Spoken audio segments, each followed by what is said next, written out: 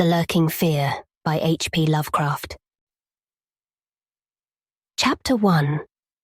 The Shadow on the Chimney. There was thunder in the air on the night I went to the deserted mansion atop Tempest Mountain to find the Lurking Fear. I was not alone, for foolhardiness was not then mixed with that love of the grotesque and the terrible which has made my career a series of quests for strange horrors in literature and in life.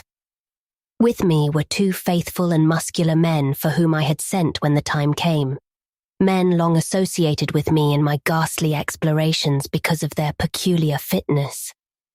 We had started quietly from the village because of the reporters who still lingered about after the eldritch panic of a month before, the nightmare creeping death. Later, I thought, they might aid me, but I did not want them then. Would to God I had let them share the search, that I might not have had to bear the secret alone so long. To bear it alone for fear the world would call me mad or go mad itself at the demon implications of the thing. Now that I am telling it anyway, lest the brooding make me a maniac, I wish I had never concealed it. For I, and I only, know what manner of fear lurked on that spectral and desolate mountain. In a small motor car we covered the miles of primeval forest and hill, until the wooded ascent checked it.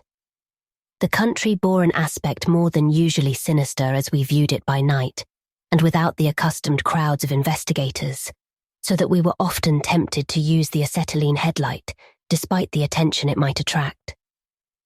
It was not a wholesome landscape after dark, and I believe I would have noticed its morbidity, even had I been ignorant of the terror that stalked there. Of wild creatures there were none. They are wise when death leers close. The ancient lightning-scarred trees seemed unnaturally large and twisted, and the other vegetation unnaturally thick and feverish, while curious mounds and hummocks in the weedy, fulgurite-pitted earth reminded me of snakes, and dead men's skulls swelled to gigantic proportions. Fear had lurked on Tempest Mountain for more than a century. This I learned at once from newspaper accounts of the catastrophe which first brought the region to the world's notice. The place is a remote, lonely elevation in that part of the Catskills where Dutch civilization once feebly and transiently penetrated, leaving behind as it receded only a few ruined mansions and a degenerate squatter population inhabiting pitiful hamlets on isolated slopes. Normal beings seldom visited the locality till the state police were formed, and even now only infrequent troopers patrol it. The fear, however, is an old tradition throughout the neighbouring villages, since it is a prime topic in the simple discourse of the poor mongrels who sometimes leave their valleys to trade hand-woven baskets for such primitive necessities as they cannot shoot, raise, or make. The Lurking Fear dwelt in the shunned and deserted Martin's mansion, which crowned the high but gradual eminence whose liability to frequent thunderstorms gave it the name of Tempest Mountain. For over 100 years, the antique, grove-circled stone house had been the subject of stories incredibly wild and monstrously hideous, stories of a silent, colossal, creeping death which stalked abroad in summer. With whimpering insistence, the squatters told tales of a demon which seized lone wayfarers after dark, either carrying them off or leaving them in a frightful state of gnawed dismemberment, while sometimes they whispered of blood trails toward the distant mansion. Some said the thunder called the Lurking Fear out of its habitation, while others said the thunder was its voice. No one outside the backwoods had believed these varying and conflicting stories, with their incoherent, extravagant descriptions of the half-glimpsed fiend. Yet not a farmer or villager doubted that the Martens mansion was ghoulishly haunted. Local history forbade such a doubt, although no ghostly evidence was ever found by such investigators as had visited the building after some especially vivid tale of the squatters.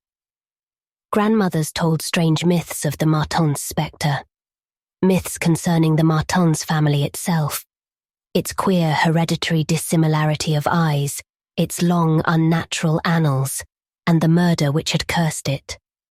The terror which brought me to the scene was a sudden and portentous confirmation of the mountaineer's wildest legends. One summer night, After a thunderstorm of unprecedented violence, the countryside was aroused by a squatter stampede which no mere delusion could create. The pitiful throngs of natives shrieked and whined of the unnameable horror which had descended upon them, and they were not doubted. They had not seen it, but had heard such cries from one of their hamlets that they knew a creeping death had come. In the morning, citizens and state troopers followed the shuddering mountaineers to the place where they said the death had come. Death was indeed there. The ground under one of the squatters' villages had caved in after a lightning stroke, destroying several of the malodorous shanties. But upon this property damage was superimposed an organic devastation which paled it to insignificance. Of a possible 75 natives who had inhabited this spot, not one living specimen was visible. The disordered earth was covered with blood and human debris, bespeaking too vividly the ravages of demon teeth and talons, yet no visible trail led away from the carnage. That some hideous animal must be the cause, everyone quickly agreed. Nor did any tongue now revive the charge that such cryptic deaths formed merely the sordid murders common in decadent communities. That charge was revived only when about 25 of the estimated population were found missing from the dead. And even then, it was hard to explain the murder of 50 by half that number. But the fact remained that on a summer night, a bolt had come out of the heavens and left a dead village whose corpses were horribly mangled, chewed and clawed. The excited countryside immediately connected the horror with the haunted Martens mansion, though the localities were over 3 miles apart. The troopers were more skeptical, including the mansion only casually in their investigations, and dropping it altogether when they found it thoroughly deserted. Country and village people, however, canvassed the place with infinite care, overturning everything in the house, sounding ponds and brooks, beating down bushes, and ransacking the nearby forests. All was in vain. The death that had come had left no trace save destruction itself. By the second day of the search, the affair was fully treated by the newspapers, whose reporters overran Tempest Mountain. They described it in much detail, and with many interviews to elucidate the horror's history as told by local grandams. I followed the accounts languidly at first, for I am a connoisseur in horrors. But after a week, I detected an atmosphere which stirred me oddly, so that on August 5th, 1921, I registered among the reporters who crowded the hotel at Lefferts Corners, nearest village to Tempest Mountain, and acknowledged headquarters of the searchers. 3 weeks more, and the dispersal of the reporters left me free to begin a terrible exploration based on the minute inquiries and surveying with which I had meanwhile busied myself. So on this summer night, while distant thunder rumbled, I left a silent motor car and tramped with 2 armed companions up the last mound-covered reaches of Tempest Mountain, casting the beams of an electric torch on the spectral grey walls that began to appear through giant oaks ahead. In this morbid night solitude and feeble shifting illumination, the vast box-like pile displayed obscure hints of terror which day could not uncover. Yet I did not hesitate, since I had come with fierce resolution to test an idea. I believed that the thunder called the death demon out of some fearsome secret place, and be that demon solid entity or vaporous pestilence, I meant to see it. I had thoroughly searched the ruin before, hence knew my plan well, choosing as the seat of my vigil the old room of Jan Martens, whose murder looms so great in the rural legends. I felt subtly that the apartment of this ancient victim was best for my purposes. The chamber, measuring about 20 feet square, contained, like the other rooms, some rubbish which had once been furniture.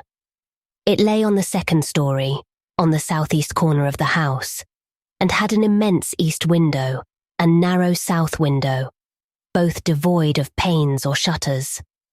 Opposite the large window was an enormous Dutch fireplace, with scriptural tiles representing the prodigal son, and opposite the narrow window was a spacious bed built into the wall.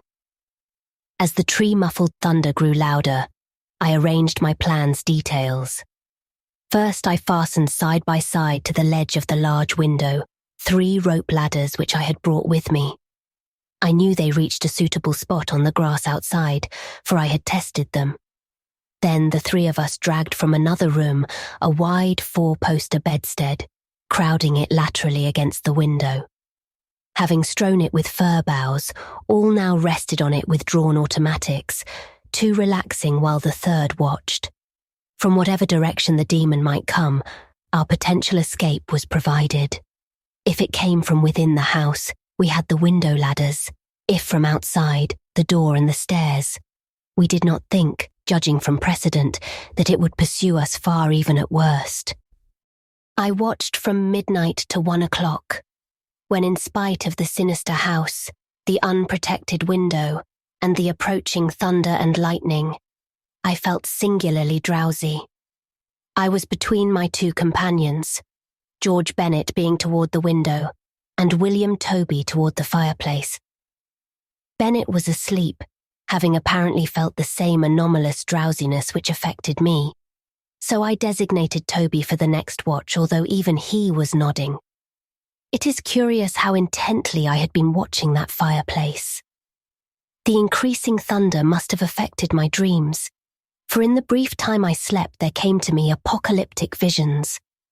Once I partly awaked, probably because the sleeper toward the window had restlessly flung an arm across my chest. I was not sufficiently awake to see whether Toby was attending to his duties as sentinel, but felt a distinct anxiety on that score. Never before had the presence of evil so poignantly oppressed me. Later I must have dropped asleep again, for it was out of a phantasmal chaos that my mind leapt when the night grew hideous with shrieks beyond anything in my former experience or imagination. In that shrieking, the inmost soul of human fear and agony clawed hopelessly and insanely at the ebony gates of oblivion. I awoke to red madness and the mockery of diabolism, as farther and farther down inconceivable vistas that phobic and crystalline anguish retreated and reverberated. There was no light, but I knew from the empty space at my right that Toby was gone. God alone knew whither. Across my chest still lay the heavy arm of the sleeper at my left. Then came the devastating stroke of lightning which shook the whole mountain, lit the darkest crypts of the hoary grove, and splintered the patriarch of the twisted trees. In the demon flash of a monstrous fireball, the sleeper started up suddenly, while the glare from beyond the window threw his shadow vividly upon the chimney above the fireplace from which my eyes had never strayed. That I am still alive and sane is a marvel I cannot fathom. I cannot fathom it, for the shadow on that chimney was not that of George Bennett or of any other human creature, but a blasphemous abnormality from hell's nethermost craters, a nameless, shapeless abomination which no mind could fully grasp and no pen even partly describe. In another second, I was alone in the accursed mansion, shivering and gibbering. George Bennett and William Toby had left no trace, not even of a struggle. They were never heard of again. Chapter 2. A Passer in the Storm.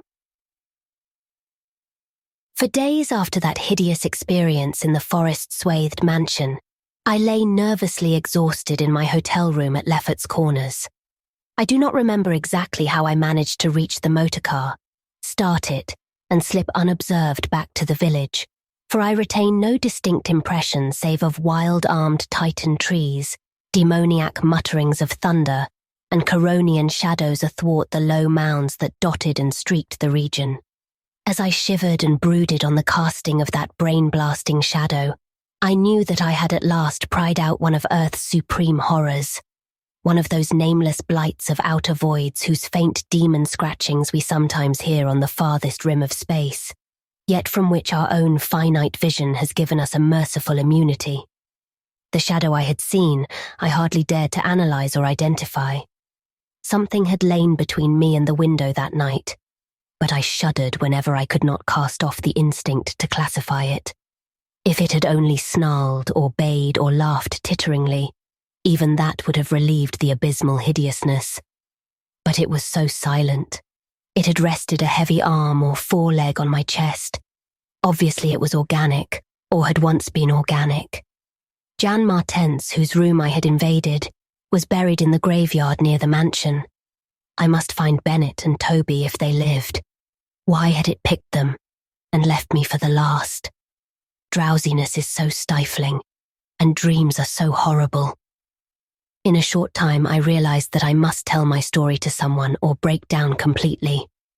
I had already decided not to abandon the quest for the lurking fear, for in my rash ignorance it seemed to me that uncertainty was worse than enlightenment, however terrible the latter might prove to be. Accordingly, I resolved in my mind the best course to pursue, whom to select for my confidences, and how to track down the thing which had obliterated 2 men and cast a nightmare shadow. My chief acquaintances at Lefferts Corners had been the affable reporters, of whom several still remained to collect final echoes of the tragedy. It was from these that I determined to choose a colleague, and the more I reflected, the more my preference inclined toward one Arthur Munro, a dark, lean man of about 35, whose education, taste, intelligence, and temperament all seemed to mark him as one not bound to conventional ideas and experiences. On an afternoon in early September, Arthur Munro listened to my story. I saw from the beginning that he was both interested and sympathetic, and when I had finished, he analyzed and discussed the thing with the greatest shrewdness and judgment. His advice, moreover, was eminently practical, for he recommended a postponement of operations at the Martens mansion until we might become fortified with more detailed historical and geographical data.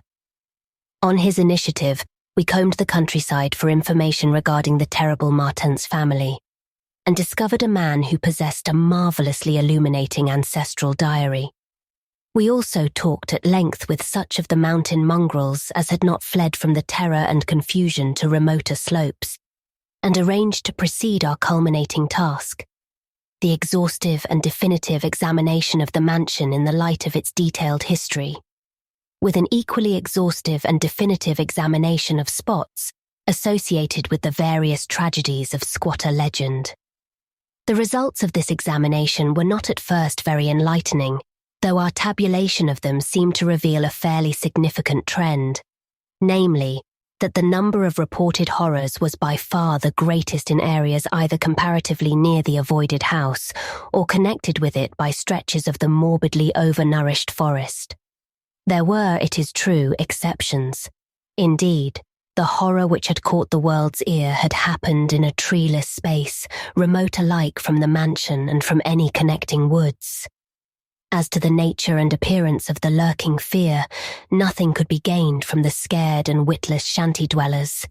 In the same breath they called it a snake and a giant, a thunder devil and a bat, a vulture and a walking tree. We did, however, deem ourselves justified in assuming that it was a living organism, highly susceptible to electrical storms, and although certain of the stories suggested wings, we believed that its aversion for open spaces made land locomotion a more probable theory. The only thing really incompatible with the latter view was the rapidity with which the creature must have travelled in order to perform all the deeds attributed to it. When we came to know the squatters better, we found them curiously likeable in many ways. Simple they were, gently descending the evolutionary scale because of their stultifying isolation. They feared outsiders, but slowly grew accustomed to us, finally helping vastly when we beat down all the thickets and tore out all the partitions of the mansion in our search for the lurking fear. When we asked them to help us find Bennett and Toby, they were truly distressed, for they wanted to help us, yet knew that these victims had gone as wholly out of the world as their own missing people, that great numbers of them had actually been killed and removed, just as the wild animals had long been exterminated. We were, of course, thoroughly convinced, and we waited apprehensively for further tragedies to occur. By the middle of October, we were puzzled by our lack of progress. Owing to the clear nights, no demoniac aggressions had taken place, and the completeness of our vain searches of house and country almost drove us to regard the lurking fear as a non-material agency. We feared that the cold weather would come on and halt our explorations, for all agreed that the demon was generally quiet in winter. Thus, there was a kind of haste and desperation in our last daylight canvass of the horror-visited hamlet, a hamlet now deserted because of the squatters' fears. The ill-fated squatter hamlet had borne no name, but had long stood in a sheltered though treeless cleft between two elevations called respectively Cone Mountain and Maple Hill. It was closer to Maple Hill than to Cone Mountain, some of the crude abodes indeed being dugouts on the side of the former eminence. Geographically, it lay about 2 miles northwest of the base of Tempest Mountain and 3 miles from the oak-girt mansion. Of the distance between the hamlet and the mansion, fully 2 miles and a quarter on the hamlet's side was entirely open country, the plain being of fairly level character save for some of the low, snake-like mounds, and having as vegetation only grass and scattered weeds. Considering this topography, we had finally concluded that the demon must have come by way of Cone Mountain, a wooded southern prolongation of which ran to within a short distance of the westernmost spur of Tempest Mountain. The upheaval of ground we traced conclusively to a landslide from Maple Hill, a tall, lone splintered tree on whose side had been the striking point of the thunderbolt which summoned the fiend. As for the 20th time or more Arthur Monroe and I went minutely over every inch of the violated village, we were filled with a certain discouragement coupled with vague and novel fears. It was acutely uncanny, even when frightful and uncanny things were common, to encounter so blankly clueless a scene after such overwhelming occurrences. And we moved about beneath the leaden, darkening sky with that tragic, directionless zeal which results from a combined sense of futility and necessity of action. Our care was gravely minute. Every cottage was again entered, every hillside dugout again searched for bodies, every thorny foot of adjacent slope again scanned for dens and caves, but all without result. And yet, as I have said, vague new fears hovered menacingly over us, as if giant bat-winged griffins squatted invisibly on the mountaintops and leered with Abaddon eyes that had looked on transcosmic gulfs. As the afternoon advanced, it became increasingly difficult to see, and we heard the rumble of a thunderstorm gathering over Tempest Mountain. This sound in such a locality naturally stirred us, though less than it would have done at night. As it was, we hoped desperately that the storm would last until well after dark, and with that hope, turned from our aimless hillside searching toward the nearest inhabited hamlet to gather a body of squatters as helpers in the investigation. Timid as they were, a few of the younger men were sufficiently inspired by our protective leadership to promise such help. We had hardly more than turned, however, when there descended such a blinding sheet of torrential rain that shelter became imperative. The extreme, almost nocturnal darkness of the sky caused us to stumble sadly, but guided by the frequent flashes of lightning and by our minute knowledge of the hamlet, we soon reached the least porous cabin of the lot, an heterogeneous combination of logs and boards whose still existing door and single tiny window both faced Maple Hill. Barring the door after us against the fury of the wind and rain, we put in place the crude window shutter which our frequent searches had taught us where to find. It was dismal sitting there on rickety boxes in the pitchy darkness, but we smoked pipes and occasionally flashed our pocket lamps about. Now and then we could see the lightning through the cracks in the wall. The afternoon was so incredibly dark that each flash was extremely vivid. The stormy vigil reminded me shudderingly of my ghastly night on Tempest Mountain. My mind turned to that odd question which had kept recurring ever since the nightmare thing had happened. And again I wondered why the demon, approaching the 3 watchers either from the window or the interior, had begun with the men on each side and left the middleman till the last, when the Titan fireball had scared it away. Why had it not taken its victims in natural order, with myself second, from whichever direction it had approached? With what manner of far-reaching tentacles did it prey? Or did it know that I was the leader, and save me for a fate worse than that of my companions? In the midst of these reflections, as if dramatically arranged to intensify them, there fell nearby a terrific bolt of lightning, followed by the sound of sliding earth. At the same time, the wolfish wind rose to demoniac crescendos of ululation. We were sure that the lone tree on Maple Hill had been struck again, and Monroe rose from his box and went to the tiny window to ascertain the damage. When he took down the shutter, The wind and rain howled deafeningly in, so that I could not hear what he said. But I waited while he leaned out and tried to fathom nature's pandemonium. Gradually, a calming of the wind and dispersal of the unusual darkness told of the storm's passing. I had hoped it would last into the night to help our quest, but a furtive sunbeam from a knothole behind me removed the likelihood of such a thing.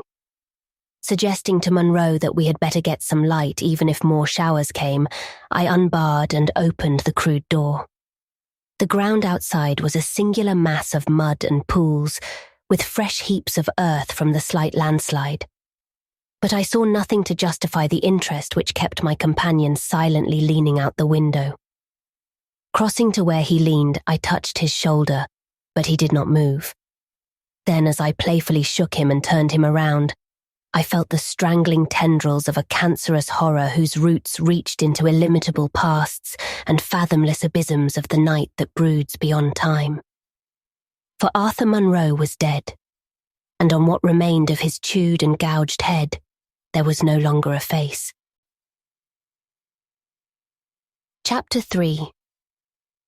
What the red glare meant. On the tempest-racked night of November 8th, 1921, with a lantern which cast charnel shadows, I stood digging alone and idiotically in the grave of Jan Martens. I had begun to dig in the afternoon because a thunderstorm was brewing, and now that it was dark and the storm had burst above the maniacally thick foliage, I was glad. I believe that my mind was partly unhinged by events since August 5th, the demon shadow in the mansion, the general strain and disappointment, and the thing that occurred at the hamlet in an October storm. After that thing, I had dug a grave for one whose death I could not understand. I knew that others could not understand either, so let them think Arthur Monroe had wandered away. They searched, but found nothing. The squatters might have understood, but I dared not frighten them more. I myself seemed strangely callous. That shock at the mansion had done something to my brain, and I could think only of the quest for a horror now grown to cataclysmic stature in my imagination. A quest which the fate of Arthur Monroe made me vow to keep silent and solitary. The scene of my excavations would alone have been enough to unnerve any ordinary man. Baleful primal trees of unholy size, age, and grotesqueness leered above me like the pillars of some hellish druidic temple, muffling the thunder, hushing the clawing wind, and admitting but little rain. Beyond the scarred trunks in the background, illumined by faint flashes of filtered lightning, rose the damp, ivied stones of the deserted mansion, while somewhat nearer was the abandoned Dutch garden whose walks and beds were polluted by a white, fungus, fetid, overnourished vegetation that never saw full daylight. And nearest of all was the graveyard, where deformed trees tossed insane branches as their roots displaced unhallowed slabs and sucked venom from what lay below. Now and then, beneath the brown pall of leaves that rotted and festered in the antediluvian forest darkness, I could trace the sinister outlines of some of those low mounds which characterized the lightning-pierced region. History had led me to this archaic grave. History, indeed, was all I had after everything else ended in mocking Satanism. I now believed that the lurking fear was no material thing, but a wolf-fanged ghost that rode the midnight lightning. And I believed, because of the masses of local tradition I had unearthed in my search with Arthur Monroe, that the ghost was that of Jan Martens, who died in 1762. That is why I was digging idiotically in his grave. The Martens mansion was built in 1670 by Gerrit Martens, a wealthy New Amsterdam merchant who disliked the changing order under British rule and had constructed this magnificent domicile on a remote woodland summit whose untrodden solitude and unusual scenery pleased him. The only substantial disappointment encountered in this site was that which concerned the prevalence of violent thunderstorms in summer. When selecting the hill and building his mansion, Mynheer Martens had laid these frequent natural outbursts to some peculiarity of the year, but in time he perceived that the locality was especially liable to such phenomena. At length, having found these storms injurious to his health, he fitted up a cellar into which he could retreat from their wildest pandemonium. Of Gerrit Martens's descendants less is known than of himself, since they were all reared in hatred of the English civilization and trained to shun such of the colonists as accepted it. Their life was exceedingly secluded, and people declared that their isolation had made them heavy of speech and comprehension. In appearance, all were marked by a peculiar inherited dissimilarity of eyes, one generally being blue and the other brown. Their social contacts grew fewer and fewer, till at last they took to intermarrying with the numerous menial class about the estate. Many of the crowded family degenerated, moved across the valley, and merged with the mongrel population which was later to produce the pitiful squatters. The rest had stuck sullenly to their ancestral mansion, becoming more and more clannish and taciturn, yet developing a nervous responsiveness to the frequent thunderstorms. Most of this information reached the outside world through young Jan Martens, who from some kind of restlessness joined the colonial army when news of the Albany Convention reached Tempest Mountain. He was the first of Gerrit's descendants to see much of the world, and when he returned in 1760 after 6 years of campaigning, he was hated as an outsider by his father, uncles, and brothers, in spite of his dissimilar Martens eyes. No longer could he share the peculiarities and prejudices of the Martenses, while the very mountain thunderstorms failed to intoxicate him as they had before. Instead, his surroundings depressed him, and he frequently wrote to a friend in Albany of plans to leave the paternal roof. In the spring of 1763, Jonathan Gifford, the Albany friend of Jan Martens, became worried by his correspondent's silence, especially in view of the conditions and quarrels at the Martens mansion. Determined to visit Jan in person, he went into the mountains on horseback. His diary states that he reached Tempest Mountain on September 20th, finding the mansion in great decrepitude. The sullen, odd-eyed Martenses, whose unclean animal aspect shocked him, told him in broken gutturals that Jan was dead. He had, they insisted, been struck by lightning the autumn before, and now lay buried behind the neglected sunken gardens. They showed the visitor the grave, barren and devoid of markers. Something in the Martens' manner gave Gifford a feeling of repulsion and suspicion, and a week later he returned with spade and mattock to explore the sepulchral spot. He found what he expected, a skull crushed cruelly as if by savage blows. So returning to Albany, he openly charged the Martenses with the murder of their kinsman. Legal evidence was lacking, but the story spread rapidly round the countryside, and from that time the Martenses were ostracized by the world. No one would deal with them, and their distant manor was shunned as an accursed place. Somehow they managed to live on independently by the products of their estate, for occasional lights glimpsed from faraway hills attested their continued presence. These lights were seen as late as 1810, but toward the last they became very infrequent. Meanwhile, there grew up about the mansion and the mountain a body of diabolic legendry. The place was avoided with double deciduousness and invested with every whispered myth tradition could supply. It remained unvisited till 1816, when the continued absence of lights was noticed by the squatters. At that time, a party made investigations, finding the house deserted and partly in ruins. There were no skeletons about, so that departure rather than death was inferred. The clan seemed to have left several years before, and improvised penthouses showed how numerous it had grown prior to its migration. Its cultural level had fallen very low, as proved by decaying furniture and scattered silverware which must have been long abandoned when its owners left. But though the dreaded Martenses were gone, the fear of the haunted house continued, and grew very acute when new and strange stories arose among the mountain decadents. There it stood, deserted, feared, and linked with the vengeful ghost of Jan Martens. There it still stood on the night I dug in Jan Martens's grave. I have described my protracted digging as idiotic, and such it indeed was in object and method. The coffin of Jan Martens had soon been unearthed.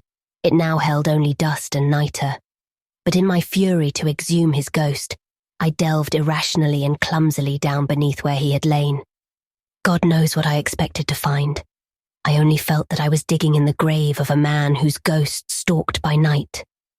It is impossible to say what monstrous depth I had attained when my spade, and soon my feet, broke through the ground beneath. The event, under the circumstances, was tremendous. For in the existence of a subterranean space here, my mad theories had terrible confirmation. My slight fall had extinguished the lantern, but I produced an electric pocket lamp and viewed the small horizontal tunnel, which led away indefinitely in both directions. It was amply large enough for a man to wriggle through, and though no sane person would have tried it at that time, I forgot danger, reason, and cleanliness in my single-minded fever to unearth the lurking fear. Choosing the direction toward the house, I scrambled recklessly into the narrow burrow, squirming ahead blindly and rapidly, and flashing but seldom the lamp I kept before me.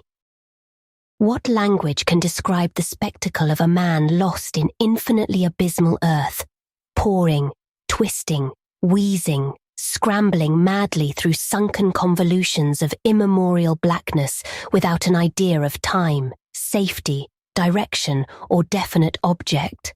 There is something hideous in it, but that is what I did. I did it for so long that life faded to a far memory, and I became one with the moles and grubs of nighted depths. Indeed, it was only by accident that after interminable writhings I jarred my forgotten electric lamp alight, so that it shone eerily along the burrow of caked loam that stretched and curved ahead. I had been scrambling in this way for some time, so that my battery had burned very low when the passage suddenly inclined sharply upward, altering my mode of progress. And as I raised my glance, it was without preparation that I saw glistening in the distance 2 demoniac reflections of my expiring lamp, 2 reflections glowing with a baneful and unmistakable effulgence and provoking maddeningly nebulous memories. I stopped automatically, though lacking the brain to retreat. The eyes approached, yet of the thing that bore them I could distinguish only a claw. But what a claw! Then far overhead I heard a faint crashing which I recognized. It was the wild thunder of the mountain, raised to hysteric fury. I must have been crawling upward for some time, so that the surface was now quite near. And as the muffled thunder clattered, those eyes still stared with vacuous viciousness. Thank God I did not then know what it was, else I should have died. But I was saved by the very thunder that had summoned it. For after a hideous wait, there burst from the unseen outside sky one of those frequent mountainward bolts whose aftermath I had noticed here and there as gashes of disturbed earth and fulgurites of various sizes. With cyclopean rage it tore through the soil above that damnable pit, blinding and deafening me, yet not wholly reducing me to a coma. In the chaos of sliding, shifting earth, I clawed and floundered helplessly till the rain on my head steadied me, and I saw that I had come to the surface in a familiar spot, a steep unforested place on the southwest slope of the mountain. Recurrent sheet lightnings illumined the tumbled ground and the remains of the curious low hummock which had stretched down from the wooded higher slope. But there was nothing in the chaos to show my place of egress from the lethal catacomb. My brain was as great a chaos as the earth, and as a distant red glare burst on the landscape from the south, I hardly realized the horror I had been through. But when 2 days later the squatters told me what the red glare meant, I felt more horror than that which the mould burrow and the claw and eyes had given. More horror because of the overwhelming implications. In a hamlet 20 miles away, an orgy of fear had followed the bolt which brought me above ground, and a nameless thing had dropped from an overhanging tree into a weak-roofed cabin.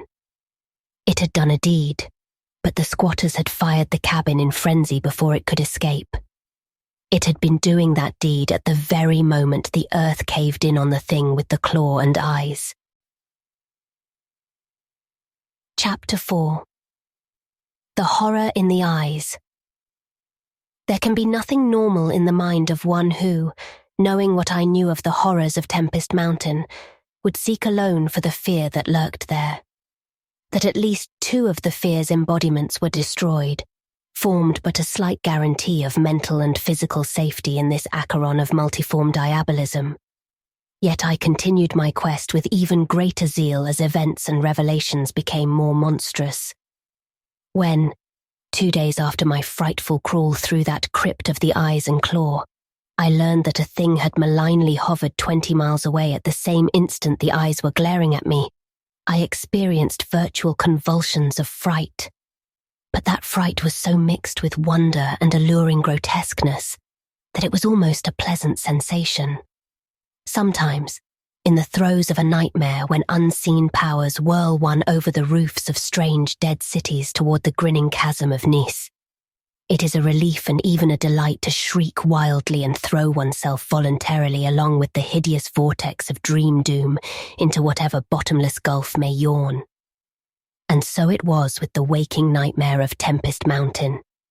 The discovery that 2 monsters had haunted the spot gave me ultimately a mad craving to plunge into the very earth of the accursed region, and with bare hands dig out the death that leered from every inch of the poisonous soil.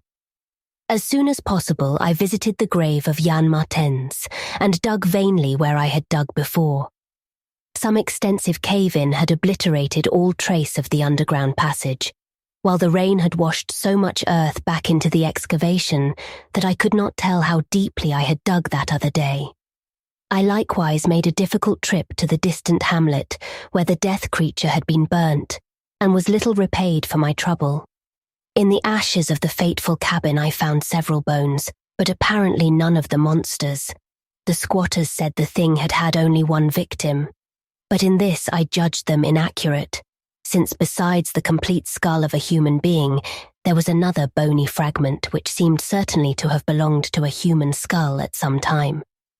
Though the rapid drop of the monster had been seen, no one could say just what the creature was like. Those who had glimpsed it called it simply a devil. Examining the great tree where it had lurked, I could discern no distinctive marks. I tried to find some trail into the Black Forest, but on this occasion could not stand the sight of those morbidly large boles, or of those vast serpent-like roots that twisted so malevolently before they sank into the earth. My next step was to re-examine with microscopic care the deserted hamlet where death had come most abundantly, and where Arthur Munro had seen something he never lived to describe. Though my vain previous searches had been exceedingly minute, I now had new data to test, for my horrible grave crawl convinced me that at least one of the phases of the monstrosity had been an underground creature. This time, on the 14th of November, my quest concerned itself mostly with the slopes of Cone Mountain and Maple Hill, where they overlook the unfortunate hamlet, and I gave particular attention to the loose earth of the landslide region on the latter eminence. The afternoon of my search brought nothing to light, and dusk came as I stood on Maple Hill looking down at the hamlet and across the valley to Tempest Mountain. There had been a gorgeous sunset, and now the moon came up, nearly full and shedding a silver flood over the plain, the distant mountainside, and the curious low mounds that rose here and there. It was a peaceful Arcadian scene, but knowing what it hid, I hated it. I hated the mocking moon, the hypocritical plain, the festering mountain, and those sinister mounds. Everything seemed to me tainted with a loathsome contagion and inspired by a noxious alliance with distorted hidden powers. Presently, as I gazed abstractedly at the moonlit panorama, my eye became attracted by something singular in the nature and arrangement of a certain topographical element. Without having any exact knowledge of geology, I had from the first been interested in the odd mounds and hummocks of the region. I had noticed that they were pretty widely distributed around Tempest Mountain, though less numerous on the plain than near the hilltop itself, where prehistoric glaciation had doubtless found feebler opposition to its striking and fantastic caprices. Now, in the light of that low moon which cast long weird shadows, it struck me forcibly that the various points and lines of the mound system had a peculiar relation to the summit of Tempest Mountain. That summit was undeniably a center from which the lines or rows of points radiated indefinitely and irregularly, as if the unwholesome Marten's mansion had thrown visible tentacles of terror. The idea of such tentacles gave me an unexplained thrill, and I stopped to analyze my reason for believing these mounds glacial phenomena. The more I analyzed, the less I believed, and against my newly opened mind, there began to beat grotesque and horrible analogies based on superficial aspects and upon my experience beneath the earth. Before I knew it, I was uttering frenzied and disjointed words to myself. My God, molehills, the damned place must be honeycombed. How many? That night at the mansion, they took Bennett and Toby first, on each side of us. Then I was digging frantically into the mound which had stretched nearest me, digging desperately, shiveringly, but almost jubilantly, digging and at last shrieking aloud with some unplaced emotion as I came upon a tunnel or burrow just like the one through which I had crawled on that other demoniac night. After that I recall running, spade in hand, a hideous run across moonlitten mound-marked meadows and through diseased, precipitous abysses of haunted hillside forest, leaping, screaming, panting, bounding toward the terrible Marten's mansion. I recall digging unreasoningly in all parts of the briar-choked cellar, digging to find the core and center of that malignant universe of mounds. And then I recall how I laughed when I stumbled on the passageway, the hole at the base of the old chimney, where the thick weeds grew and cast queer shadows in the light of the lone candle I had happened to have with me. What still remained down in that hell hive, lurking and waiting for the thunder to arouse it, I did not know. 2 had been killed. Perhaps that had finished it. But still there remained that burning determination to reach the innermost secret of the fear, which I had once more come to deem definite, material, and organic. My indecisive speculation whether to explore the passage alone and immediately with my pocket light, or to try to assemble a band of squatters for the quest, was interrupted after a time by a sudden rush of wind from outside which blew out the candle and left me in stark blackness. The moon no longer shone through the chinks and apertures above me, and with a sense of fateful alarm, I heard the sinister and significant rumble of approaching thunder. A confusion of associated ideas possessed my brain, leading me to grope back toward the farthest corner of the cellar. My eyes, however, never turned away from the horrible opening at the base of the chimney, and I began to get glimpses of the crumbling bricks and unhealthy weeds as faint glows of lightning penetrated the woods outside and illumined the chinks in the upper wall. Every second, I was consumed with a mixture of fear and curiosity. What would the storm call forth? Or was there anything left for it to call? Guided by a lightning flash, I settled myself down behind a dense clump of vegetation through which I could see the opening without being seen. If heaven is merciful, it will someday efface from my consciousness the sight that I saw and let me live my last years in peace. I cannot sleep at night now and have to take opiates when it thunders. The thing came abruptly and unannounced. A demon, rat-like, scurrying from pits remote and unimaginable, a hellish panting and stifled grunting, and then from that opening beneath the chimney a burst of multitudinous and leprous life, a loathsome night-spawned flood of organic corruption more devastatingly hideous than the blackest conjurations of mortal madness and morbidity. Seething, stewing, surging, bubbling like serpent slime, it rolled up and out of that yawning hole, spreading like a septic contagion and streaming from the cellar at every point of egress, streaming out to scatter through the accursed midnight forests and strew fear, madness, and death. God knows how many there were. There must have been thousands. To see the stream of them in that faint, intermittent lightning was shocking. When they had thinned out enough to be glimpsed as separate organisms, I saw that they were dwarfed, deformed hairy devils or apes, monstrous and diabolic caricatures of the monkey tribe. They were so hideously silent. There was hardly a squeal when one of the last stragglers turned with the skill of long practice to make a meal in accustomed fashion on a weaker companion. Others snapped up what it left and ate with slavering relish. Then, In spite of my days of fright and disgust, my morbid curiosity triumphed, and as the last of the monstrosities oozed up alone from that netherworld of unknown nightmare, I drew my automatic pistol and shot it under cover of the thunder. Shrieking, slithering torrential shadows of red viscous madness chasing one another through endless ensanguined corridors of purple fulgurous sky. Formless phantasms and kaleidoscopic mutations of a ghoulish remembered scene. Forests of monstrous overnourished oaks with serpent roots twisting and sucking unnameable juices from an earth verminous with millions of cannibal devils. Mound-like tentacles groping from underground nuclei of polypus perversion. Insane lightning over malignant ivied walls and demon arcades choked with fungus vegetation. Heaven be thanked for the instinct which led me unconscious to places where men dwell, to the peaceful village that slept under the calm stars of clearing skies.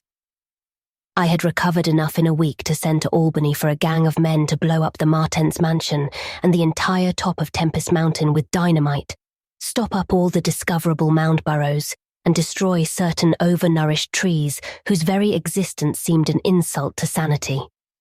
I could sleep a little after they had done this, but true rest will never come as long as I remember that nameless secret of the lurking fear. The thing will haunt me, for who can say the extermination is complete, and that analogous phenomena do not exist all over the world?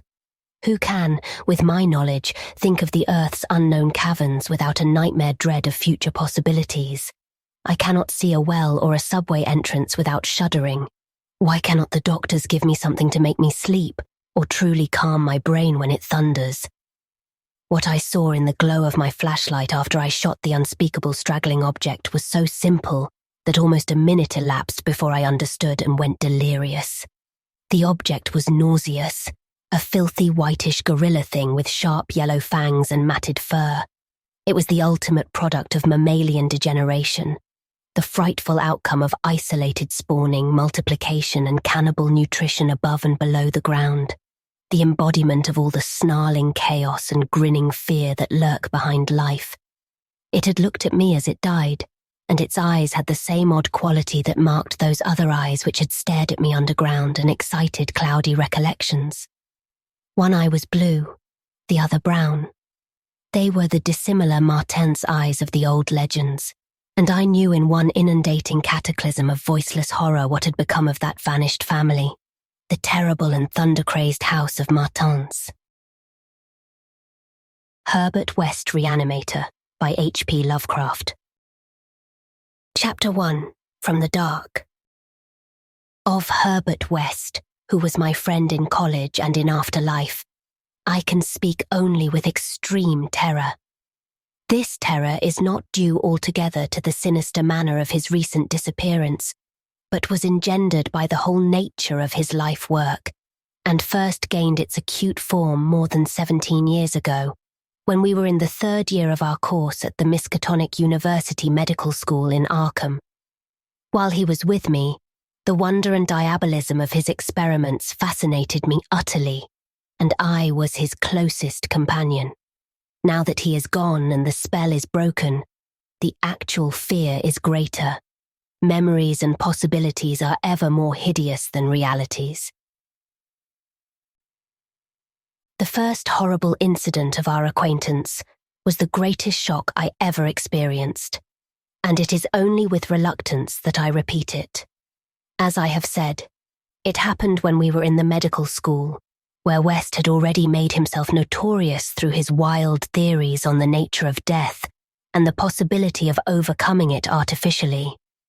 His views, which were widely ridiculed by the faculty and his fellow students, hinged on the essentially mechanistic nature of life and concerned means for operating the organic machinery of mankind by calculated chemical action after the failure of natural processes. In his experiments with various animating solutions, he had killed and treated immense numbers of rabbits, guinea pigs, cats, dogs, and monkeys, till he had become the prime nuisance of the college. Several times he had actually obtained signs of life in animals supposedly dead, in many cases violent signs, but he soon saw that the perfection of this process, if indeed possible, would necessarily involve a lifetime of research. It likewise became clear that, since the same solution never worked alike on different organic species, he would require human subjects for further and more specialized progress. It was here that he first came into conflict with the college authorities and was debarred from future experiments by no less a dignitary than the dean of the medical school himself, the learned and benevolent Dr. Alan Halsey, whose work in behalf of the stricken is recalled by every old resident of Arkham.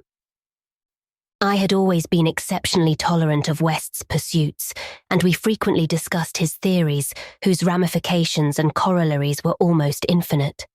Holding with Haeckel that all life is a chemical and physical process, and that the so-called soul is a myth, my friend believed that artificial reanimation of the dead can depend only on the condition of the tissues, and that unless actual decomposition has set in, a corpse fully equipped with organs may with suitable measures be set going again in the peculiar fashion known as life. That the psychic or intellectual life might be impaired by the slight deterioration of sensitive brain cells, which even a short period of death would be apt to cause, West fully realized. It had at first been his hope to find a reagent which would restore vitality before the actual advent of death, and only repeated failures on animals had shown him that the natural and artificial life motions were incompatible. He then sought extreme freshness in his specimens, injecting his solutions into the blood immediately after the extinction of life. It was this circumstance which made the professors so carelessly skeptical, for they felt that true death had not occurred in any case. They did not stop to view the matter closely and reasoningly.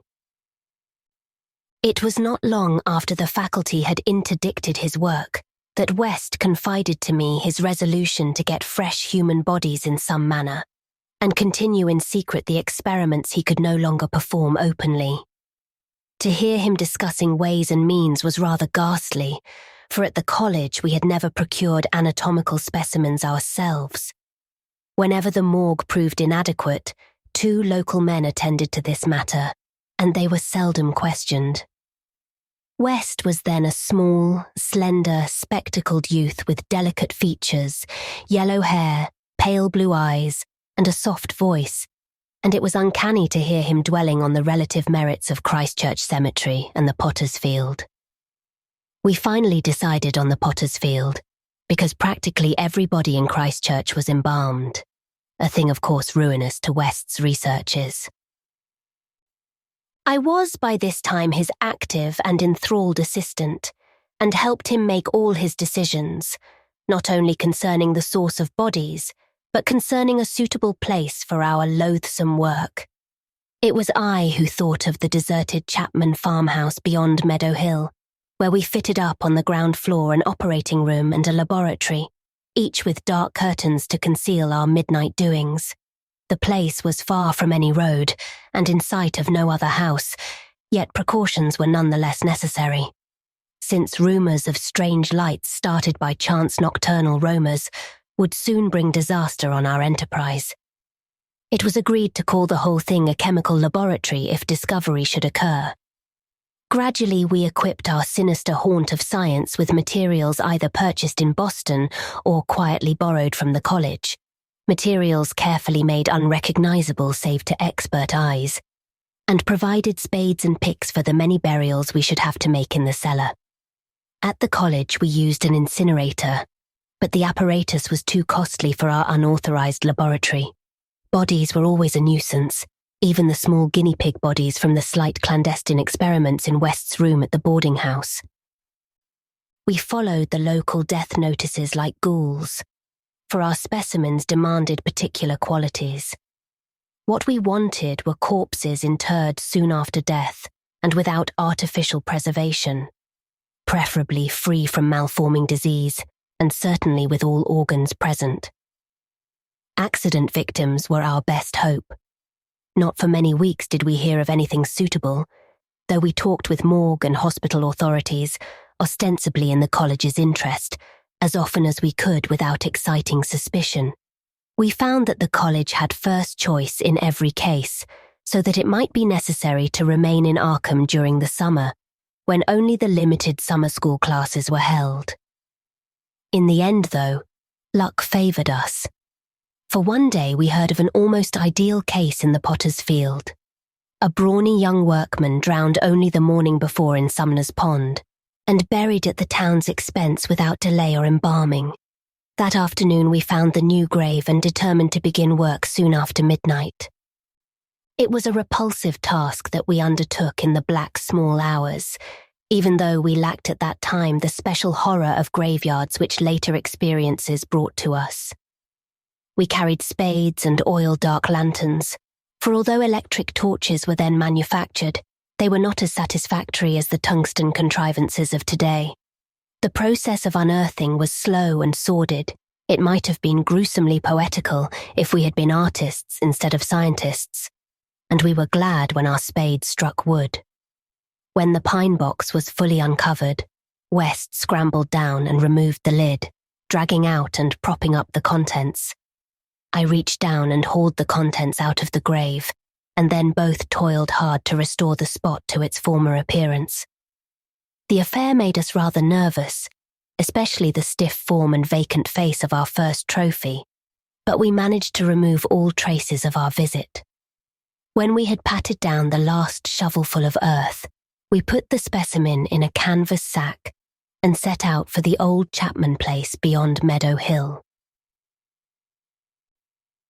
On an improvised dissecting table in the old farmhouse, by the light of a powerful acetylene lamp, the specimen was not very spectral looking. It had been a sturdy and apparently unimaginative youth of wholesome plebeian type, large-framed, grey-eyed and brown-haired. A sound animal without psychological subtleties, and probably having vital processes of the simplest and healthiest sort. Now, with the eyes closed, it looked more asleep than dead, though the expert test of my friend soon left no doubt on that score. We had at last what West had always longed for, a real dead man of the ideal kind, ready for the solution as prepared according to the most careful calculations and theories for human use. The tension on our part became very great. We knew that there was scarcely a chance for anything like complete success, and could not avoid hideous fears at possible grotesque results of partial animation. Especially were we apprehensive concerning the mind and impulses of the creature, since in the space following death some of the more delicate cerebral cells might well have suffered deterioration.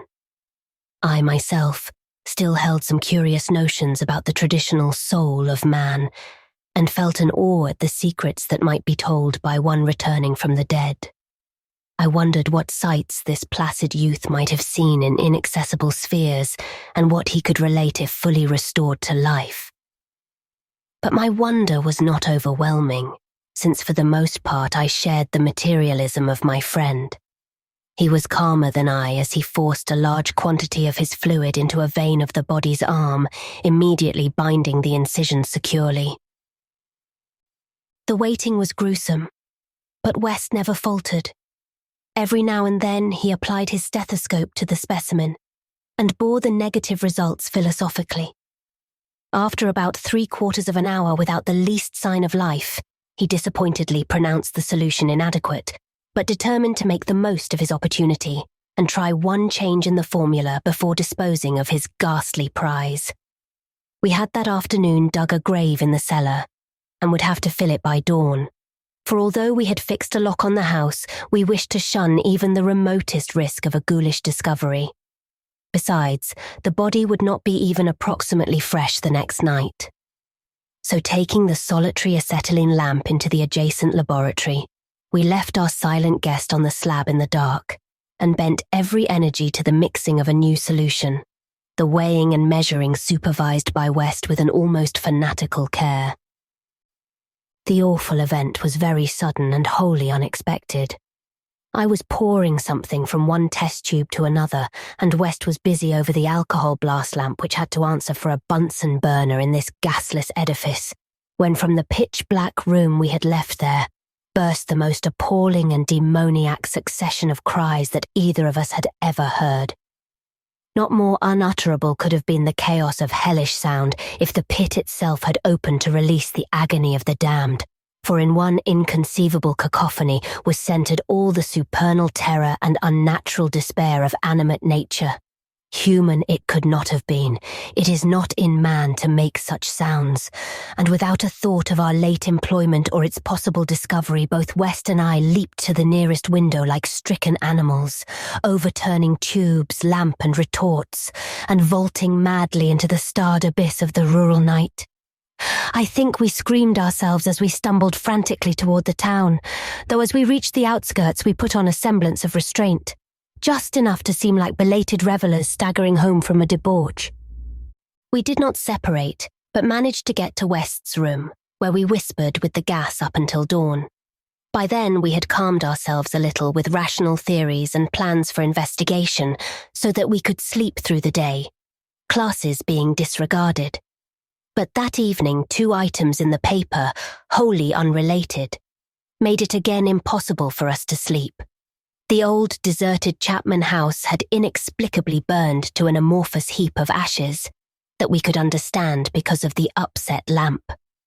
Also, an attempt had been made to disturb a new grave in the potter's field, as if by futile and spadeless clawing at the earth, that we could not understand, for we had patted down the mould very carefully. And for 17 years after that, West would look frequently over his shoulder and complain of fancied footsteps behind him. Now he has disappeared. Chapter 2: The Plague Demon. I shall never forget that hideous summer 16 years ago when, like a noxious afrite from the halls of Eblis typhoid, stalked leeringly through Arkham. It is by that satanic scourge that most recall the year, for truly terror brooded with bat wings over the piles of coffins in the tombs of Christchurch Cemetery. Yet for me there is a greater horror in that time, a horror known to me alone now that Herbert West has disappeared. West and I were doing postgraduate work in summer classes at the medical school of Miskatonic University, and my friend had attained a wide notoriety because of his experiments leading toward the revivification of the dead. After the scientific slaughter of uncounted small animals, the freakish work had ostensibly stopped by order of our skeptical dean, Dr. Alan Halsey, though West had continued to perform certain secret tests in his dingy boarding house room, and had, on one terrible and unforgettable occasion, taken a human body from its grave in the Potter's Field to a deserted farmhouse beyond Meadow Hill. I was with him on that odious occasion, and saw him inject into the still veins the elixir which he thought would to some extent restore life's chemical and physical processes. It had ended horribly, in a delirium of fear which we gradually came to attribute to our own overwrought nerves, and West had never afterward been able to shake off a maddening sensation of being haunted and hunted. The body had not been quite fresh enough. It is obvious that to restore normal mental attributes, a body must be very fresh indeed, and a burning of the old house had prevented us from burying the thing. It would have been better if we could have known it was underground. After that experience, West had dropped his researches for some time, but as the zeal of the born scientist slowly returned, he again became importunate with the college faculty, pleading for the use of the dissecting room and of fresh human specimens for the work he regarded as so overwhelmingly important. His pleas, however, were wholly in vain, for the decision of Dr. Halsey was inflexible, and the other professors all endorsed the verdict of their leader. In the radical theory of reanimation, they saw nothing but the immature vagaries of a youthful enthusiast whose slight form, yellow hair, spectacled blue eyes, and soft voice gave no hint of the supernormal, almost diabolical power of the cold brain within. I can see him now as he was then, and I shiver. He grew sterner of face, but never elderly, and now Sefton Asylum has had the mishap, and West has vanished. West clashed disagreeably with Dr. Halsey near the end of our last undergraduate term, in a wordy dispute that did less credit to him than to the kindly dean in point of courtesy. He felt that he was needlessly and irrationally hindered in a supremely great work, a work which he could of course conduct to suit himself in later years, but which he wished to begin while still possessed of the exceptional facilities of the university. That the tradition-bound elders should ignore his singular results on animals and persist in their denial of the possibility of reanimation was inexpressibly disgusting and almost incomprehensible to a youth of West's logical temperament. Only greater maturity could help him understand the chronic mental limitations of the professor-doctor type, the product of generations of pathetic puritanism, kindly, conscientious, and sometimes gentle and amiable, yet always narrow, intolerant, custom-ridden, and lacking in perspective. Age has more charity for these incomplete yet high-souled characters, whose worst real vice is timidity, and who are ultimately punished by general ridicule for their intellectual sins like Ptolemaism, Calvinism, anti-Darwinism, anti-Nietzscheism, and every sort of Sabbatarianism and sumptuary legislation. West, young despite his marvellous scientific acquirements, had scant patience with good Dr. Halsey and his erudite colleagues, and nursed an increasing resentment, coupled with a desire to prove his theories to these obtuse worthies in some striking and dramatic fashion. Like most youths, he indulged in elaborate daydreams of revenge, triumph, and final magnanimous forgiveness. And then had come the scourge, grinning and lethal, from the nightmare caverns of Tartarus. West and I had graduated about the time of its beginning, but had remained for additional work at the summer school, so that we were in Arkham when it broke with full demoniac fury upon the town. Though not as yet licensed physicians, we now had our degrees and were pressed frantically into public service as the numbers of the stricken grew. The situation was almost past management, and deaths ensued too frequently for the local undertakers fully to handle. Burials without embalming were made in rapid succession, and even the Christchurch Cemetery receiving tomb was crammed with coffins of the unembalmed dead. This circumstance was not without effect on West, who thought often of the irony of the situation. So many fresh specimens, yet none for his persecuted researches. We were frightfully overworked, and the terrific mental and nervous strain made my friend brood morbidly. But West's gentle enemies were no less harassed with prostrating duties. College had all but closed, and every doctor of the medical faculty was helping to fight the typhoid plague. Dr. Halsey in particular had distinguished himself in sacrificing service, applying his extreme skill with wholehearted energy to cases which many others shunned because of danger or apparent hopelessness. Before a month was over, the fearless dean had become a popular hero, though he seemed unconscious of his fame as he struggled to keep from collapsing with physical fatigue and nervous exhaustion.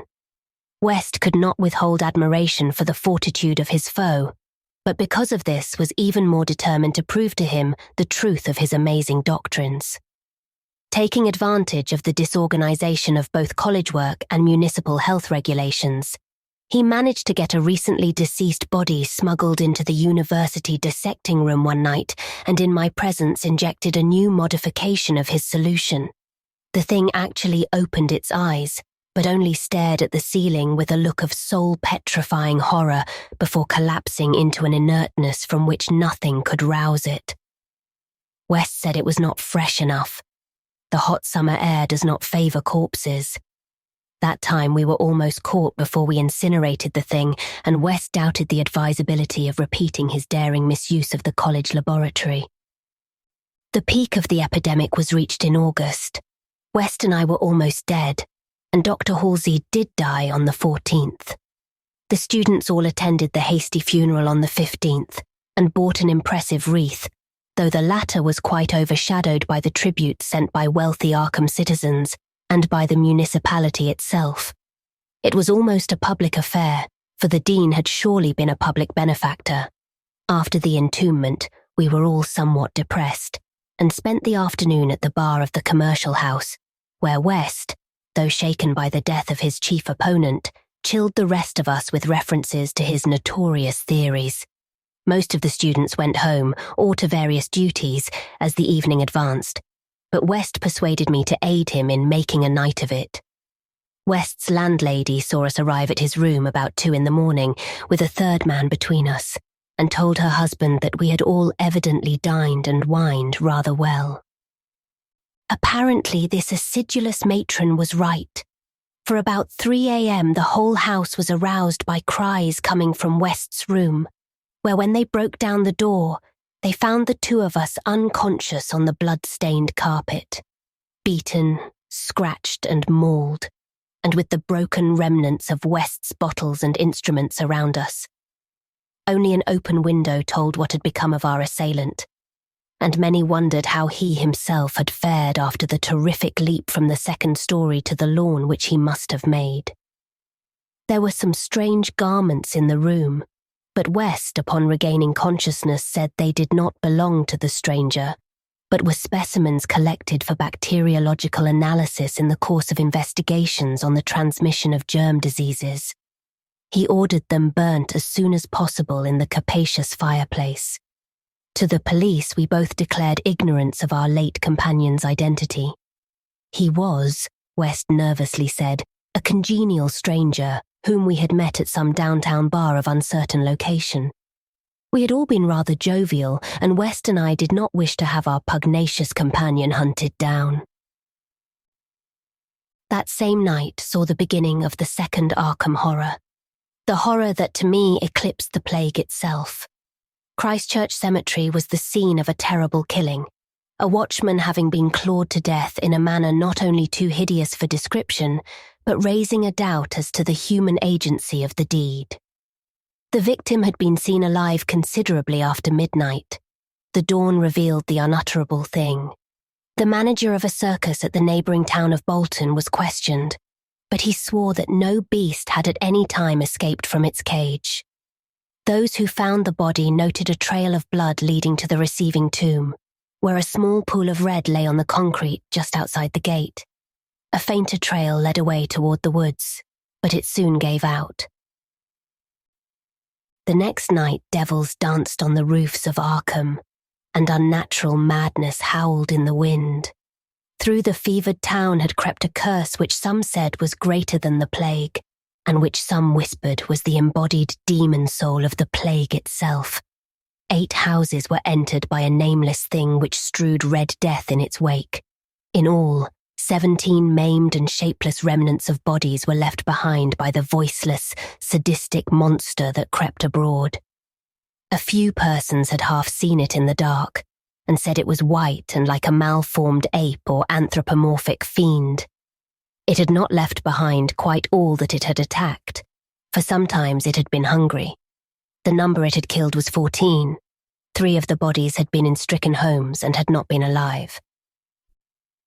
On the third night, frantic bands of searchers, led by the police, captured it in a house on Crane Street near the Miskatonic campus. They had organised the quest with care, keeping in touch by means of volunteer telephone stations, and when someone in the college district had reported hearing a scratching at a shuttered window, the net was quickly spread. On account of the general alarm and precautions, there were only 2 more victims, and the capture was effected without major casualties. The thing was finally stopped by a bullet, though not a fatal one, and was rushed to the local hospital amidst universal excitement and loathing. For it had been a man. This much was clear despite the nauseous eyes, the voiceless simianism, and the demoniac savagery. They dressed its wound and carted it to the asylum at Sefton, where it beat its head against the walls of a padded cell for 16 years, until the recent mishap, when it escaped under circumstances that few like to mention. What had most disgusted the searchers of Arkham was the thing they noticed when the monster's face was cleaned, the mocking, unbelievable resemblance to a learned and self-sacrificing martyr who had been entombed but 3 days before, the late Dr. Alan Halsey, public benefactor and dean of the medical school of Miskatonic University. To the vanished Herbert West, and to me the disgust and horror were supreme. I shudder tonight as I think of it, shudder even more than I did that morning when West muttered through his bandages, "Damn it, it wasn't quite fresh enough." Chapter 3. 6 shots by midnight. It is uncommon to fire all 6 shots of a revolver with great suddenness, when one would probably be sufficient. But many things in the life of Herbert West were uncommon. It is, for instance, not often that a young physician leaving college is obliged to conceal the principles which guide his selection of a home and office, yet that was the case with Herbert West.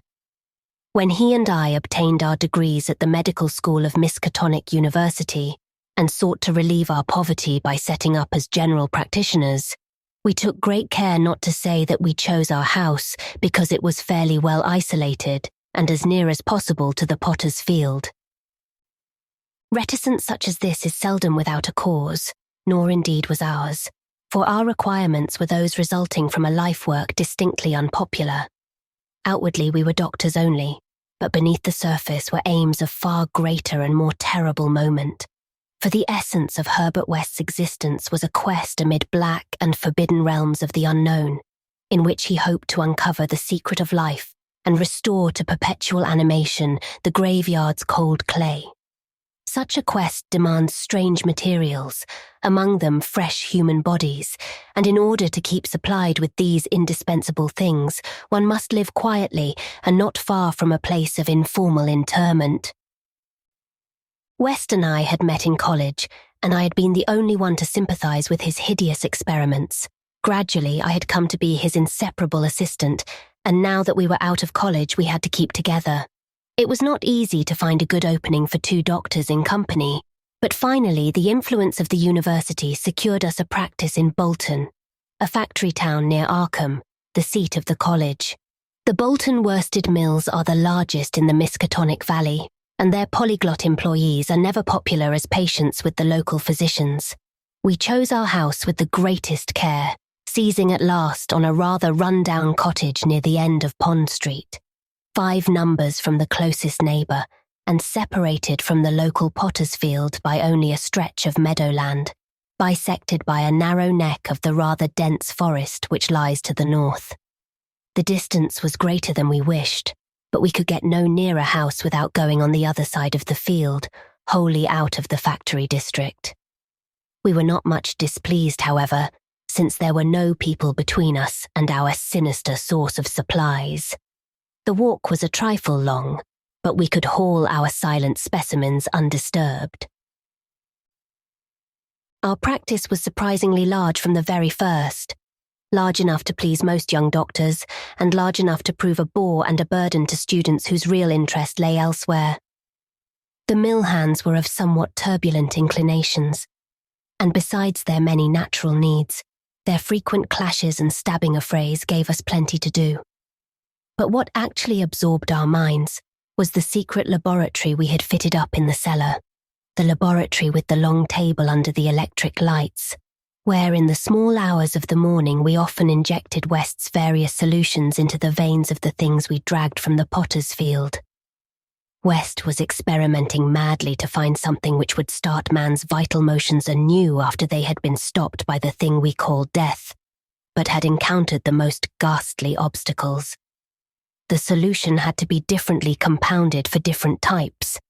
What would serve for guinea pigs would not serve for human beings, and different human specimens required large modifications. The bodies had to be exceedingly fresh, or the slight decomposition of brain tissue would render perfect reanimation impossible. Indeed, the greatest problem was to get them fresh enough. West had had horrible experiences during his secret college researches with corpses of doubtful vintage. The results of partial or imperfect animation were much more hideous than were the total failures, and we both held fearsome recollections of such things.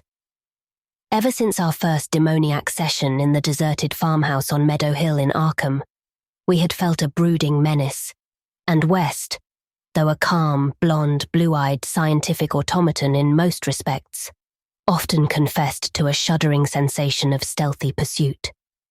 He half felt that he was followed, a psychological delusion of shaken nerves, enhanced by the undeniably disturbing fact that at least one of our reanimated specimens was still alive, a frightful carnivorous thing in a padded cell at Sefton. Then there was another, our first, whose exact fate we had never learned. We had fair luck with specimens in Bolton, much better than in Arkham. We had not been settled a week before we got an accident victim on the very night of burial, and made it open its eyes with an amazingly rational expression before the solution failed. It had lost an arm. If it had been a perfect body, we might have succeeded better. Between then and the next January, we secured 3 more. 1 total failure, 1 case of marked muscular motion, and 1 rather shivery thing. It rose of itself and uttered a sound. Then came a period when luck was poor, interments fell off, and those that did occur were of specimens either too diseased or too maimed for use.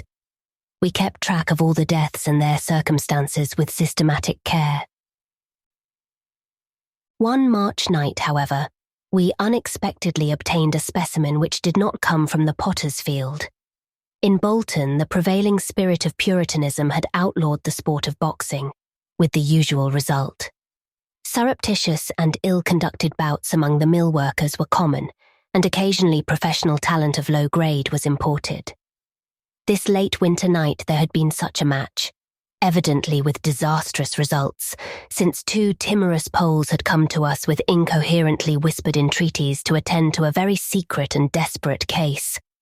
We followed them to an abandoned barn, where the remnants of a crowd of frightened foreigners were watching a silent form on the floor. The match had been between Kid O'Brien, a lubberly and now quaking youth with a most un-Hibernian hooked nose, and Buck Robinson, the Harlem Smoke.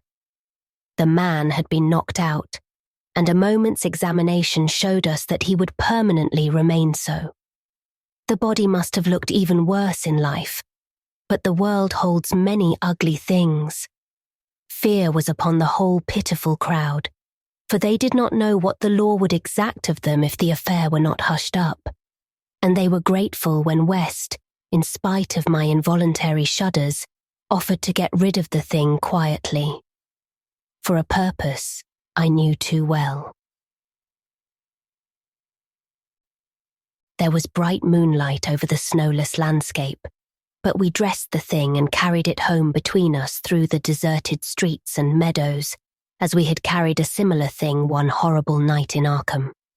We approached the house from the field in the rear, took the specimen in the back door and down the cellar stairs, and prepared it for the usual experiment. Our fear of the police was absurdly great, though we had timed our trip to avoid the solitary patrolman of that section.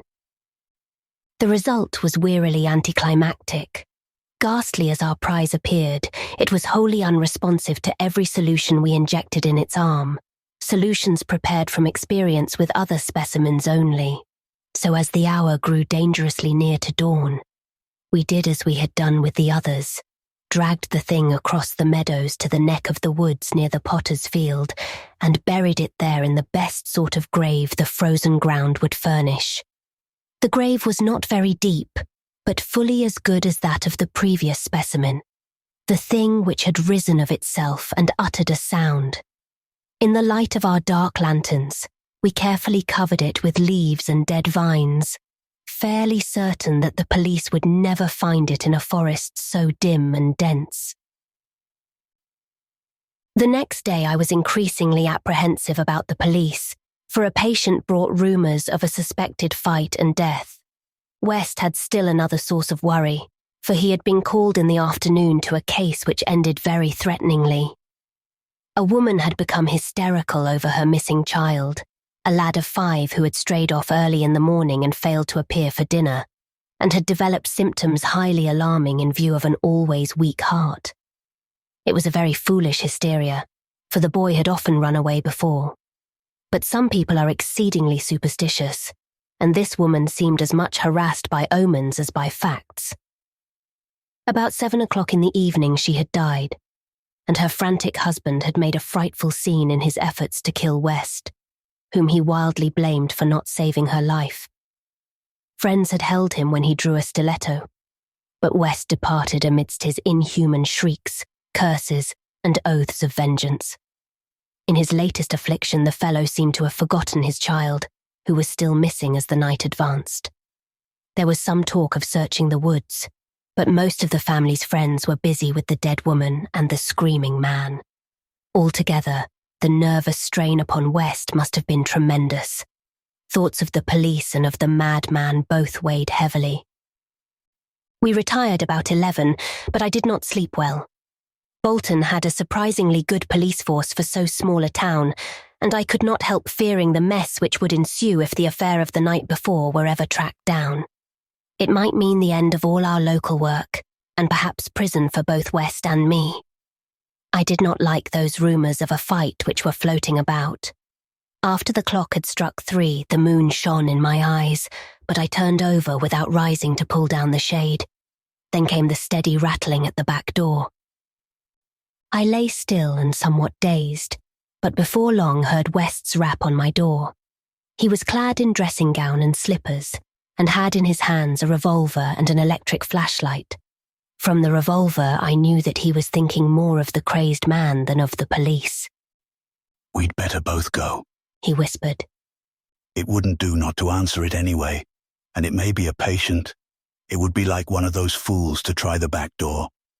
So we both went down the stairs on tiptoe, with a fear partly justified, and partly that which comes only from the soul of the weird small hours. The rattling continued, growing somewhat louder.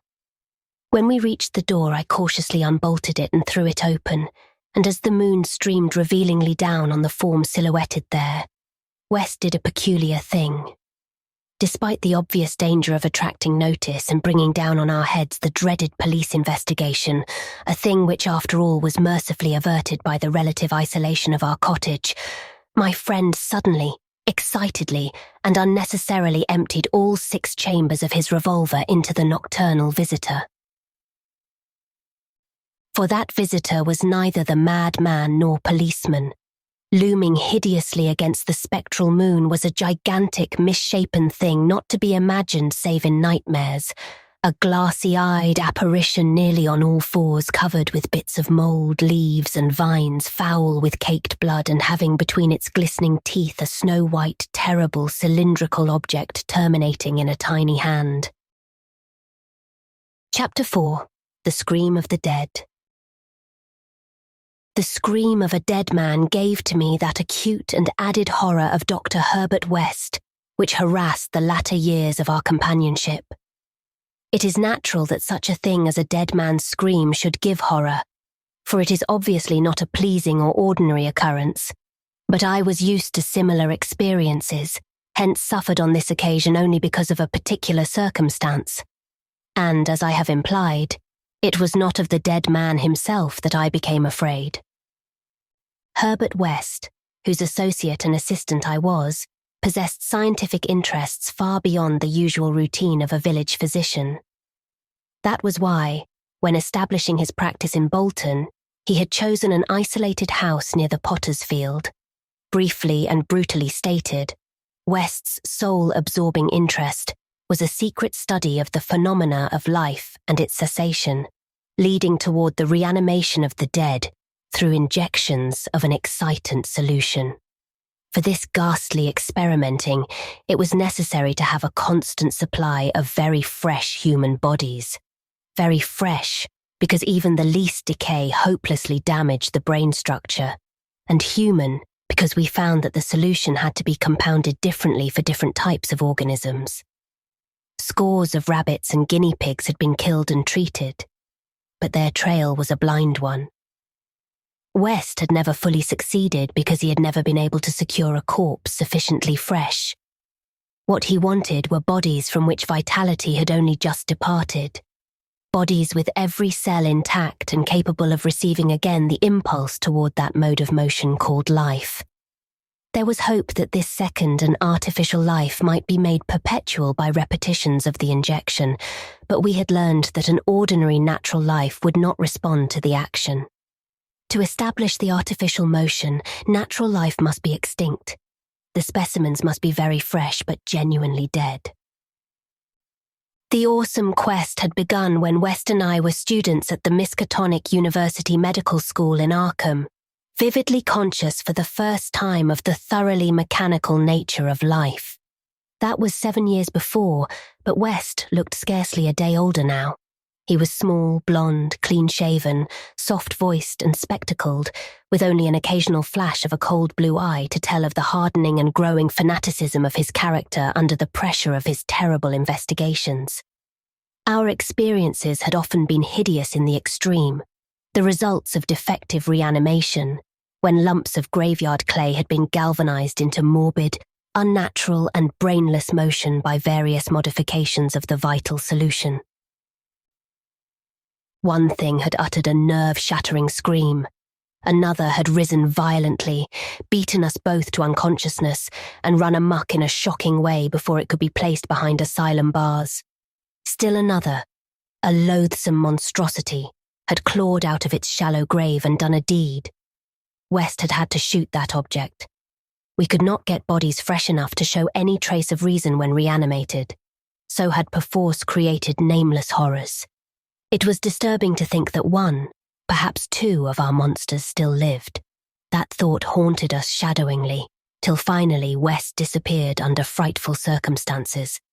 But at the time of the scream in the cellar laboratory of the isolated Bolton cottage, our fears were subordinate to our anxiety for extremely fresh specimens. West was more avid than I, so that it almost seemed to me that he looked half covetously at any very healthy living physique. It was in July 1910 that the bad luck regarding specimens began to turn. I had been on a long visit to my parents in Illinois, and upon my return found West in a state of singular elation. He had, he told me excitedly, in all likelihood solved the problem of freshness through an approach from an entirely new angle, that of artificial preservation. I had known that he was working on a new and highly unusual embalming compound, and was not surprised that it had turned out well. But until he explained the details, I was rather puzzled as to how such a compound could help in our work, since the objectionable staleness of the specimens was largely due to delay occurring before we secured them. This, I now saw, West had clearly recognized, creating his embalming compound for future rather than immediate use, and trusting to fate to supply again some very recent and unburied corpse, as it had years before when we obtained the man killed in the Bolton prize fight. At last, fate had been kind, so that on this occasion there lay in the secret cellar laboratory a corpse whose decay could not by any possibility have begun. What would happen on reanimation, and whether we could hope for a revival of mind and reason, West did not venture to predict.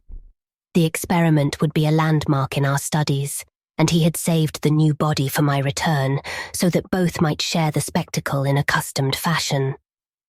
West told me how he had obtained the specimen. It had been a vigorous man, a well-dressed stranger just off the train on his way to transact some business with the Bolton worsted mills. The walk through the town had been long, and by the time the traveller paused at our cottage to ask the way to the factories, his heart had become greatly overtaxed. He had refused a stimulant, and had suddenly dropped dead only a moment later. The body, as might be expected, seemed to West a heaven-sent gift. In his brief conversation, the stranger had made it clear that he was unknown in Bolton, and a search of his pockets subsequently revealed him to be one Robert Levitt of St. Louis, apparently without a family to make instant inquiries about his disappearance. If this man could not be restored to life, no one would know of our experiment. We buried our materials in a dense strip of woods between the house and the potter's field.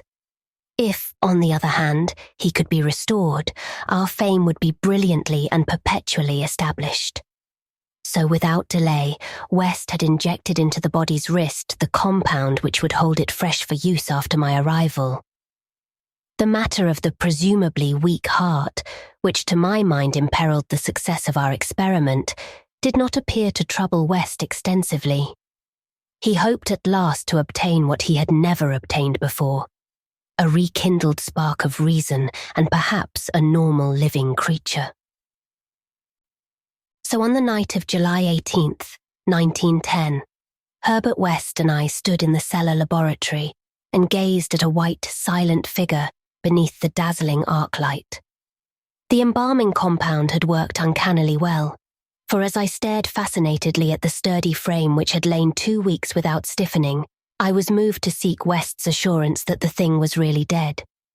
This assurance he gave readily enough, reminding me that the reanimating solution was never used without careful tests as to life, since it could have no effect if any of the original vitality were present.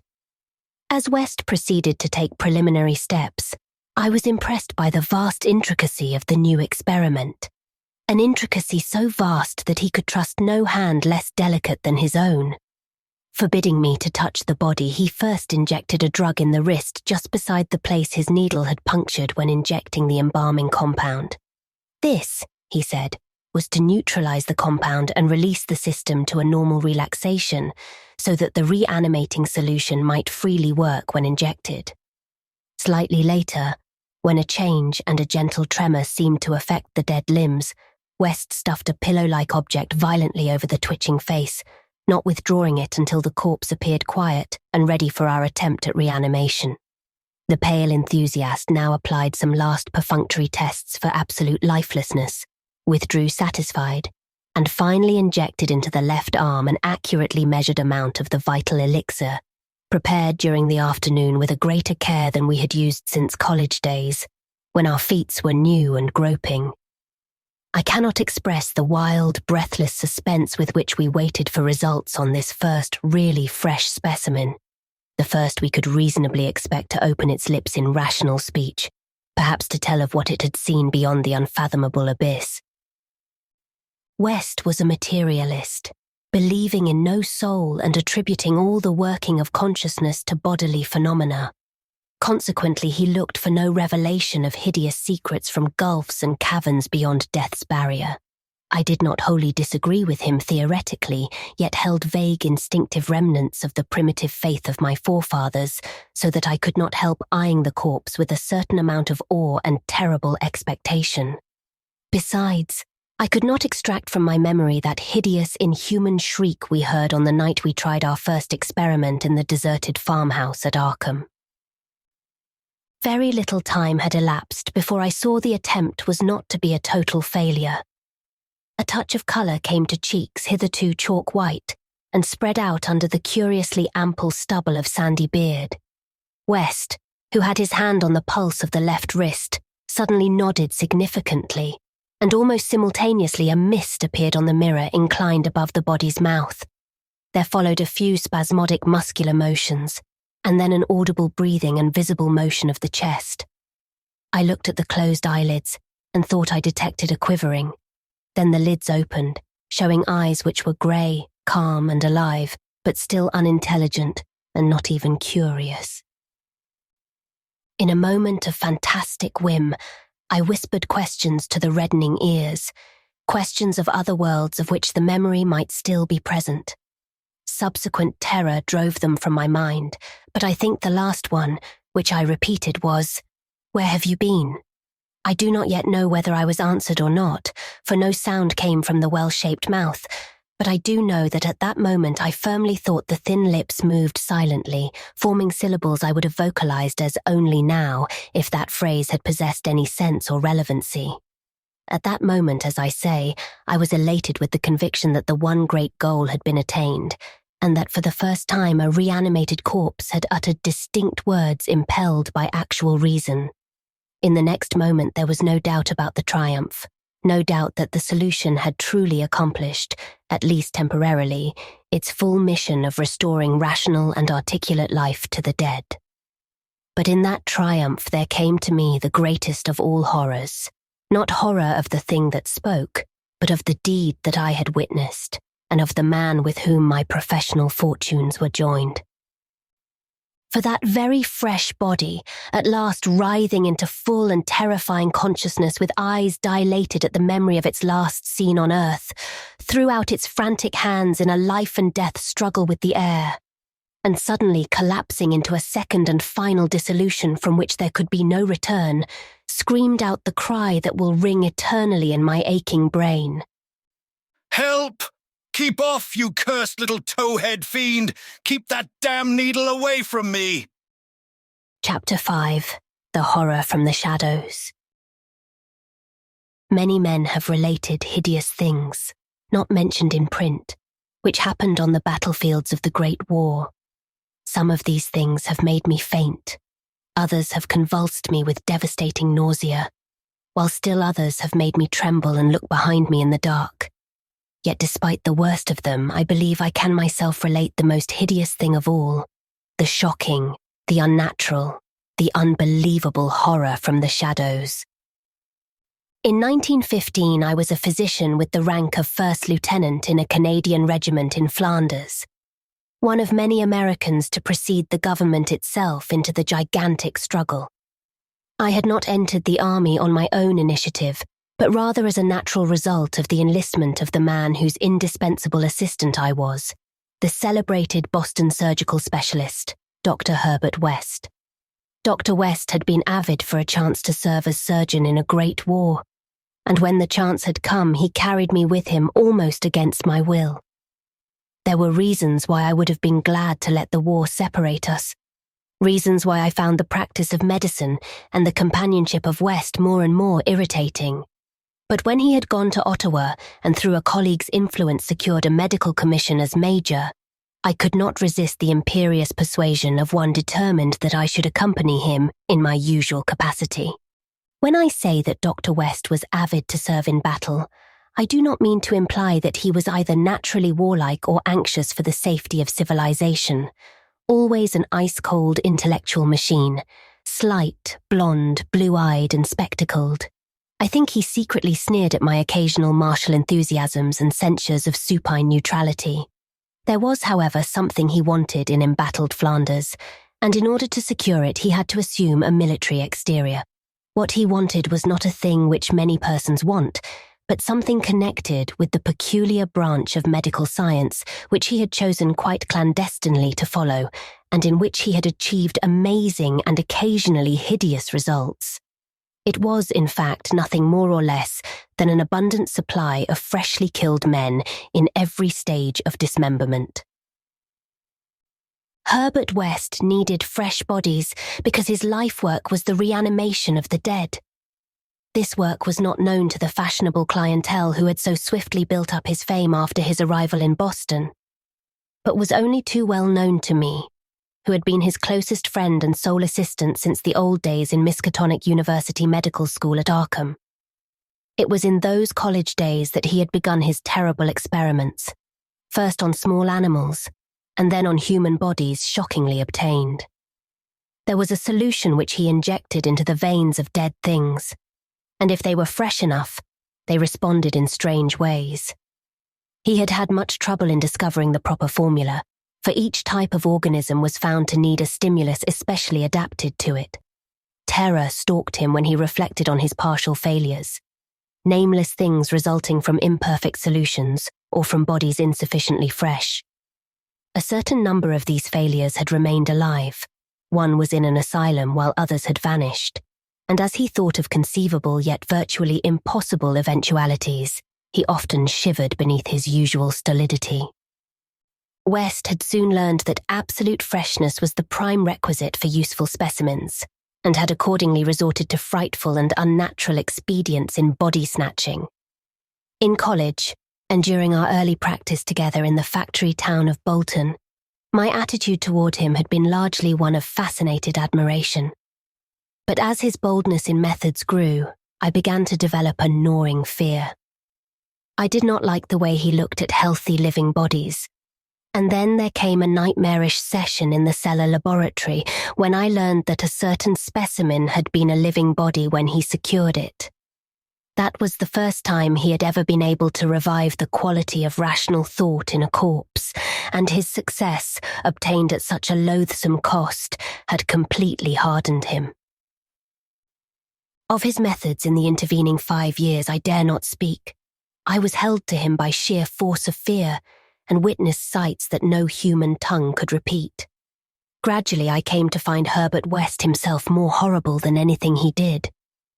That was when it dawned on me that his once normal scientific zeal for prolonging life had subtly degenerated into a mere morbid and ghoulish curiosity and secret sense of charnel picturesqueness.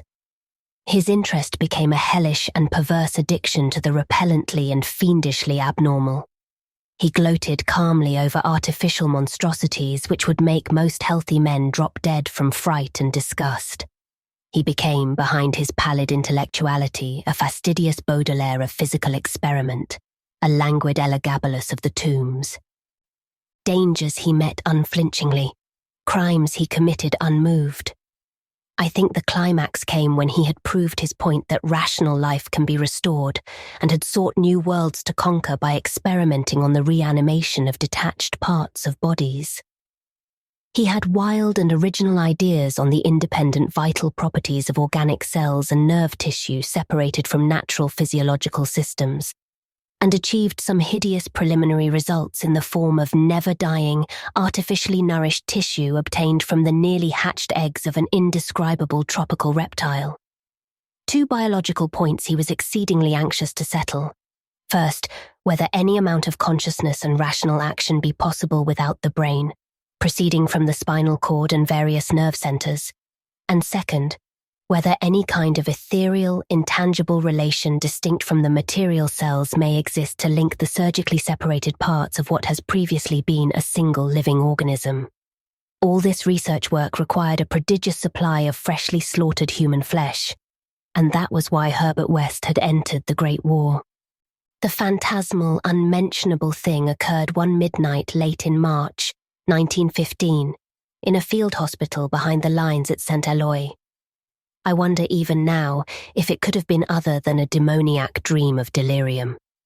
West had a private laboratory in an east room of the barn-like temporary edifice, assigned him on his plea that he was devising new and radical methods for the treatment of hitherto hopeless cases of maiming. There he worked like a butcher in the midst of his gory wares. I could never get used to the levity with which he handled and classified certain things. At times he actually did perform marvels of surgery for the soldiers. But his chief delights were of a less public and philanthropic kind, requiring many explanations of sounds which seemed peculiar even amidst that Babel of the damned. Among these sounds were frequent revolver shots, surely not uncommon on a battlefield, but distinctly uncommon in an hospital. Dr. West's reanimated specimens were not meant for long existence or a large audience. Besides human tissue, West employed much of the reptile embryo tissue which he had cultivated with such singular results. It was better than human material for maintaining life in organless fragments, and that was now my friend's chief activity. In a dark corner of the laboratory, over a queer incubating burner, he kept a large covered vat full of this reptilian cell matter, which multiplied and grew puffily and hideously. On the night of which I speak, we had a splendid new specimen. A man at once physically powerful and of such high mentality that a sensitive nervous system was assured. It was rather ironic, for he was the officer who had helped West to his commission, and who was now to have been our associate. Moreover, he had in the past secretly studied the theory of reanimation to some extent under West. Major Sir Eric Morland Clapham Lee was the greatest surgeon in our division and had been hastily assigned to the St. Eloi sector when news of the heavy fighting reached headquarters. He had come in an aeroplane piloted by the intrepid lieutenant, Ronald Hill, only to be shot down when directly over his destination. The fall had been spectacular and awful. Hill was unrecognizable afterward, but the wreck yielded up the great surgeon in a nearly decapitated but otherwise intact condition. West had greedily seized the lifeless thing which had once been his friend and fellow scholar, and I shuddered when he finished severing the head, placed it in his hellish vat of pulpy reptile tissue to preserve it for future experiments, and proceeded to treat the decapitated body on the operating table. He injected new blood, joined certain veins, arteries and nerves at the headless neck, and closed the ghastly aperture with engrafted skin from an unidentified specimen which had borne an officer's uniform. I knew what he wanted, to see if this highly organized body could exhibit, without its head, any of the signs of mental life which had distinguished Sir Eric Morland Clapham Lee. Once a student of reanimation, this silent trunk was now gruesomely called upon to exemplify it. I can still see Herbert West under the sinister electric light as he injected his reanimating solution into the arm of the headless body. The scene I cannot describe. I should faint if I tried it, for there is madness in a room full of classified charnel things, with blood and lesser human debris almost ankle-deep on the slimy floor, and with hideous reptilian abnormalities sprouting, bubbling and baking over a winking bluish-green spectre of dim flame in a far corner of black shadows. The specimen, as West repeatedly observed, had a splendid nervous system. Much was expected of it, and as a few twitching motions began to appear, I could see the feverish interest on West's face. He was ready, I think, to see proof of his increasingly strong opinion that consciousness, reason, and personality can exist independently of the brain. That man has no central connective spirit, but is merely a machine of nervous matter, each section more or less complete in itself. In one triumphant demonstration, West was about to relegate the mystery of life to the category of myth. The body now twitched more vigorously, and beneath our avid eyes commenced to heave in a frightful way. The arms stirred disquietingly, the legs drew up, and various muscles contracted in a repulsive kind of writhing. Then the headless thing threw out its arms in a gesture which was unmistakably one of desperation. An intelligent desperation apparently sufficient to prove every theory of Herbert West. Certainly the nerves were recalling the man's last act in life, the struggle to get free of the falling aeroplane. What followed, I shall never positively know. It may have been wholly an hallucination from the shock caused at that instant by the sudden and complete destruction of the building in a cataclysm of German shell fire. Who can gainsay it, since West and I were the only proved survivors? West liked to think that before his recent disappearance, but there were times when he could not, for it was queer that we both had the same hallucination. The hideous occurrence itself was very simple, notable only for what it implied. The body on the table had risen with a blind and terrible groping, and we had heard a sound. I should not call that sound a voice, for it was too awful. And yet its timbre was not the most awful thing about it. Neither was its message. It had merely screamed, "Jump, Ronald, for God's sake, jump!" The awful thing was its source. For it had come from the large covered vat in that ghoulish corner of crawling black shadows. Chapter 6. The Tomb Legions. When Dr. Herbert West disappeared a year ago, the Boston police questioned me closely. They suspected that I was holding something back, and perhaps suspected graver things. But I could not tell them the truth because they would not have believed it. They knew, indeed, that West had been connected with activities beyond the credence of ordinary men. For his hideous experiments in the reanimation of dead bodies had long been too extensive to admit of perfect secrecy. But the final soul-shattering catastrophe held elements of demoniac fantasy which make even me doubt the reality of what I saw. I was West's closest friend and only confidential assistant. We had met years before in medical school, and from the first I had shared his terrible researches. He had slowly tried to perfect a solution which, injected into the veins of the newly deceased, would restore life. A labour demanding an abundance of fresh corpses, and therefore involving the most unnatural actions. Still more shocking were the products of some of the experiments. Grisly masses of flesh that had been dead, but that West waked to a blind, brainless, nauseous animation. These were the usual results, for in order to reawaken the mind, it was necessary to have specimens so absolutely fresh that no decay could possibly affect the delicate brain cells. This need for very fresh corpses had been West's moral undoing. They were hard to get, and one awful day he had secured his specimen while it was still alive and vigorous. A struggle, a needle, and a powerful alkaloid had transformed it to a very fresh corpse, and the experiment had succeeded for a brief and memorable moment. But West had emerged with a soul calloused and seared, and a hardened eye which sometimes glanced with a kind of hideous and calculating appraisal at men of especially sensitive brain and especially vigorous physique. Toward the last, I became acutely afraid of West, for he began to look at me that way. People did not seem to notice his glances, but they noticed my fear, and after his disappearance, used that as a basis for some absurd suspicions. West, in reality, was more afraid than I, for his abominable pursuits entailed a life of furtiveness and dread of every shadow.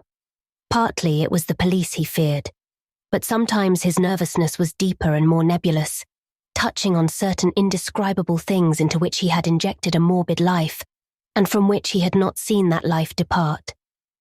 He usually finished his experiments with a revolver, but a few times he had not been quick enough. There was that first specimen on whose rifled grave marks of clawing were later seen. There was also that Arkham professor's body which had done cannibal things before it had been captured and thrust unidentified into a madhouse cell at Sefton, where it beat the walls for 16 years. Most of the other possibly surviving results were things less easy to speak of, for in later years, West's scientific zeal had degenerated to an unhealthy and fantastic mania, and he had spent his chief skill in vitalizing not entire human bodies, but isolated parts of bodies, or parts joined to organic matter other than human. It had become fiendishly disgusting by the time he disappeared. Many of the experiments could not even be hinted at in print. The Great War, through which both of us served as surgeons, had intensified this side of West. In saying that West's fear of his specimens was nebulous, I have in mind particularly its complex nature. Part of it came merely from knowing of the existence of such nameless monsters, while another part arose from apprehension of the bodily harm they might under certain circumstances do him. Their disappearance added horror to the situation. Of them all, West knew the whereabouts of only one, the pitiful asylum thing. Then there was a more subtle fear, a very fantastic sensation resulting from a curious experiment in the Canadian Army in 1915. West, in the midst of a severe battle, had reanimated Major Sir Eric Morland Clapham Lee, a fellow physician who knew about his experiments and could have duplicated them. The head had been removed so that the possibilities of quasi-intelligent life in the trunk might be investigated. Just as the building was wiped out by a German shell, there had been a success. The trunk had moved intelligently, and unbelievable to relate, we were both sickeningly sure that articulate sounds had come from the detached head as it lay in a shadowy corner of the laboratory. The shell had been merciful, in a way, but West could never feel as certain as he wished that we two were the only survivors. He used to make shuddering conjectures about the possible actions of a headless physician with the power of reanimating the dead. West's last quarters were in a venerable house of much elegance, overlooking one of the oldest burying grounds in Boston. He had chosen the place for purely symbolic and fantastically aesthetic reasons, since most of the interments were of the colonial period and therefore of little use to a scientist seeking very fresh bodies. The laboratory was in a sub-cellar secretly constructed by imported workmen and contained a huge incinerator for the quiet and complete disposal of such bodies, or fragments and synthetic mockeries of bodies, as might remain from the morbid experiments and unhallowed amusements of the owner. During the excavation of this cellar, the workmen had struck some exceedingly ancient masonry, undoubtedly connected with the old burying ground, yet far too deep to correspond with any known sepulchre therein. After a number of calculations, West decided that it represented some secret chamber beneath the tomb of the Averils, where the last interment had been made in 1768. I was with him when he studied the nitrous-dripping walls laid bare by the spades and mattocks of the men, and was prepared for the gruesome thrill which would attend the uncovering of centuried grave secrets. But for the first time, West's new timidity conquered his natural curiosity, and he betrayed his degenerating fibre by ordering the masonry left intact and plastered over. Thus it remained till that final hellish night, part of the walls of the secret laboratory. I speak of West's decadence, but must add that it was a purely mental and intangible thing. Outwardly, he was the same to the last. Calm, cold, slight, and yellow-haired, with spectacled blue eyes and a general aspect of youth which years and fears seemed never to change. He seemed calm even when he thought of that clawed grave and looked over his shoulder, even when he thought of the carnivorous thing that gnawed and pawed at Sefton bars. The end of Herbert West began one evening in our joint study, when he was dividing his curious glance between the newspaper and me. A strange headline item had struck at him from the crumpled pages, and a nameless titan claw had seemed to reach down through 16 years. Something fearsome and incredible had happened at Sefton Asylum 50 miles away, stunning the neighborhood and baffling the police. In the small hours of the morning, a body of silent men had entered the grounds, and their leader had aroused the attendants. He was a menacing military figure who talked without moving his lips, and whose voice seemed almost ventriloquially connected with an immense black case he carried. His expressionless face was handsome to the point of radiant beauty, but had shocked the superintendent when the hall light fell on it, for it was a wax face with eyes of painted glass. Some nameless accident had befallen this man.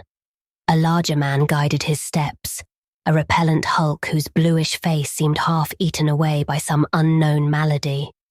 The speaker had asked for the custody of the cannibal monster committed from Arkham 16 years before, and upon being refused, gave a signal which precipitated a shocking riot. The fiends had beaten, trampled, and bitten every attendant who did not flee, killing 4 and finally succeeding in the liberation of the monster. Those victims who could recall the event without hysteria swore that the creatures had acted less like men than like unthinkable automata, guided by the wax-faced leader. By the time help could be summoned, every trace of the men and of their mad charge had vanished. From the hour of reading this item until midnight, West sat almost paralyzed. At midnight the doorbell rang, startling him fearfully. All the servants were asleep in the attic, so I answered the bell. As I have told the police, there was no wagon in the street, but only a group of strange-looking figures bearing a large square box, which they deposited in the hallway after one of them had grunted in a highly unnatural voice, "Express, prepaid." They filed out of the house with a jerky tread, and as I watched them go, I had an odd idea that they were turning toward the ancient cemetery on which the back of the house abutted. When I slammed the door after them, West came downstairs and looked at the box. It was about 2 feet square and bore West's correct name and present address. It also bore the inscription, "From Eric Morland, Clapham Lee, St. Eloi, Flanders." 6 years before, in Flanders, a shelled hospital had fallen upon the headless, reanimated trunk of Dr. Clapham Lee, and upon the detached head which, perhaps, had uttered articulate sounds. West was not even excited now. His condition was more ghastly. Quickly, he said, "It's the finish, but let's incinerate this." We carried the thing down to the laboratory, listening. I do not remember many particulars. You can imagine my state of mind, but it is a vicious lie to say it was Herbert West's body which I put into the incinerator. We both inserted the whole unopened wooden box, closed the door, and started the electricity. Nor did any sound come from the box after all. It was West who first noticed the falling plaster on that part of the wall where the ancient tomb masonry had been covered up. I was going to run, but he stopped me. Then I saw a small black aperture, felt a ghoulish wind of ice, and smelled the charnel bowels of a putrescent earth. There was no sound, but just then the electric lights went out, and I saw outlined against some phosphorescence of the netherworld a horde of silent, toiling things which only insanity, or worse, could create. Their outlines were human, semi-human, fractionally human, and not human at all. The horde was grotesquely heterogeneous. They were removing the stones quietly, one by one, from the centuried wall. And then, as the breach became large enough, they came out into the laboratory in single file, led by a stalking thing with a beautiful head made of wax. A sort of mad-eyed monstrosity behind the leader seized on Herbert West. West did not resist or utter a sound. Then they all sprang at him and tore him to pieces before my eyes, bearing the fragments away into that subterranean vault of fabulous abominations. West's head was carried off by the wax-headed leader, who wore a Canadian officer's uniform. As it disappeared, I saw that the blue eyes behind the spectacles were hideously blazing with their first touch of frantic, visible emotion. Servants found me unconscious in the morning. West was gone. The incinerator contained only unidentifiable ashes. Detectives have questioned me, but what can I say? The Sefton tragedy they will not connect with West. Not that, nor the men with the box, whose existence they deny. I told them of the vault, and they pointed to the unbroken plaster wall and laughed. So I told them no more. They imply that I am a madman or a murderer. Probably I am mad. But I might not be mad if those accursed tomb legions had not been so silent. Dagon by H.P. Lovecraft. I am writing this under an appreciable mental strain, since by tonight I shall be no more. Penniless, and at the end of my supply of the drug which alone makes life endurable, I can bear the torture no longer, and shall cast myself from this garret window into the squalid street below. Do not think from my slavery to morphine that I am a weakling or a degenerate. When you have read these hastily scrawled pages, you may guess, though never fully realize, why it is that I must have forgetfulness or death. It was in one of the most open and least frequented parts of the broad Pacific that the packet of which I was supercargo fell a victim to the German sea raider. The Great War was then at its very beginning, and the ocean forces of the Hun had not completely sunk to their later degradation, so that our vessel was made a legitimate prize, whilst we of her crew were treated with all the fairness and consideration due us as naval prisoners. So liberal indeed was the discipline of our captors, that 5 days after we were taken, I managed to escape alone in a small boat with water and provisions for a good length of time. When I finally found myself adrift and free, I had but little idea of my surroundings. Never a competent navigator, I could only guess vaguely by the sun and stars that I was somewhat south of the equator. Of the longitude I knew nothing, and no island or coastline was in sight. The weather kept fair, and for uncounted days I drifted aimlessly beneath the scorching sun, waiting either for some passing ship or to be cast on the shores of some habitable land. But neither ship nor land appeared, and I began to despair in my solitude upon the heaving vastnesses of unbroken blue. The change happened whilst I slept. Its details I shall never know, for my slumber, though troubled and dream-infested, was continuous. When at last I awaked, it was to discover myself half-sucked into a slimy expanse of hellish black mire which extended about me in monotonous undulations as far as I could see, and in which my boat lay grounded some distance away. Though one might well imagine that my first sensation would be of wonder at so prodigious and unexpected a transformation of scenery, I was in reality more horrified than astonished, for there was in the air and in the rotting soil a sinister quality which chilled me to the very core. The region was putrid with the carcasses of decaying fish and of other less describable things which I saw protruding from the nasty mud of the unending plain. Perhaps I should not hope to convey in mere words the unutterable hideousness that can dwell in absolute silence and barren immensity. There was nothing within hearing, and nothing in sight save a vast reach of black slime. Yet the very completeness of the stillness and the homogeneity of the landscape oppressed me with a nauseating fear. The sun was blazing down from a sky which seemed to me almost black in its cloudless cruelty, as though reflecting the inky marsh beneath my feet. As I crawled into the stranded boat, I realized that only one theory could explain my position. Through some unprecedented volcanic upheaval, a portion of the ocean floor must have been thrown to the surface, exposing regions which for innumerable millions of years had lain hidden under unfathomable watery depths. So great was the extent of the new land which had risen beneath me that I could not detect the faintest noise of the surging ocean, strain my ears as I might. Nor were there any seafowl to prey upon the dead things. For several hours I sat thinking or brooding in the boat, which lay upon its side and afforded a slight shade as the sun moved across the heavens. As the day progressed, the ground lost some of its stickiness and seemed likely to dry sufficiently for travelling purposes in a short time. That night I slept but little, and the next day I made for myself a pack containing food and water, preparatory to an overland journey in search of the vanished sea and possible rescue. On the third morning I found the soil dry enough to walk upon with ease. The odour of the fish was maddening, but I was too much concerned with graver things to mind so slight an evil, and set out boldly for an unknown goal. All day I forged steadily westward, guided by a faraway hummock which rose higher than any other elevation on the rolling desert. That night I encamped, and on the following day still travelled toward the hummock, though that object seemed scarcely nearer than when I had first espied it. By the fourth evening I attained the base of the mound, which turned out to be much higher than it had appeared from a distance, an intervening valley setting it out in sharper relief from the general surface. Too weary to ascend, I slept in the shadow of the hill. I know not why my dreams were so wild that night, but ere the waning and fantastically gibbous moon had risen far above the eastern plain, I was awake in a cold perspiration, determined to sleep no more. Such visions as I had experienced were too much for me to endure again.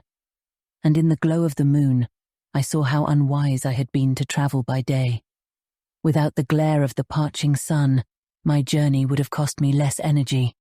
Indeed, I now felt quite able to perform the ascent which had deterred me at sunset. Picking up my pack, I started for the crest of the eminence. I have said that the unbroken monotony of the rolling plain was a source of vague horror to me, but I think my horror was greater when I gained the summit of the mound and looked down the other side into an immeasurable pit or canyon, whose black recesses the moon had not yet soared high enough to illumine. I felt myself on the edge of the world, peering over the rim into a fathomless chaos of eternal night. Through my terror ran curious reminiscences of Paradise Lost and of Satan's hideous climb through the unfashioned realms of darkness. As the moon climbed higher in the sky, I began to see that the slopes of the valley were not quite so perpendicular as I had imagined. Ledges and outcroppings of rock afforded fairly easy footholds for a descent, whilst after a drop of a few hundred feet, the declivity became very gradual. Urged on by an impulse which I cannot definitely analyze, I scrambled with difficulty down the rocks and stood on the gentler slope beneath, gazing into the Stygian deeps where no light had yet penetrated. All at once my attention was captured by a vast and singular object on the opposite slope, which rose steeply about 100 yards ahead of me, an object that gleamed whitely in the newly bestowed rays of the ascending moon. That it was merely a gigantic piece of stone, I soon assured myself, but I was conscious of a distinct impression that its contour and position were not altogether the work of nature. A closer scrutiny filled me with sensations I cannot express, for despite its enormous magnitude and its position in an abyss which had yawned at the bottom of the sea since the world was young, I perceived beyond a doubt that the strange object was a well-shaped monolith whose massive bulk had known the workmanship and perhaps the worship of living and thinking creatures. Dazed and frightened, yet not without a certain thrill of the scientist's or archaeologist's delight, I examined my surroundings more closely. The moon, now near the zenith, shone weirdly and vividly above the towering steeps that hemmed in the chasm, and revealed the fact that a far-flung body of water flowed at the bottom, winding out of sight in both directions, and almost lapping my feet as I stood on the slope. Across the chasm, the wavelets washed the base of the Cyclopean monolith, on whose surface I could now trace both inscriptions and crude sculptures. The writing was in a system of hieroglyphics unknown to me, and unlike anything I had ever seen in books, consisting for the most part of conventionalized aquatic symbols such as fishes, eels, octopi, crustaceans, mollusks, whales, and the like. Several characters obviously represented marine things which are unknown to the modern world, but whose decomposing forms I had observed on the ocean-risen plain. It was the pictorial carving, however, that did most to hold me spellbound.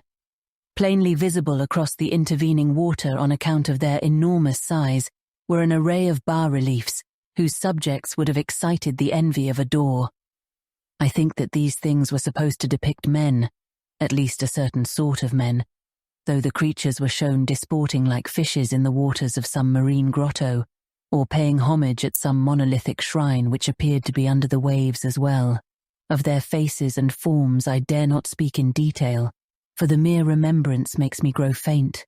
Grotesque beyond the imagination of a Poe or a Bulwer, they were damnably human in general outline, despite webbed hands and feet, shockingly wide and flabby lips, glassy, bulging eyes, and other features less pleasant to recall.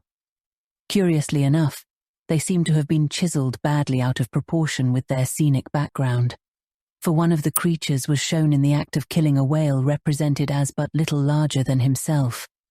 I remarked, as I say, their grotesqueness and strange size, but in a moment decided that they were merely the imaginary gods of some primitive fishing or seafaring tribe, some tribe whose last descendant had perished eras before the first ancestor of the Piltdown or Neanderthal man was born.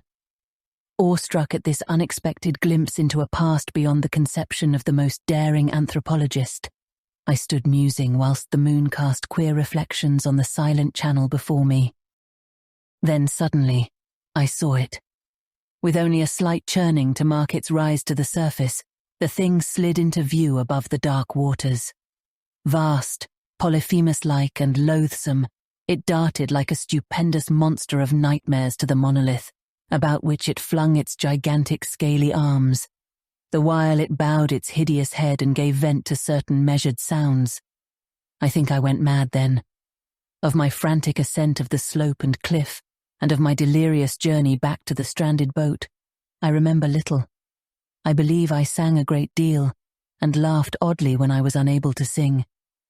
I have indistinct recollections of a great storm some time after I reached the boat. At any rate, I know that I heard peals of thunder and other tones which nature utters only in her wildest moods. When I came out of the shadows, I was in a San Francisco hospital, brought thither by the captain of the American ship which had picked up my boat in mid-ocean. In my delirium I had said much, but found that my words had been given scant attention. Of any land upheaval in the Pacific, my rescuers knew nothing, nor did I deem it necessary to insist upon a thing which I knew they could not believe. Once I sought out a celebrated ethnologist and amused him with peculiar questions regarding the ancient Philistine legend of Dagon, the fish god. But soon perceiving that he was hopelessly conventional, I did not press my inquiries. It is at night, especially when the moon is gibbous and waning, that I see the thing. I tried morphine, but the drug has given only transient surcease and has drawn me into its clutches as a hopeless slave. So now I am to end it all, having written a full account for the information or the contemptuous amusement of my fellow men.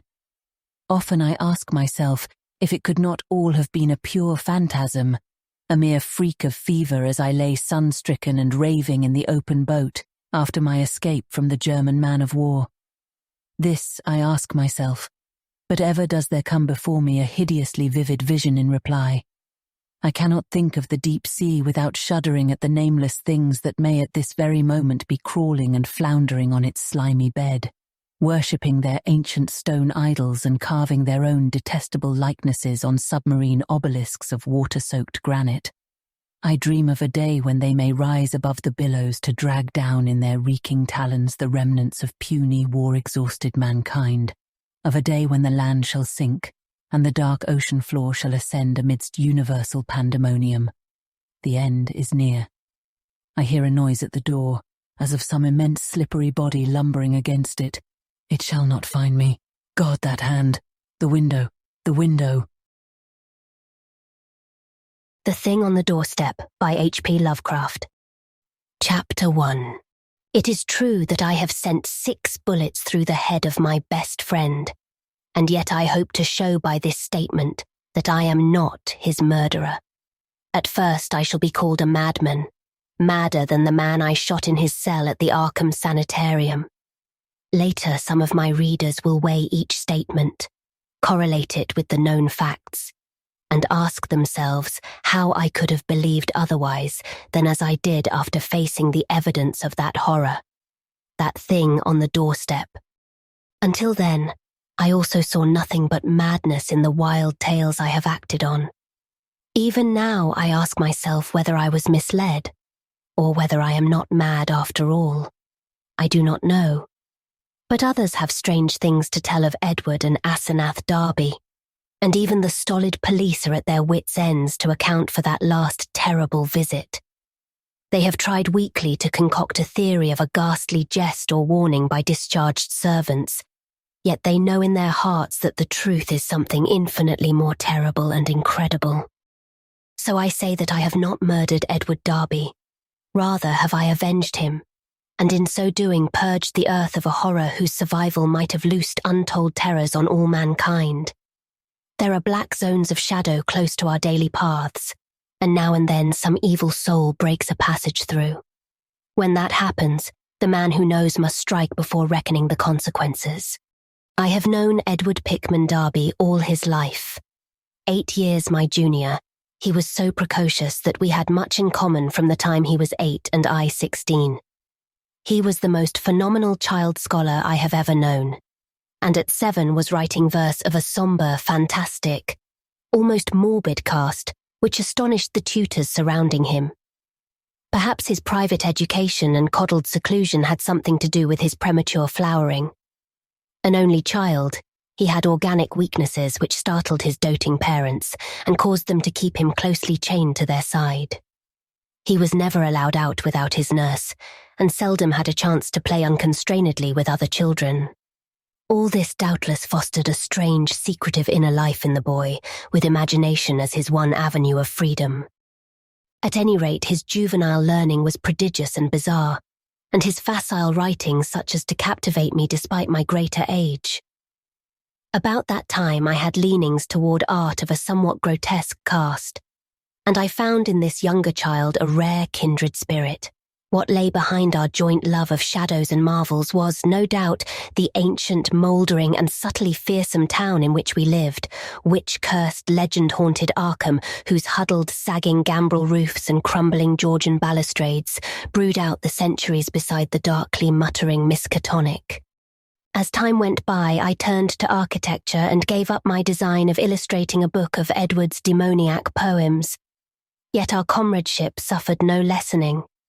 Young Darby's odd genius developed remarkably, and in his 18th year his collected nightmare lyrics made a real sensation when issued under the title Azathoth and Other Horrors. He was a close correspondent of the notorious Baudelarian poet Justin Jeffrey, who wrote The People of the Monolith and died screaming in a madhouse in 1926 after a visit to a sinister, ill-regarded village in Hungary. In self-reliance and practical affairs, however, Darby was greatly delayed because of his coddled existence. His health had improved, but his habits of childish dependence were fostered by over-careful parents, so that he never travelled alone, made independent decisions, or assumed responsibilities. It was early seen that he would not be equal to a struggle in the business or professional arena, but the family fortune was so ample that this formed no tragedy. As he grew to years of manhood, he retained a deceptive aspect of boyishness. Blonde and blue-eyed, he had the fresh complexion of a child, and his attempts to raise a moustache were discernible only with difficulty. His voice was soft and light, and his pampered, unexercised life gave him a juvenile chubbiness rather than the paunchiness of premature middle age. He was of good height, and his handsome face would have made him a notable gallant had not his shyness held him to seclusion and bookishness. Darby's parents took him abroad every summer, and he was quick to seize on the surface aspects of European thought and expression. His Poe-like talents turned more and more toward the decadent, and other artistic sensitivenesses and yearnings were half aroused in him. We had great discussions in those days. I had been through Harvard, had studied in a Boston architect's office, had married, and had finally returned to Arkham to practice my profession, settling in the family homestead in Saltonstall Saints since my father had moved to Florida for his health. Edward used to call almost every evening, till I came to regard him as one of the household. He had a characteristic way of ringing the doorbell or sounding the knocker that grew to be a veritable code signal, so that after dinner I always listened for the familiar 3 brisk strokes followed by 2 more after a pause. Less frequently I would visit at his house and note with envy the obscure volumes in his constantly growing library. Darby went through Miskatonic University in Arkham, since his parents would not let him board away from them. He entered at 16 and completed his course in 3 years, majoring in English and French literature and receiving high marks in everything but mathematics and the sciences. He mingled very little with the other students, though looking enviously at the daring or bohemian set, whose superficially smart language and meaninglessly ironic pose he aped, and whose dubious conduct he wished he dared adopt. What he did do was to become an almost fanatical devotee of subterranean magical lore, for which Miskatonic's library was and is famous. Always a dweller on the surface of fantasy and strangeness, he now delved deep into the actual runes and riddles left by a fabulous past for the guidance or puzzlement of posterity. He read things like the frightful Book of Ibon, the Unaussprechlichen Kulten of von Junst, and the forbidden Necronomicon of the mad Arab Abdul al-Hazred, though he did not tell his parents he had seen them. Edward was 20 when my son and only child was born, and seemed pleased when I named the newcomer Edward Darby Upton after him. By the time he was 25, Edward Darby was a prodigiously learned man and a fairly well-known poet and fantaisiste, though his lack of contacts and responsibilities had slowed down his literary growth by making his products derivative and over-bookish. I was perhaps his closest friend, finding him an inexhaustible mine of vital theoretical topics, while he relied on me for advice in whatever matters he did not wish to refer to his parents. He remained single, more through shyness, inertia, and parental protectiveness than through inclination, and moved in society only to the slightest and most perfunctory extent. When the war came, both health and ingrained timidity kept him at home. I went to Plattsburgh for a commission but never got overseas. So the years wore on. Edward's mother died when he was 34, and for months he was incapacitated by some odd psychological malady. His father took him to Europe, however, and he managed to pull out of his trouble without visible effects. Afterward, he seemed to feel a sort of grotesque exhilaration, as if of partial escape from some unseen bondage. He began to mingle in the more advanced college set despite his middle age, and was present at some extremely wild doings, on one occasion paying heavy blackmail, which he borrowed of me, to keep his presence at a certain affair from his father's notice. Some of the whispered rumours about the wild Miskatonic set were extremely singular. There was even talk of black magic and of happenings utterly beyond credibility. Chapter 2. Edward was 38 when he met Asenath Waite. She was, I judge, about 23 at the time, and was taking a special course in medieval metaphysics at Miskatonic. The daughter of a friend of mine had met her before, in the Hall School at Kingsport, and had been inclined to shun her because of her odd reputation. She was dark, smallish, and very good-looking except for over-protuberant eyes, but something in her expression alienated extremely sensitive people. It was, however, largely her origin and conversation which caused average folk to avoid her. She was one of the Innsmouth Waites, and dark legends have clustered for generations about crumbling, half-deserted Innsmouth and its people. There are tales of horrible bargains about the year 1850, and of a strange element, not quite human, in the ancient families of the rundown fishing port. Tales such as only old-time Yankees can devise and repeat with proper awesomeness. Asenath's case was aggravated by the fact that she was Ephraim Waite's daughter, the child of his old age by an unknown wife who always went veiled. Ephraim lived in a half-decayed mansion in Washington Street, Innsmouth, and those who had seen the place — Arkham folk avoid going to Innsmouth whenever they can — declared that the attic windows were always boarded, and that strange sounds sometimes floated from within as evening drew on. The old man was known to have been a prodigious magical student in his day, and legend averred that he could raise or quell storms at sea according to his whim. I had seen him once or twice in my youth as he came to Arkham to consult forbidden tomes at the college library, and had hated his wolfish, saturnine face with its tangle of iron-grey beard. He had died insane, under rather queer circumstances, just before his daughter, by his will made a nominal ward of the principal, entered the hall school, but she had been his morbidly avid pupil and looked fiendishly like him at times. The friend whose daughter had gone to school with Asenath Waite repeated many curious things when the news of Edward's acquaintance with her began to spread about.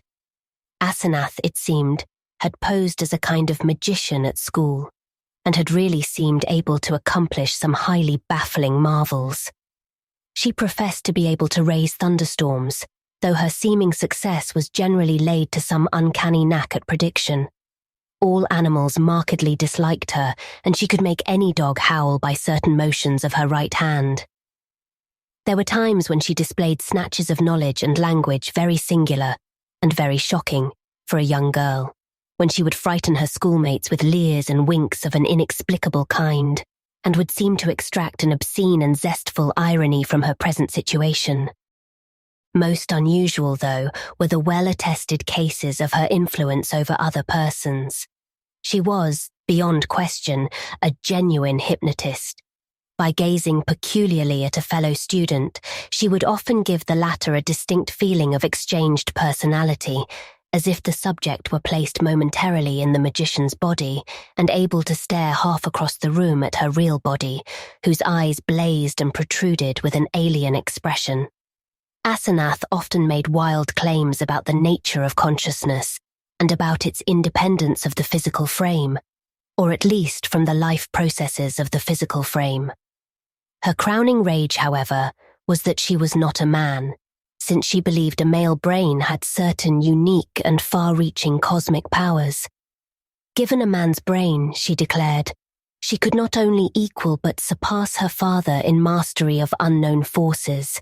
Edward met Asenath at a gathering of intelligentsia held in one of the students' rooms, and could talk of nothing else when he came to see me the next day. He had found her full of the interests and erudition which engrossed him most, and was in addition wildly taken with her appearance. I had never seen the young woman, and recalled casual references only faintly, but I knew who she was. It seemed rather regrettable that Darby should become so upheaved about her, but I said nothing to discourage him, since infatuation thrives on opposition. He was not, he said, mentioning her to his father. In the next few weeks I heard of very little but Asenath from young Darby. Others now remarked Edward's autumnal gallantry, though they agreed that he did not look even nearly his actual age, or seem at all inappropriate as an escort for his bizarre divinity. He was only a trifle paunchy despite his indolence and self-indulgence, and his face was absolutely without lines. Asenath, on the other hand, had the premature crow's feet which come from the exercise of an intense will. About this time, Edward brought the girl to call on me, and I at once saw that his interest was by no means one-sided. She eyed him continually with an almost predatory air, and I perceived that their intimacy was beyond untangling. Soon afterward, I had a visit from old Mr. Darby, whom I had always admired and respected. He had heard the tales of his son's new friendship, and had wormed the whole truth out of the boy. Edward meant to marry Asenath, and had even been looking at houses in the suburbs. Knowing my usually great influence with his son, the father wondered if I could help to break the ill-advised affair off, but I regretfully expressed my doubts. This time it was not a question of Edward's weak will, but of the woman's strong will.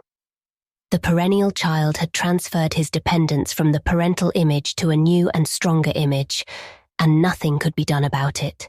The wedding was performed a month later, by a justice of the peace, according to the bride's request.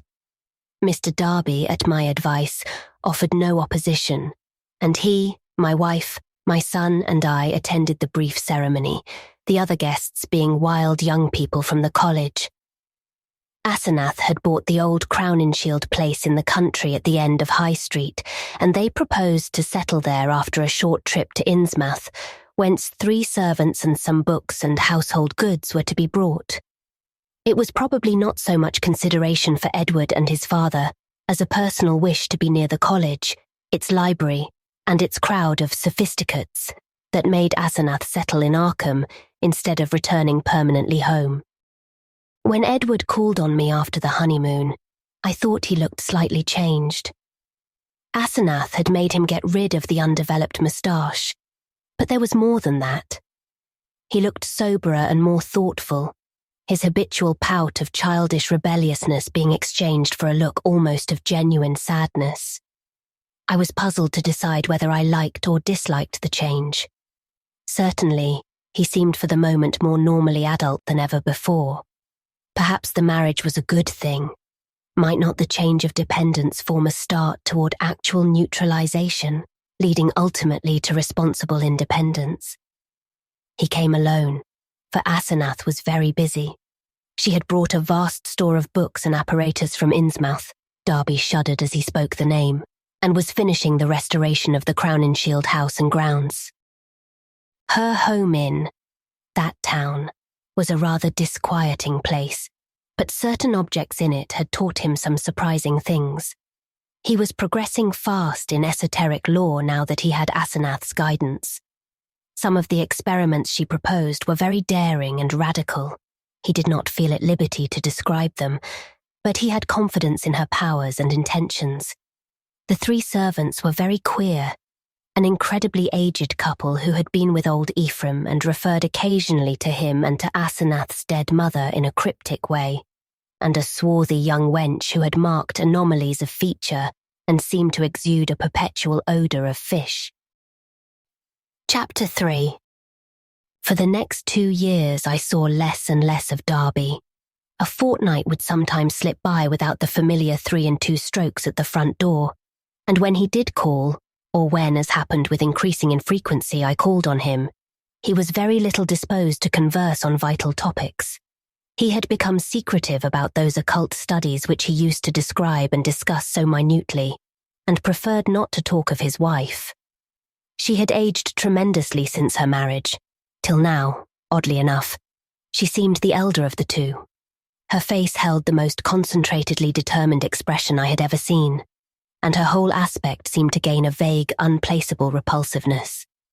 My wife and son noticed it as much as I, and we all ceased gradually to call on her, for which, Edward admitted in one of his boyishly tactless moments, she was unmitigatedly grateful. Occasionally the Darbys would go on long trips, ostensibly to Europe, though Edward sometimes hinted at obscurer destinations. It was after the first year that people began talking about the change in Edward Darby. It was very casual talk, for the change was purely psychological, but it brought up some interesting points. Now and then it seemed Edward was observed to wear an expression and to do things wholly incompatible with his usual flabby nature. For example, although in the old days he could not drive a car, he was now seen occasionally to dash into or out of the old Crowninshield driveway with Asenath's powerful Packard, handling it like a master, and meeting traffic entanglements with a skill and determination utterly alien to his accustomed nature.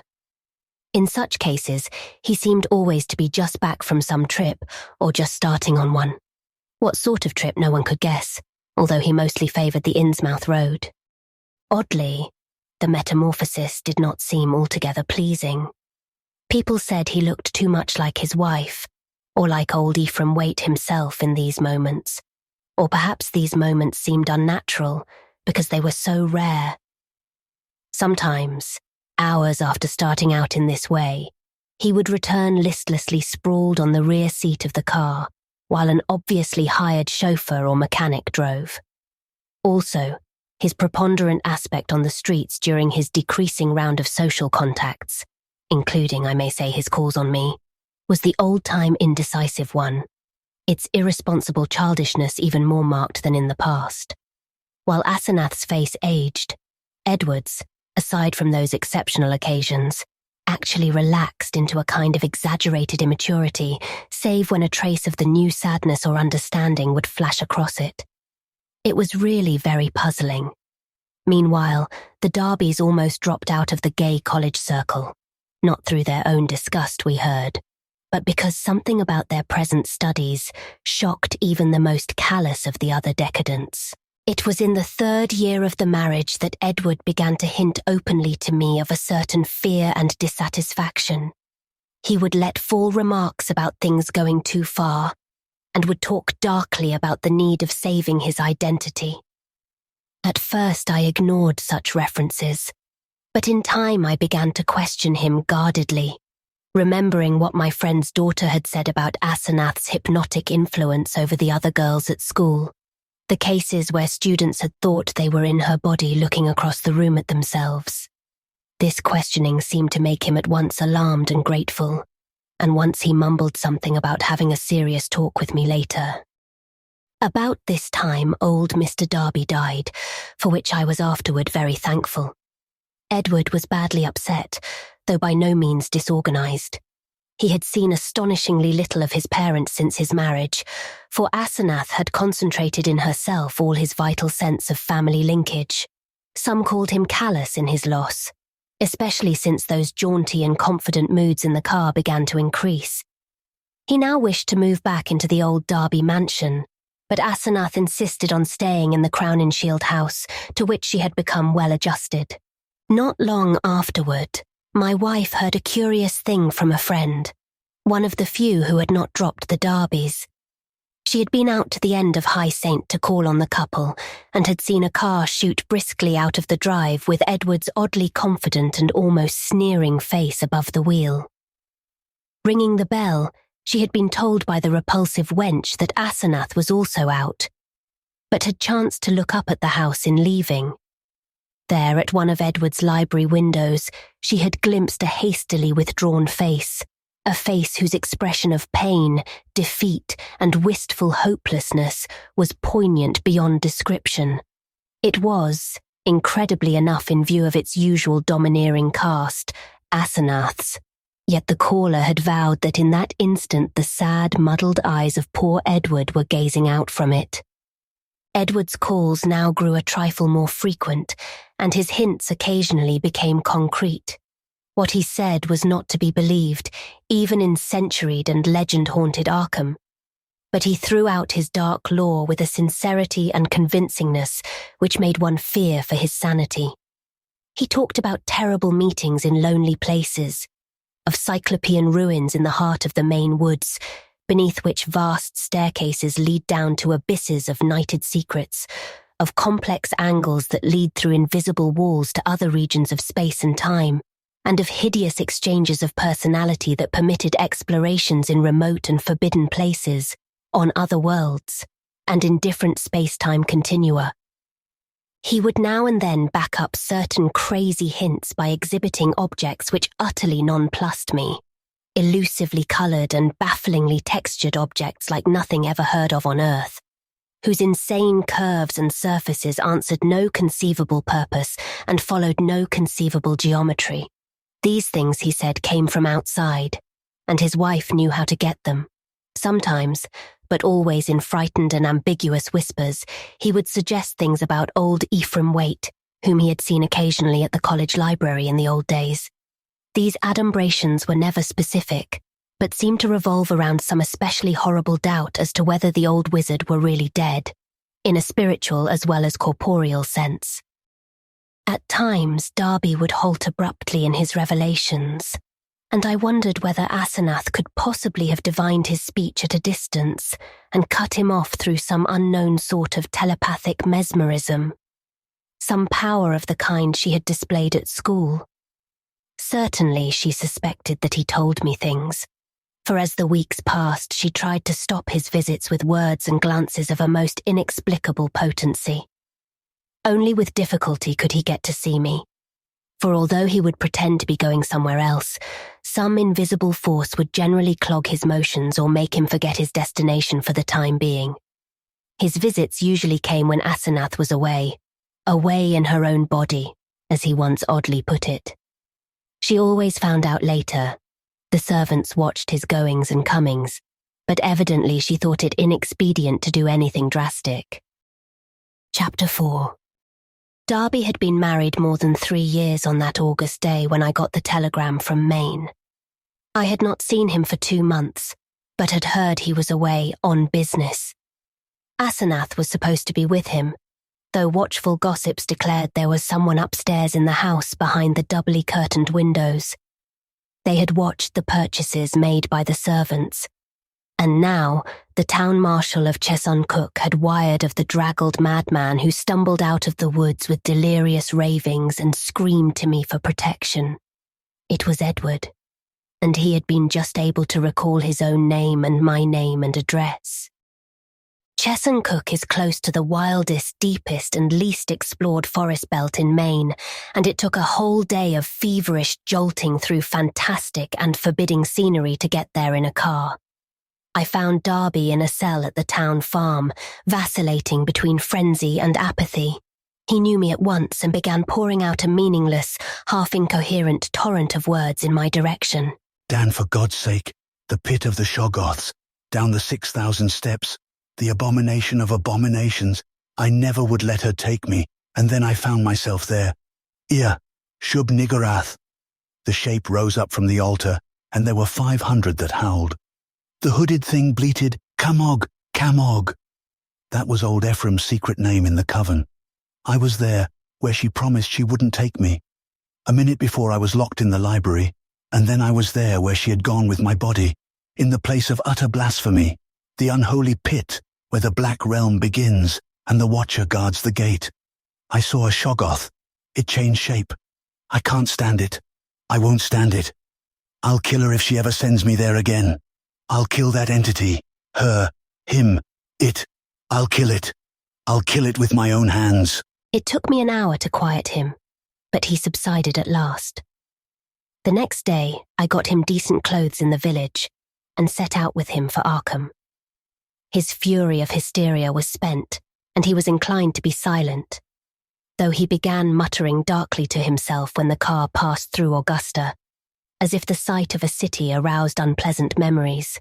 It was clear that he did not wish to go home, and considering the fantastic delusions he seemed to have about his wife, delusions undoubtedly springing from some actual hypnotic ordeal to which he had been subjected, I thought it would be better if he did not. I would, I resolved, put him up myself for a time, no matter what unpleasantness it would make with Asenath. Later, I would help him get a divorce, for most assuredly there were mental factors which made this marriage suicidal for him. When we struck open country again, Darby's muttering faded away, and I let him nod and drowse on the seat beside me as I drove. During our sunset dash through Portland, the muttering commenced again, more distinctly than before, and as I listened, I caught a stream of utterly insane drivel about Asenath. The extent to which she had preyed on Edward's nerves was plain, for he had woven a whole set of hallucinations around her. His present predicament, he mumbled furtively, was only one of a long series. She was getting hold of him, and he knew that someday she would never let go. Even now she probably let him go only when she had to, because she couldn't hold on long at a time. She constantly took his body and went to nameless places for nameless rites, leaving him in her body and locking him upstairs.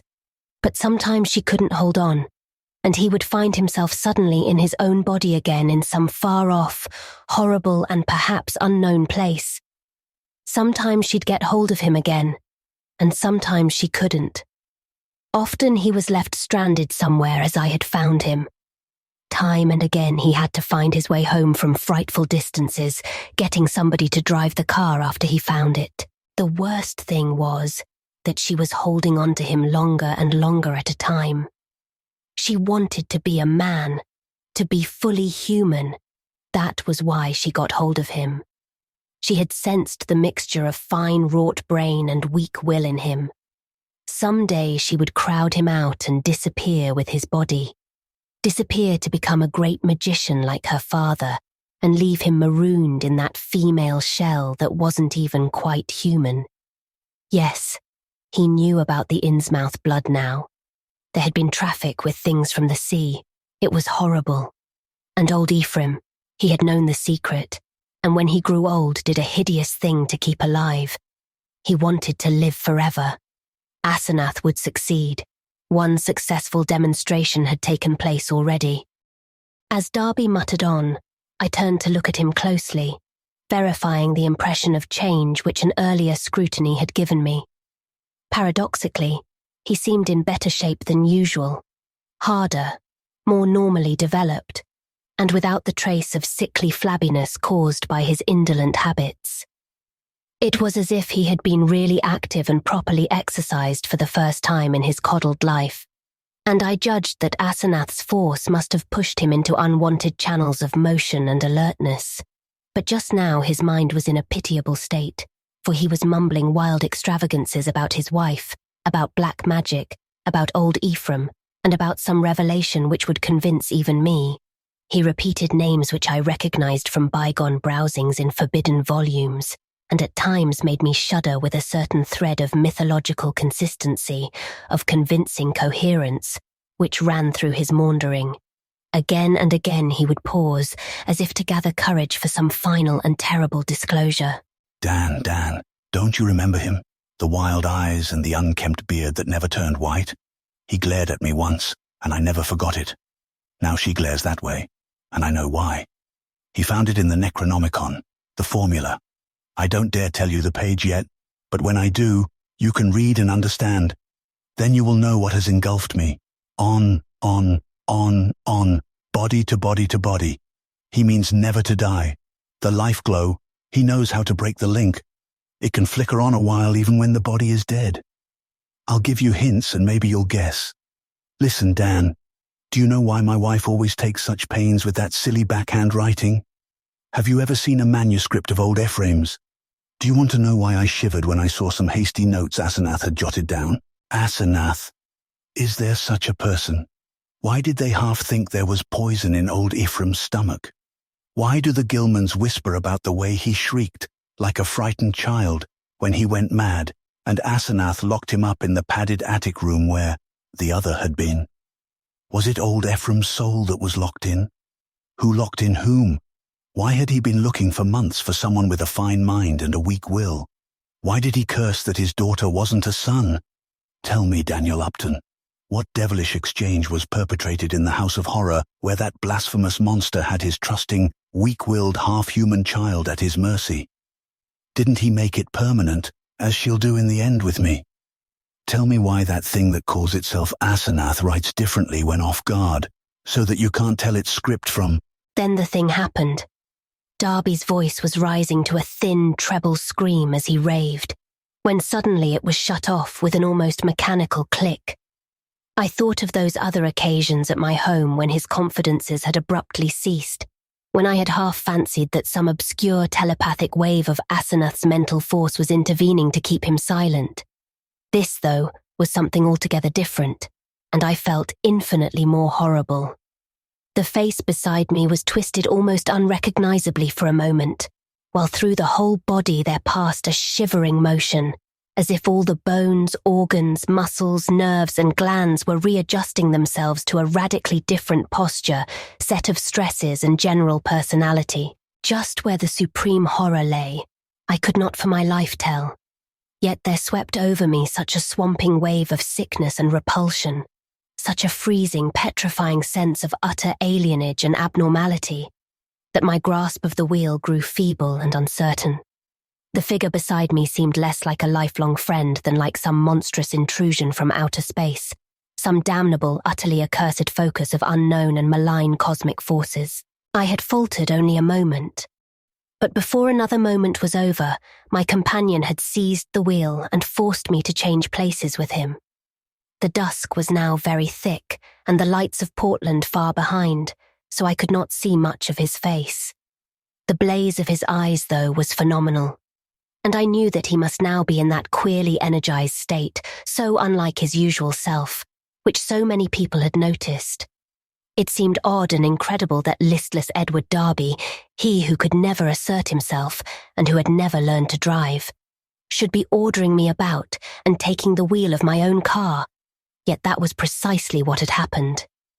He did not speak for some time, and in my inexplicable horror, I was glad he did not. In the lights of Bideford and Sarko, I saw his firmly set mouth and shivered at the blaze of his eyes. The people were right. He did look damnably like his wife and like old Ephraim when in these moods. I did not wonder that the moods were disliked. There was certainly something unnatural and diabolic in them, and I felt the sinister element all the more because of the wild ravings I had been hearing. This man, for all my lifelong knowledge of Edward Pickman Darby, was a stranger, an intrusion of some sort from the black abyss. He did not speak until we were on a dark stretch of road, and when he did, his voice seemed utterly unfamiliar. It was deeper, firmer, and more decisive than I had ever known it to be, while its accent and pronunciation were altogether changed, though vaguely, remotely, and rather disturbingly recalling something I could not quite place. There was, I thought, a trace of very profound and very genuine irony in the timbre, not the flashy, meaninglessly jaunty pseudo-irony of the callow sophisticate, which Darby had habitually affected, but something grim, basic, pervasive, and potentially evil. I marvelled at the self-possession so soon following the spell of panic-struck muttering. I hope you'll forget my attack back there, Upton, he was saying. You know what my nerves are, and I guess you can excuse such things. I'm enormously grateful, of course, for this lift home. And you must forget, too, any crazy things I may have been saying about my wife, and about things in general. That's what comes from overstudy in a field like mine. My philosophy is full of bizarre concepts, and when the mind gets worn out, it cooks up all sorts of imaginary concrete applications. I shall take a rest from now on. You probably won't see me for some time, and you needn't blame Asenath for it. This trip was a bit queer, but it's really very simple. There are certain Indian relics in the North Woods, standing stones and all that, which mean a good deal in folklore, and Asenath and I are following that stuff up. It was a hard search, so I seem to have gone off my head. I must send somebody for the car when I get home. A month's relaxation will put me back on my feet. I do not recall just what my own part of the conversation was, for the baffling alienage of my seatmate filled all my consciousness. With every moment my feeling of elusive cosmic horror increased, till at length I was in a virtual delirium of longing for the end of the drive. Darby did not offer to relinquish the wheel, and I was glad of the speed with which Portsmouth and Newburyport flashed by. At the junction where the main highway runs inland and avoids Innsmouth, I was half afraid my driver would take the bleak shore road that goes through that damnable place. He did not, however, but darted rapidly past Rowley and Ipswich toward our destination. We reached Arkham before midnight and found the light still on at the old Crown and Shield house. Darby left the car with a hasty repetition of his thanks, and I drove home alone with a curious feeling of relief. It had been a terrible drive, all the more terrible because I could not quite tell why, and I did not regret Darby's forecast of a long absence from my company. Chapter 5. The next 2 months were full of rumours. People spoke of seeing Darby more and more in his new energised state, and Asenath was scarcely ever into her few callers. I had only one visit from Edward, when he called briefly in Asenath's car, duly reclaimed from wherever he had left it in Maine, to get some books he had lent me. He was in his new state, and paused only long enough for some evasively polite remarks. It was plain that he had nothing to discuss with me when in this condition, and I noticed that he did not even trouble to give the old 3 and 2 signal when ringing the doorbell. As on that evening in the car, I felt a faint, infinitely deep horror which I could not explain, so that his swift departure was a prodigious relief. In mid-September, Darby was away for a week, and some of the decadent college set talked knowingly of the matter, hinting at a meeting with a notorious cult leader, lately expelled from England, who had established headquarters in New York. For my part, I could not get that strange ride from Maine out of my head. The transformation I had witnessed had affected me profoundly, and I caught myself again and again trying to account for the thing, and for the extreme horror it had inspired in me. But the oddest rumours were those about the sobbing in the old Crown and Shield house, The voice seemed to be a woman's, and some of the younger people thought it sounded like Asenath's. It was heard only at rare intervals, and would sometimes be choked off as if by force. There was talk of an investigation, but this was dispelled one day when Asenath appeared in the streets and chatted in a sprightly way with a large number of acquaintances, apologizing for her recent absences and speaking incidentally about the nervous breakdown and hysteria of a guest from Boston. The guest was never seen, but Asenath's appearance left nothing to be said. And then someone complicated matters by whispering that the sobs had once or twice been in a man's voice.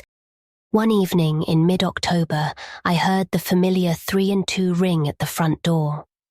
Answering it myself, I found Edward on the steps, and saw in a moment that his personality was the old one which I had not encountered since the day of his ravings on that terrible ride from Chesuncook.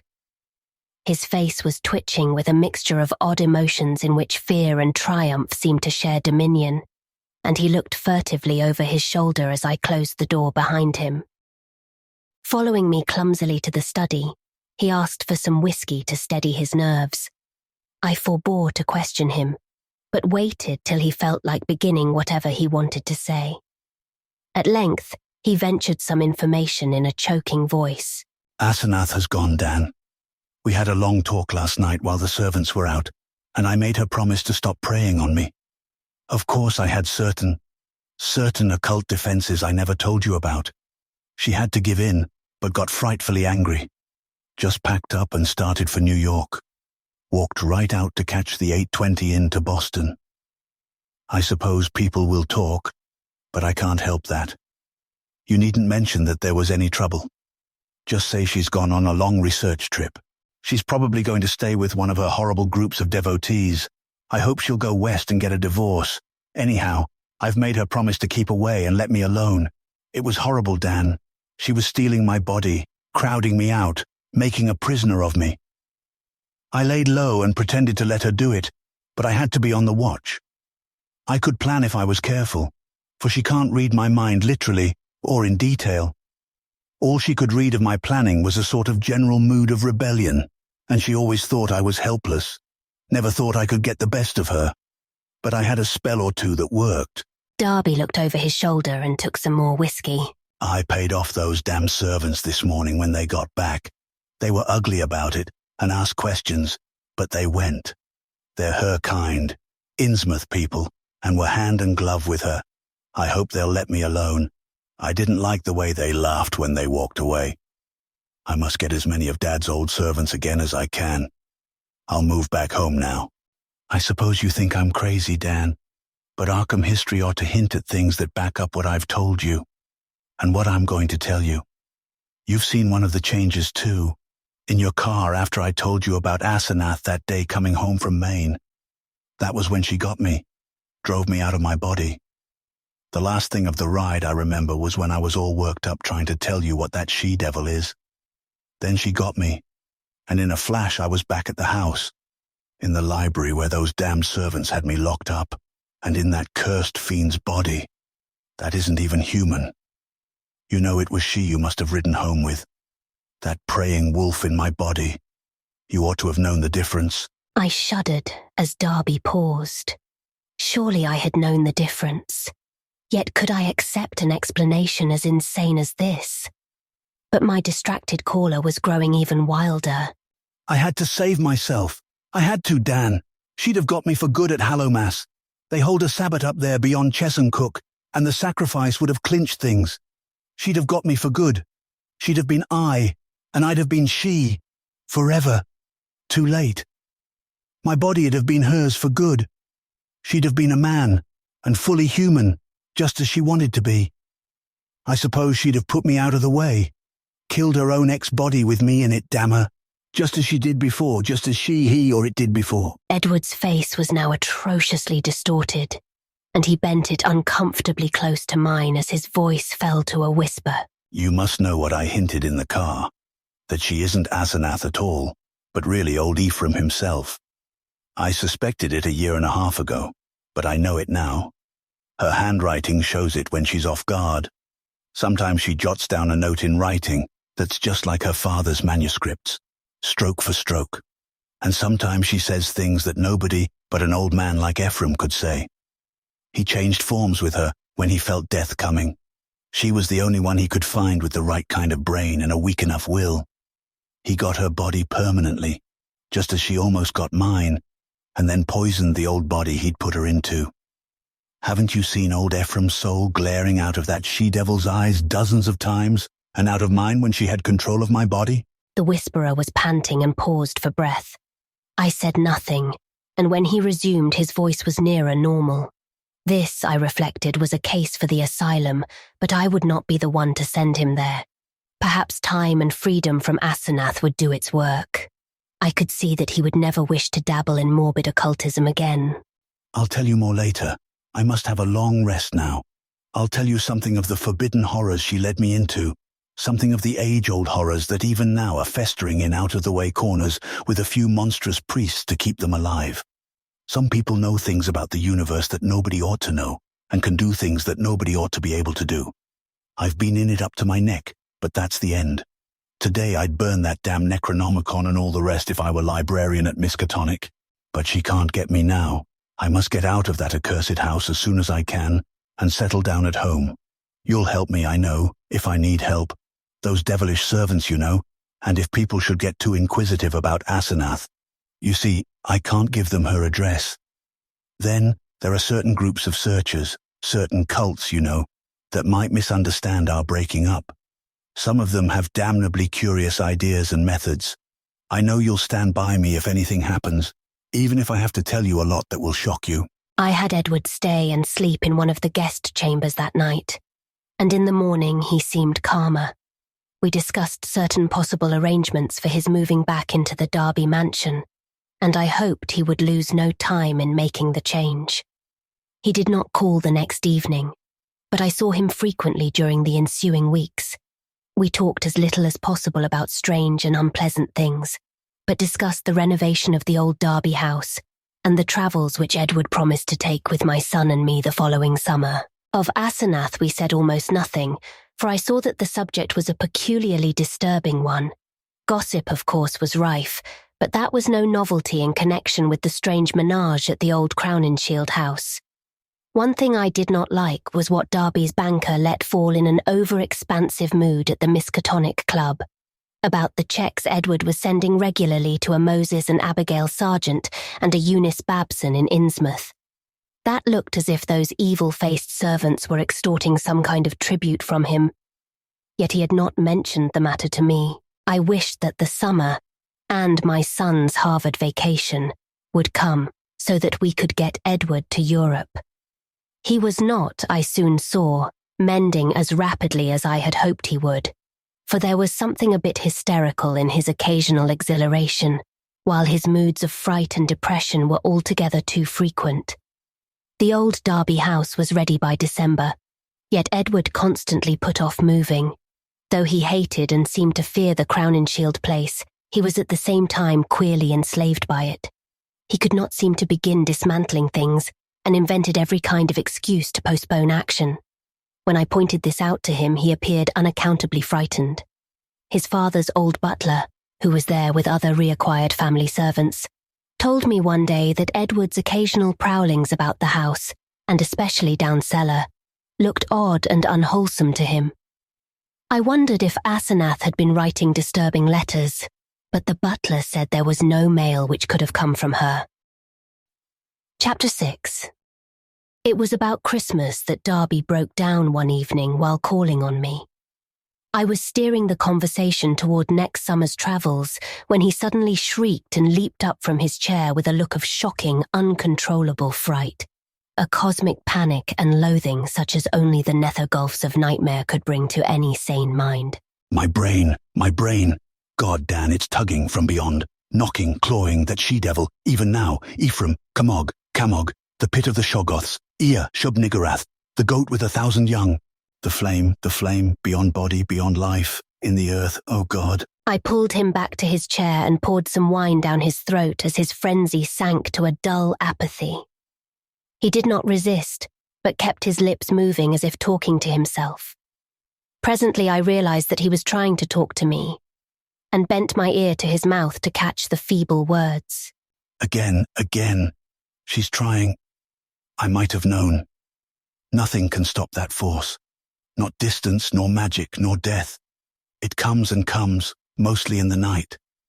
I can't leave. It's horrible. Oh God, Dan. If you only knew as I do just how horrible it is. When he had slumped down into a stupor, I propped him with pillows and let normal sleep overtake him. I did not call a doctor, for I knew what would be said of his sanity, and wished to give nature a chance if I possibly could. He waked at midnight, and I put him to bed upstairs, but he was gone by morning. He had let himself quietly out of the house, and his butler, when called on the wire, said he was at home pacing restlessly about the library. Edward went to pieces rapidly after that. He did not call again, but I went daily to see him. He would always be sitting in his library, staring at nothing and having an air of abnormal listening. Sometimes he talked rationally, but always on trivial topics. Any mention of his trouble, of future plans, or of Asenath would send him into a frenzy. His butler said he had frightful seizures at night, during which he might eventually do himself harm. I had a long talk with his doctor, banker, and lawyer, and finally took the physician with 2 specialist colleagues to visit him. The spasms that resulted from the first questions were violent and pitiable, and that evening a closed car took his poor, struggling body to the Arkham Sanitarium. I was made his guardian and called on him twice weekly, almost weeping to hear his wild shrieks, awesome whispers, and dreadful droning repetitions of such phrases as, I had to do it. It'll get me, down there in the dark. Mother, Dan, save me. How much hope of recovery there was, no one could say, but I tried my best to be optimistic.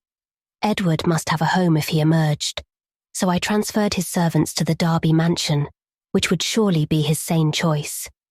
What to do about the Crown and Shield place with its complex arrangements and collections of utterly inexplicable objects I could not decide, so left it momentarily untouched, telling the Derby housemaid to go over and dust the chief rooms once a week, and ordering the furnace man to have a fire on those days.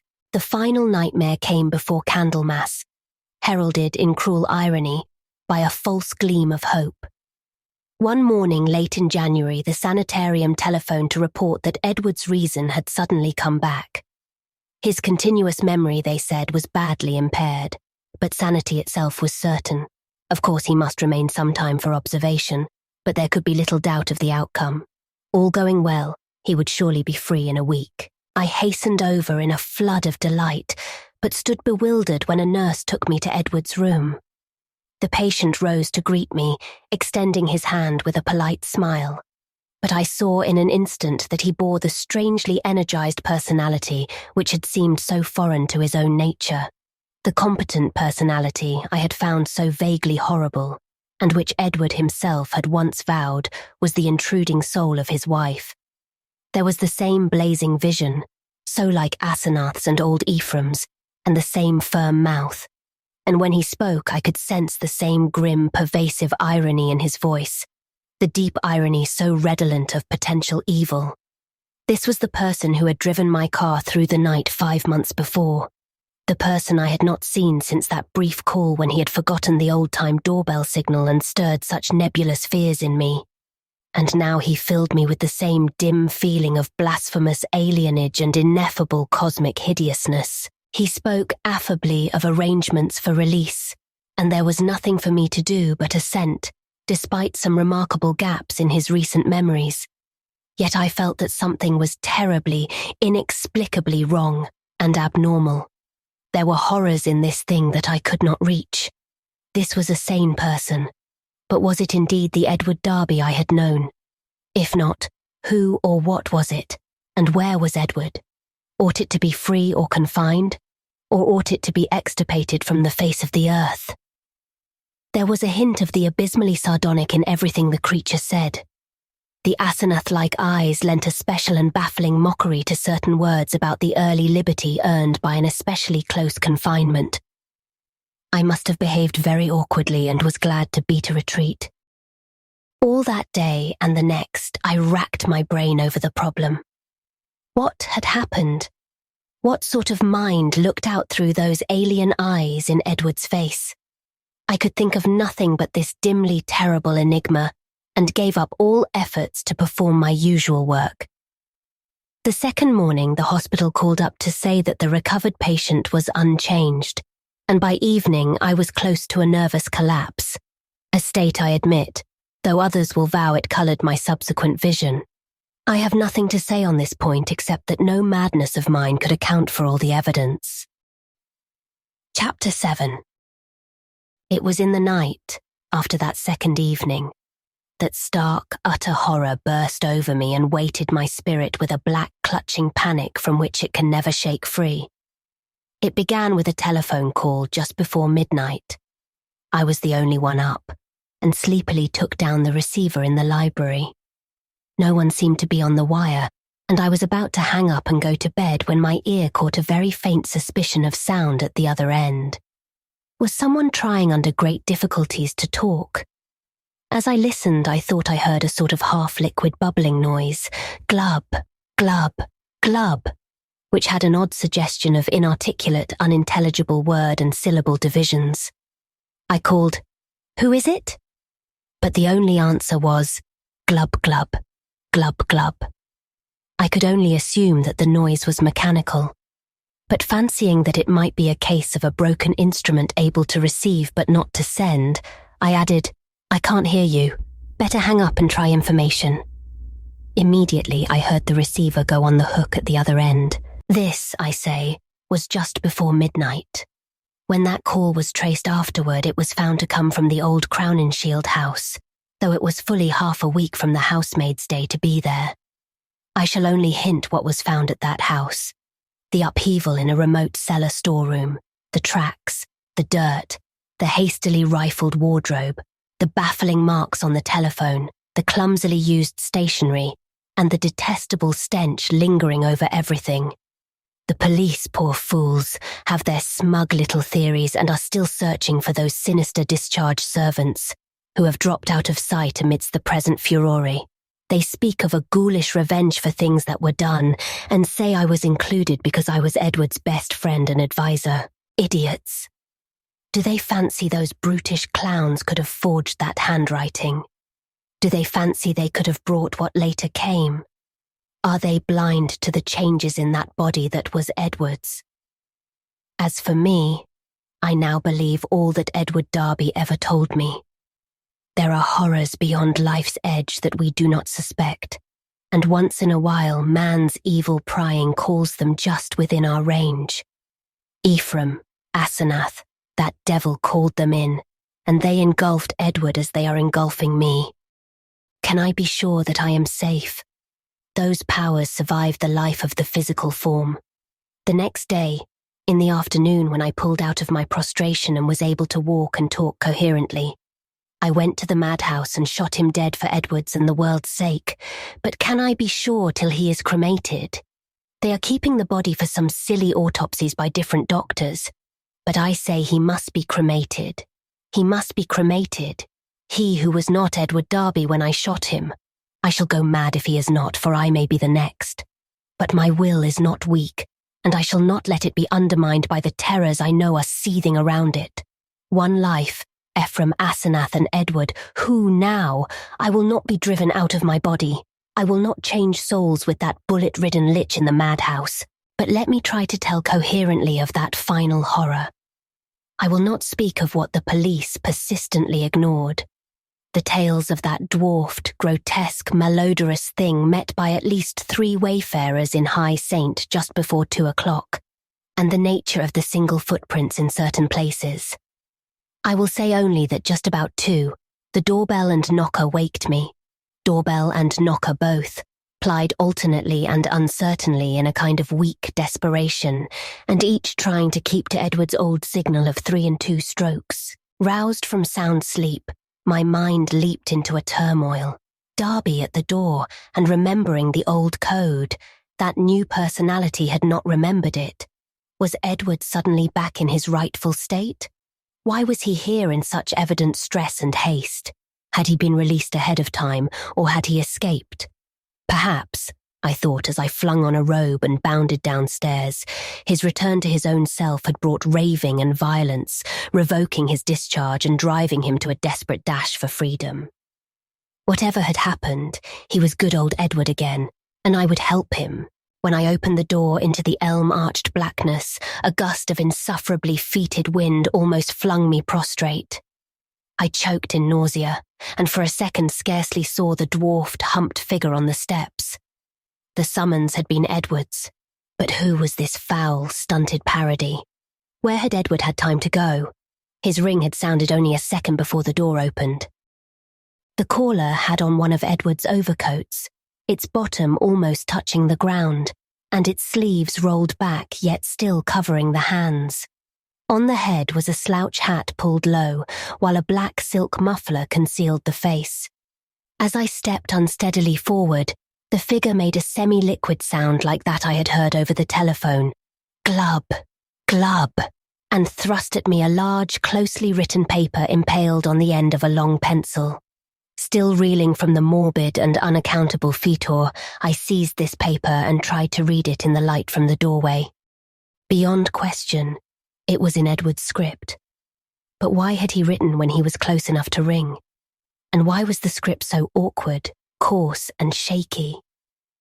I could make out nothing in the dim half-light, so edged back into the hall, the dwarf figure clumping mechanically after but pausing on the inner door's threshold.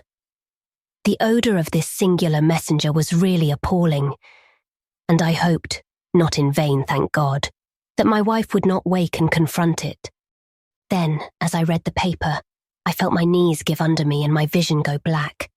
I was lying on the floor when I came to, that accursed sheet still clutched in my fear-rigid hand. This is what it said. Dan, go to the sanitarium and kill it. Exterminate it. It isn't Edward Darby anymore. She got me, it's Asenath, and she has been dead 3 months and a half. I lied when I said she had gone away. I killed her. I had to. It was sudden, but we were alone, and I was in my right body. I saw a candlestick and smashed her head in. She would have got me for good at Hallowmass. I buried her in the farther cellar storeroom, under some old boxes, and cleaned up all the traces. The servants suspected next morning, but they have such secrets that they dare not tell the police. I sent them off, but God knows what they, and others of the cult, will do. I thought for a while I was all right, and then I felt the tugging at my brain. I knew what it was. I ought to have remembered. A soul like hers, or Ephraim's, is half detached, and keeps right on after death as long as the body lasts. She was getting me, making me change bodies with her, seizing my body and putting me in that corpse of hers buried in the cellar. I knew what was coming. That's why I snapped and had to go to the asylum. Then it came. I found myself choked in the dark, in Asenath's rotting carcass down there in the cellar under the boxes where I put it. And I knew she must be in my body at the sanitarium, permanently, for it was after Hallowmass, and the sacrifice would work even without her being there, sane and ready for release as a menace to the world. I was desperate, and in spite of everything, I clawed my way out. I'm too far gone to talk. I couldn't manage to telephone, but I can still write. I'll get fixed up somehow and bring you this last word and warning. Kill that fiend if you value the peace and comfort of the world. See that it is cremated. If you don't, it will live on, body to body forever, and I can't tell you what it will do. Keep clear of black magic, Dan. It's the devil's business. Goodbye. You've been a great friend. Tell the police whatever they'll believe, and I'm damnably sorry to drag all this on you. I'll be at peace before long. This thing won't hold together much more. Hope you can read this, and kill that thing. Kill it. Yours, Ed. It was only afterward that I read the last half of this paper, for I had fainted at the end of the 3rd paragraph. I fainted again when I saw and smelled what cluttered up the threshold where the warm air had struck it. The messenger would not move or have consciousness anymore. The butler, tougher fibred than I, did not faint at what met him in the hall in the morning. Instead, he telephoned the police. When they came, I had been taken upstairs to bed, but the other mass, lay where it had collapsed in the night. The men put handkerchiefs to their noses. What they finally found inside Edward's oddly assorted clothes was mostly liquescent horror. There were bones, too, and a crushed-in skull. Some dental work positively identified the skull as Asenath's. The Rats in the Walls by H.P. Lovecraft.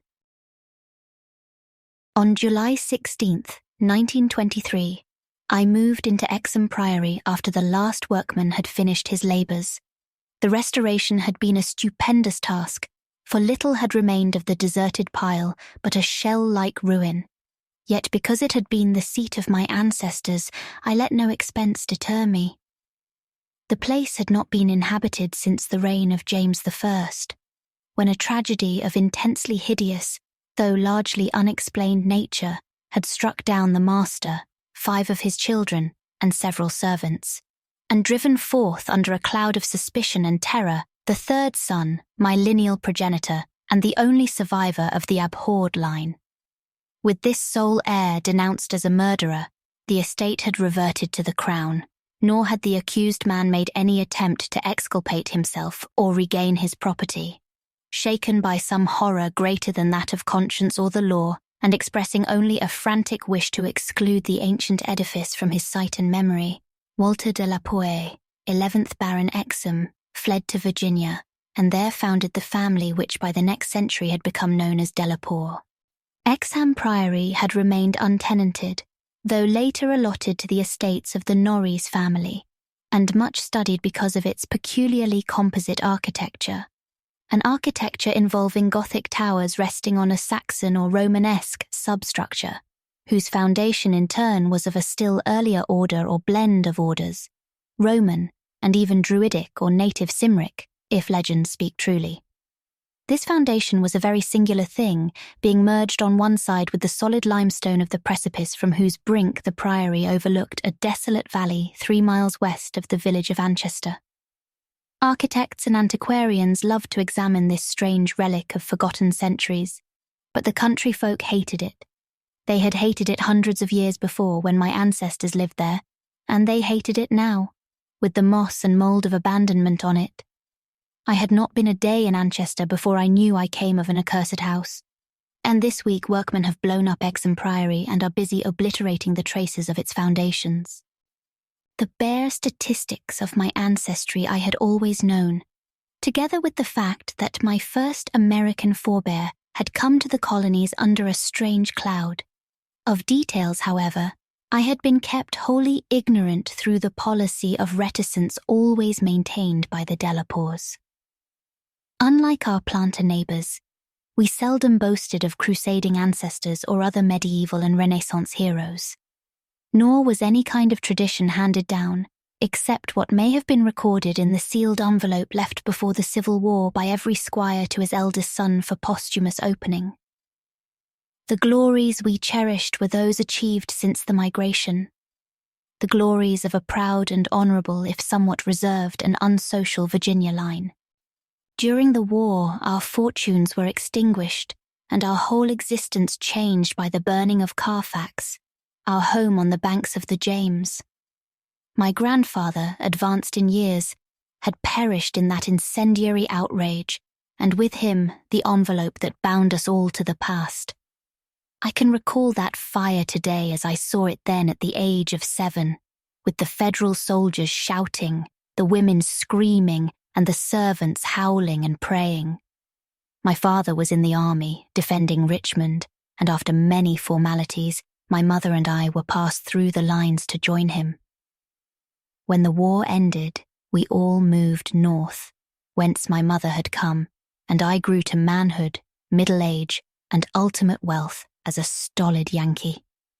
Neither my father nor I ever knew what our hereditary envelope had contained, and as I merged into the greyness of Massachusetts business life, I lost all interest in the mysteries which evidently lurked far back in my family tree. Had I suspected their nature, how gladly I would have left Exham Priory to its moss, bats, and cobwebs. My father died in 1904, but without any message to leave me or to my only child, Alfred. a motherless boy of 10. It was this boy who reversed the order of family information. For although I could give him only jesting conjectures about the past, he wrote me of some very interesting ancestral legends when the late war took him to England in 1917 as an aviation officer. Apparently, the Delapours had a colourful and perhaps sinister history, for a friend of my son's, Captain Edward Norris of the Royal Flying Corps, dwelt near the family seat at Anchester, and related some peasant superstitions which few novelists could equal for wildness and incredibility. Norris himself, of course, did not take them seriously, but they amused my son and made good material for his letters to me. It was this legendary which definitely turned my attention to my transatlantic heritage, and made me resolve to purchase and restore the family seat which Norris showed to Alfred in its picturesque desertion, and offered to get for him at a surprisingly reasonable figure, since his own uncle was the present owner. I bought Exham Priory in 1918, but was almost immediately distracted from my plans of restoration by the return of my son as a maimed individual. During the 2 years that he lived, I thought of nothing but his care, having even placed my business under the direction of partners. In 1921, as I found myself bereaved and aimless, a retired manufacturer no longer young, I resolved to divert my remaining years with my new possession. Visiting Anchester in December, I was entertained by Captain Norris, a plump, amiable young man who had thought much of my son, and secured his assistance in gathering plans and anecdotes to guide in the coming restoration. Exham Priory itself I saw without emotion, a jumble of tottering medieval ruins covered with lichens and honeycombed with rooks' nests, perched perilously upon a precipice and denuded of floors or other interior features save the stone walls of the separate towers. As I gradually recovered the image of the edifice as it had been when my ancestor left it over 3 centuries before, I began to hire workmen for the reconstruction. In every case, I was forced to go outside the immediate locality, for the Anchester villagers had an almost unbelievable fear and hatred of the place. This sentiment was so great that it was sometimes communicated to the outside labourers, causing numerous desertions, whilst its scope appeared to include both the priory and its ancient family. My son had told me that he was somewhat avoided during his visits because he was a Delapour, and I now found myself subtly ostracised for a like reason until I convinced the peasants how little I knew of my heritage. Even then, they sullenly disliked me, so that I had to collect most of the village traditions through the mediation of Norris.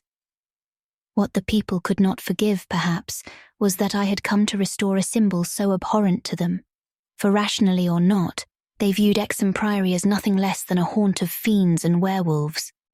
Piecing together the tales which Norris collected for me and supplementing them with the accounts of several savants who had studied the ruins, I deduced that Exham Priory stood on the site of a prehistoric temple, a druidical or anti-druidical thing which must have been contemporary with Stonehenge.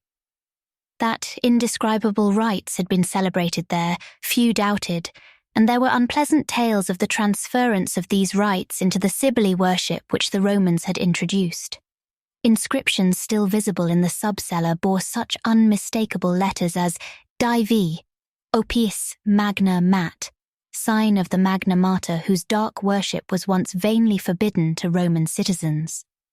Anchester had been the camp of the 3rd Augustan Legion, as many remains attest, and it was said that the temple of Cybele was splendid and thronged with worshippers who performed nameless ceremonies at the bidding of a Phrygian priest.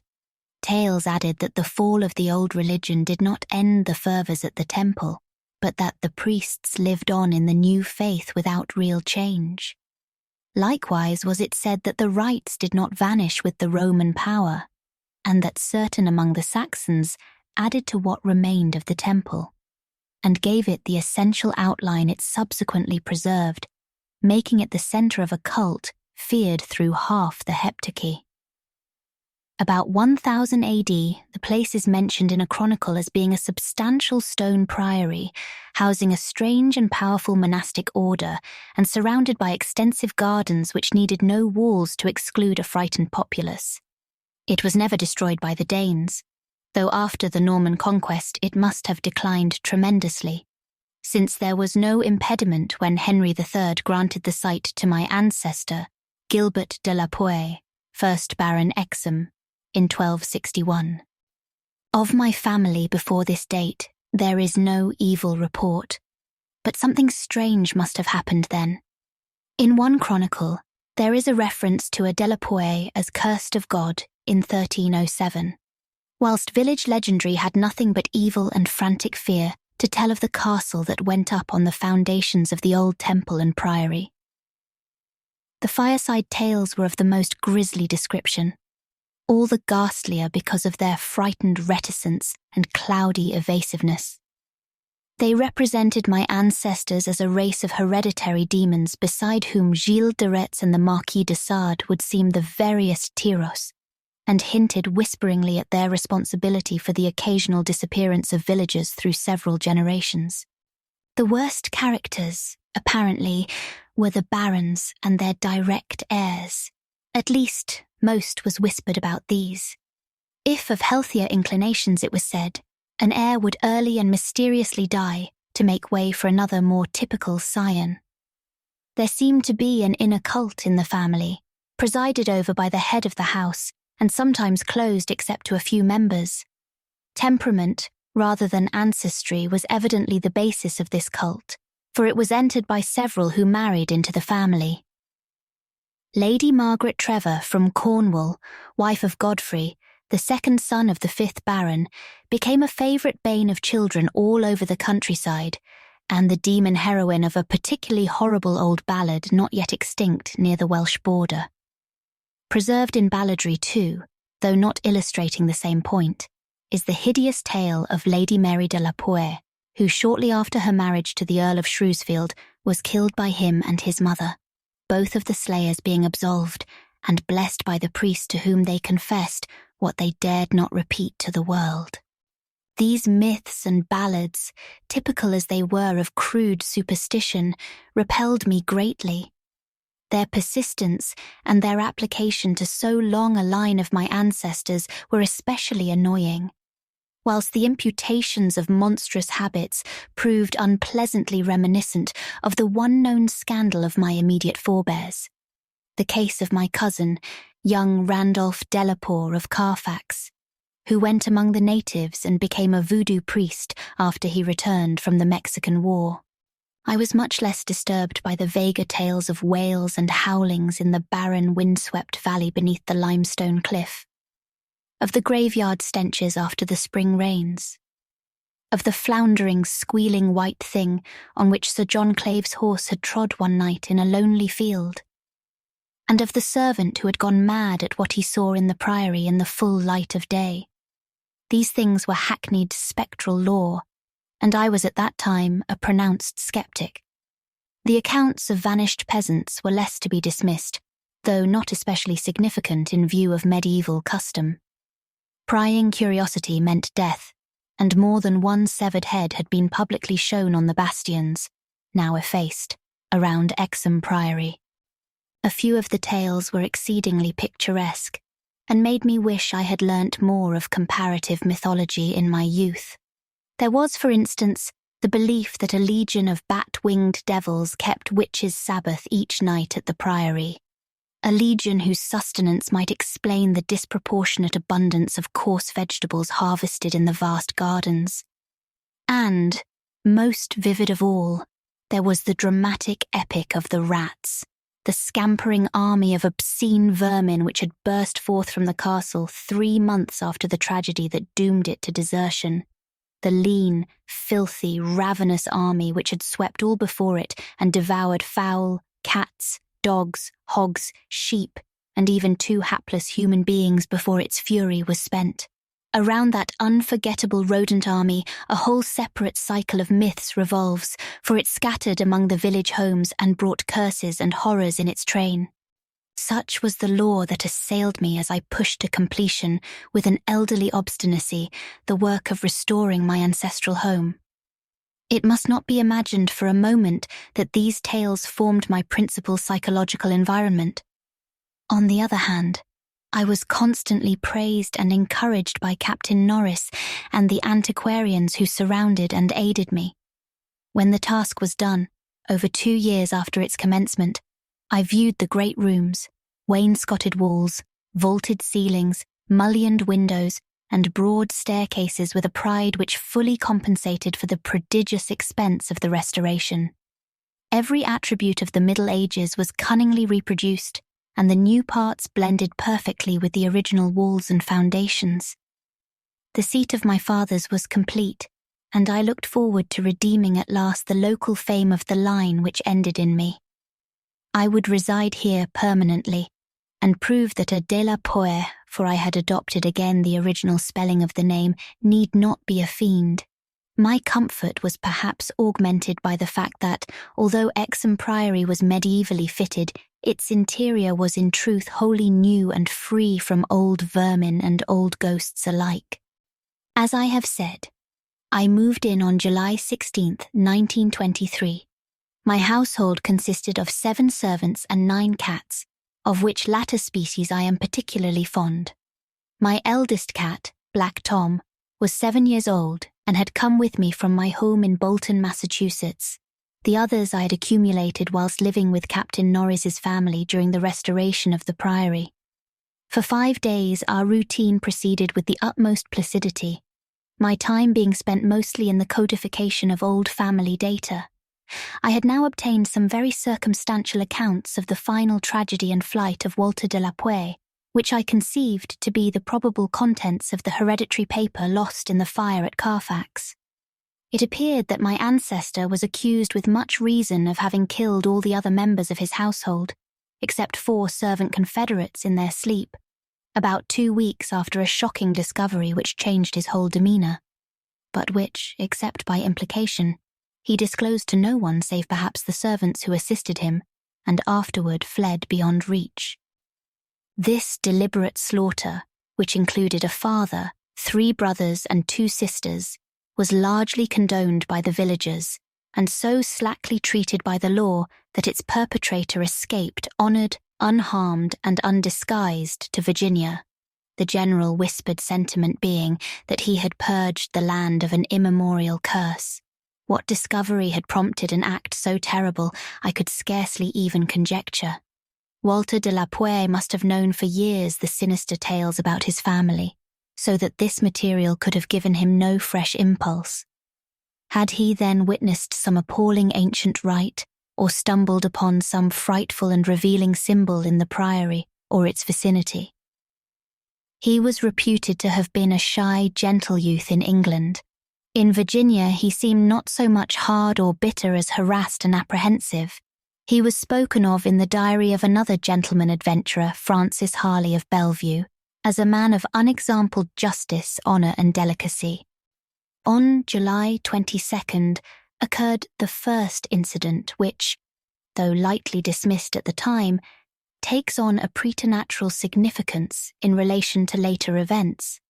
It was so simple as to be almost negligible and could not possibly have been noticed under the circumstances, for it must be recalled that since I was in a building practically fresh and new except for the walls, and surrounded by a well-balanced staff of servitors, apprehension would have been absurd despite the locality. What I afterward remembered is merely this, that my old black cat, whose moods I know so well, was undoubtedly alert and anxious to an extent wholly out of keeping with his natural character. He roved from room to room, restless and disturbed, and sniffed constantly about the walls which formed part of the old Gothic structure. I realise how trite this sounds, like the inevitable dog in the ghost story, which always growls before his master sees the sheeted figure, yet I cannot consistently suppress it. The following day, a servant complained of restlessness among all the cats in the house. He came to me in my study, a lofty west room on the 2nd story, with groined arches, black oak panelling, and a triple Gothic window overlooking the limestone cliff and desolate valley. And even as he spoke, I saw the jetty form of Black Tom creeping along the west wall and scratching at the new panels which overlaid the ancient stone. I told the man that there must be some singular odour or emanation from the old stonework, imperceptible to human senses, but affecting the delicate organs of cats even through the new woodwork. This I truly believed, and when the fellow suggested the presence of mice or rats, I mentioned that there had been no rats there for 300 years, and that even the field mice of the surrounding country could hardly be found in these high walls, where they had never been known to stray. That afternoon I called on Captain Norris, and he assured me that it would be quite incredible for field mice to infest the priory in such a sudden and unprecedented fashion. That night, dispensing as usual with a valet, I retired in the West Tower chamber which I had chosen as my own, reached from the study by a stone staircase and short gallery, the former partly ancient, the latter entirely restored. This room was circular, very high, and without wainscoting, being hung with arras, which I had myself chosen in London. Seeing that Black Tom was with me, I shut the heavy Gothic door and retired by the light of the electric bulbs which so cleverly counterfeited candles, finally switching off the light and sinking on the carved and canopied four-poster, with the venerable cat in his accustomed place across my feet. I did not draw the curtains, but gazed out at the narrow north window which I faced. There was a suspicion of aurora in the sky, and the delicate traceries of the window were pleasantly silhouetted. At some time I must have fallen quietly asleep, for I recall a distinct sense of leaving strange dreams when the cat started violently from his placid position. I saw him in the faint auroral glow, head strained forward, 4 feet on my ankles and hind feet stretched behind. He was looking intensely at a point on the wall somewhat west of the window, a point which to my eye had nothing to mark it, but toward which all my attention was now directed. And as I watched, I knew that Black Tom was not vainly excited. Whether the arras actually moved, I cannot say. I think it did very slightly, but what I can swear to is that behind it I heard a low, distinct scurrying as of rats or mice. In a moment the cat had jumped bodily on the screening tapestry, bringing the affected section to the floor with his weight, and exposing a damp, ancient wall of stone, patched here and there by the restorers and devoid of any trace of rodent prowlers. Black Tom raced up and down the floor by this part of the wall, clawing the fallen arras and seemingly trying at times to insert a paw between the wall and the oaken floor. He found nothing, and after a time returned wearily to his place across my feet. I had not moved, but I did not sleep again that night. In the morning I questioned all the servants and found that none of them had noticed anything unusual, save that the cook remembered the actions of a cat which had rested on her window-sill. This cat had howled at some unknown hour of the night, awaking the cook in time for her to see him dart purposefully out of the open door down the stairs. I drowsed away the noontime, and in the afternoon called again on Captain Norris, who became exceedingly interested in what I told him. The odd incidents, so slight yet so curious, appealed to his sense of the picturesque and elicited from him a number of reminiscences of local ghostly lore. We were genuinely perplexed at the presence of rats, and Norris lent me some traps and Paris green, which I had the servants place in strategic localities when I returned. I retired early, being very sleepy, but was harassed by dreams of the most horrible sort. I seemed to be looking down from an immense height upon a twilit grotto, knee-deep with filth, where a white-bearded demon swineherd drove about with his staff a flock of fungus, flabby beasts whose appearance filled me with unutterable loathing. Then, as the swineherd paused and nodded over his task, a mighty swarm of rats rained down on the stinking abyss and fell to devouring beasts and man alike. From this terrific vision, I was abruptly awaked by the motions of Black Tom, who had been sleeping as usual across my feet. This time I did not have to question the source of his snarls and hisses, and of the fear which made him sink his claws into my ankle. unconscious of their effect. For on every side of the chamber, the walls were alive with nauseous sound, the verminous slithering of ravenous, gigantic rats. There was now no aurora to show the state of the arras, the fallen section of which had been replaced, but I was not too frightened to switch on the light. As the bulbs leapt into radiance, I saw a hideous shaking all over the tapestry, causing the somewhat peculiar designs to execute a singular dance of death. This motion disappeared almost at once, and the sound with it. Springing out of bed, I poked at the arras with the long handle of a warming pan that rested near, and lifted one section to see what lay beneath. There was nothing but the patched stone wall, and even the cat had lost his tense realization of abnormal presences. When I examined the circular trap that had been placed in the room, I found all of the openings sprung, though no trace remained of what had been caught and had escaped. Further sleep was out of the question, so lighting a candle, I opened the door and went out in the gallery toward the stairs to my study, Black Tom following at my heels.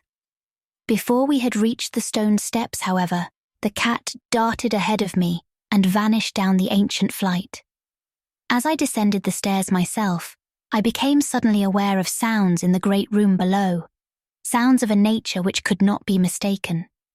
The oak-panelled walls were alive with rats, scampering and milling, whilst Black Tom was racing about with the fury of a baffled hunter. Reaching the bottom, I switched on the light, which did not this time cause the noise to subside. The rats continued their riot, stampeding with such force and distinctness that I could finally assign to their motions a definite direction. These creatures, in numbers apparently inexhaustible, were engaged in one stupendous migration from inconceivable heights to some depth conceivably or inconceivably below. I now heard steps in the corridor, and in another moment, 2 servants pushed open the massive door. They were searching the house for some unknown source of disturbance which had thrown all the cats into a snarling panic and caused them to plunge precipitately down several flights of stairs and squat, yowling, before the closed door to the subcellar. I asked them if they had heard the rats, but they replied in the negative, and when I turned to call their attention to the sounds in the panels, I realized that the noise had ceased. With the 2 men, I went down to the door of the subcellar, but found the cats already dispersed. Later, I resolved to explore the crypt below, but for the present, I merely made a round of the traps. All were sprung, yet all were tenantless. Satisfying myself that no one had heard the rats save the felines and me, I sat in my study till morning, thinking profoundly and recalling every scrap of legend I had unearthed concerning the building I inhabited. I slept some in the forenoon, leaning back in the one comfortable library chair which my medieval plan of furnishing could not banish. Later, I telephoned to Captain Norris, who came over and helped me explore the subcellar. Absolutely nothing untoward was found, although we could not repress a thrill at the knowledge that this vault was built by Roman hands. Every low arch and massive pillar was Roman, not the debased Romanesque of the bungling Saxons, but the severe and harmonious classicism of the age of the Caesars. Indeed, the walls abounded with inscriptions familiar to the antiquarians who had repeatedly explored the place, things like Pegete, Prop, Temp, Dona, and El Prec, Ves, Pontifi, Atis. The reference to Attis made me shiver, for I had read Catullus and knew something of the hideous rites of the Eastern god, whose worship was so mixed with that of Sibyl. Norris and I, by the light of lanterns, tried to interpret the odd and nearly effaced designs on certain irregularly rectangular blocks of stone generally held to be altars, but could make nothing of them. We remembered that one pattern, a sort of rayed sun, was held by students to imply a non-Roman origin, suggesting that these altars had merely been adopted by the Roman priests from some older and perhaps native temple on the same site. On one of these blocks were some brown stains which made me wonder. The largest, in the centre of the room, had certain features on the upper surface which indicated its connection with fire, probably burnt offerings. Such were the sights in that crypt before whose door the cats had howled, and where Norris and I now determined to pass the night. Couches were brought down by the servants, who were told not to mind any nocturnal actions of the cats, and Black Tom was admitted as much for help as for companionship. We decided to keep the great oak door, a modern replica with slits for ventilation, tightly closed, and with this attended to, we retired with lanterns still burning to await whatever might occur. The vault was very deep in the foundations of the priory and undoubtedly far down on the face of the beetling limestone cliff overlooking the waste valley. That it had been the goal of the scuffling and unexplainable rats I could not doubt, though why, I could not tell. As we lay there expectantly, I found my vigil occasionally mixed with half-formed dreams, from which the uneasy motions of the cat across my feet would rouse me. These dreams were not wholesome, but horribly like the one I had had the night before. I saw again the twilit grotto, and the swineherd, with his unmentionable fungus beasts wallowing in filth, and as I looked at these things they seemed nearer and more distinct, so distinct that I could almost observe their features. Then I did observe the flabby features of one of them, and awaked with such a scream that Black Tom started up, whilst Captain Norris, who had not slept, laughed considerably. Norris might have laughed more, or perhaps less, had he known what it was that made me scream. But I did not remember myself till later. Ultimate horror often paralyzes memory in a merciful way. Norris waked me when the phenomena began.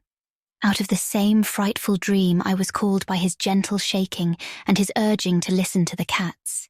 Indeed, there was much to listen to, for beyond the closed door at the head of the stone steps was a veritable nightmare of feline yelling and clawing, whilst Black Tom, unmindful of his kindred outside, was running excitedly around the bare stone walls, in which I heard the same babble of scurrying rats that had troubled me the night before. An acute terror now rose within me, for here were anomalies which nothing normal could well explain. These rats, if not the creatures of a madness which I shared with the cats alone, must be burrowing and sliding in Roman walls I had thought to be of solid limestone blocks, unless perhaps the action of water through more than 17 centuries had eaten winding tunnels which rodent bodies had worn clear and ample. But even so, the spectral horror was no less. For if these were living vermin, why did not Norris hear their disgusting commotion? Why did he urge me to watch Black Tom and listen to the cats outside? And why did he guess wildly and vaguely at what could have aroused them?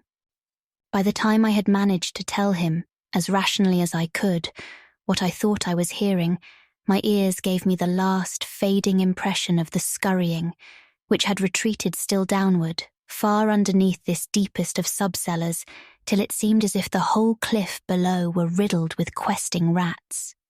Norris was not as sceptical as I had anticipated, but instead seemed profoundly moved. He motioned to me to notice that the cats at the door had ceased their clamour, as if giving up the rats for lost, whilst Black Tom had a burst of renewed restlessness and was clawing frantically around the bottom of the large stone altar in the centre of the room, which was nearer Norris's couch than mine. My fear of the unknown was at this point very great. Something astounding had occurred, and I saw that Captain Norris, a younger, stouter, and presumably more naturally materialistic man, was affected fully as much as myself, perhaps because of his lifelong and intimate familiarity with local legend. We could for the moment do nothing but watch the old black cat as he pawed with decreasing fervour at the base of the altar, occasionally looking up and mewing to me in that persuasive manner which he used when he wished me to perform some favour for him. Norris now took a lantern close to the altar and examined the place where Black Tom was pawing, silently kneeling and scraping away the lichens of centuries which joined the massive pre-Roman block to the tessellated floor. He did not find anything, and was about to abandon his effort when I noticed a trivial circumstance which made me shudder, even though it implied nothing more than I had already imagined. I told him of it, and we both looked at its almost imperceptible manifestation with the fixedness of fascinated discovery and acknowledgement. It was only this, that the flame of the lantern set down near the altar was slightly but certainly flickering from a draught of air which it had not before received, and which came indubitably from the crevice between floor and altar, where Norris was scraping away the lichens. We spent the rest of the night in the brilliantly lighted study, nervously discussing what we should do next. The discovery that some vault deeper than the deepest known masonry of the Romans underlay this accursed pile, some vault unsuspected by the curious antiquarians of 3 centuries, would have been sufficient to excite us without any background of the sinister. As it was, the fascination became twofold, and we paused in doubt whether to abandon our search and quit the priory forever in superstitious caution, or to gratify our sense of adventure and brave whatever horrors might await us in the unknown depths.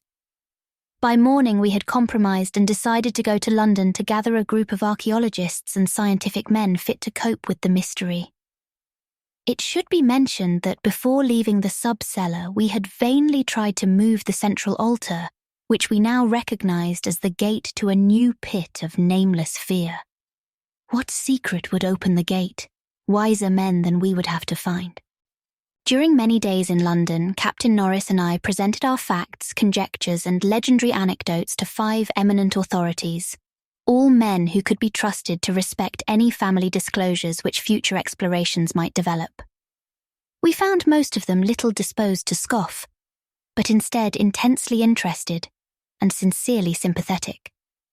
It is hardly necessary to name them all, but I may say that they included Sir William Brinton, whose excavations in the Troad excited most of the world in their day.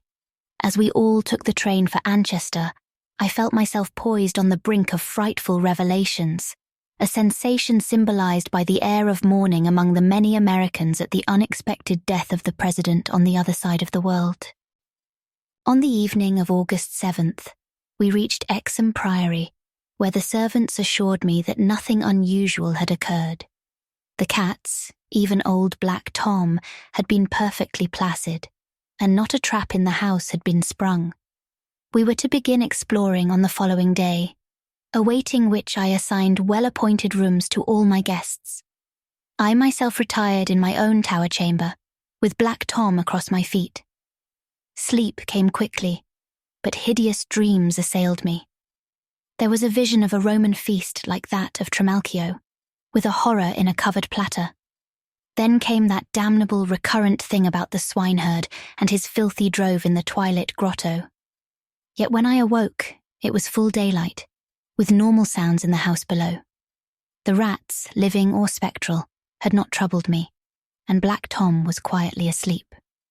On going down, I found that the same tranquillity had prevailed elsewhere, a condition which one of the assembled savants, a fellow named Thornton, devoted to the psychic, rather absurdly laid to the fact that I had now been shown the thing which certain forces had wished to show me. All was now ready, and at 11 a.m. our entire group of 7 men, bearing powerful electric searchlights and implements of excavation, went down to the sub-cellar and bolted the door behind us. Black Tom was with us, for the investigators found no occasion to despise his excitability, and were indeed anxious that he be present in case of obscure rodent manifestations. We noted the Roman inscriptions and unknown altar designs only briefly, for 3 of the savants had already seen them, and all knew their characteristics. Prime attention was paid to the momentous central altar, and within an hour, Sir William Brinton had caused it to tilt backward, balanced by some unknown species of counterweight. There now lay revealed such a horror as would have overwhelmed us had we not been prepared.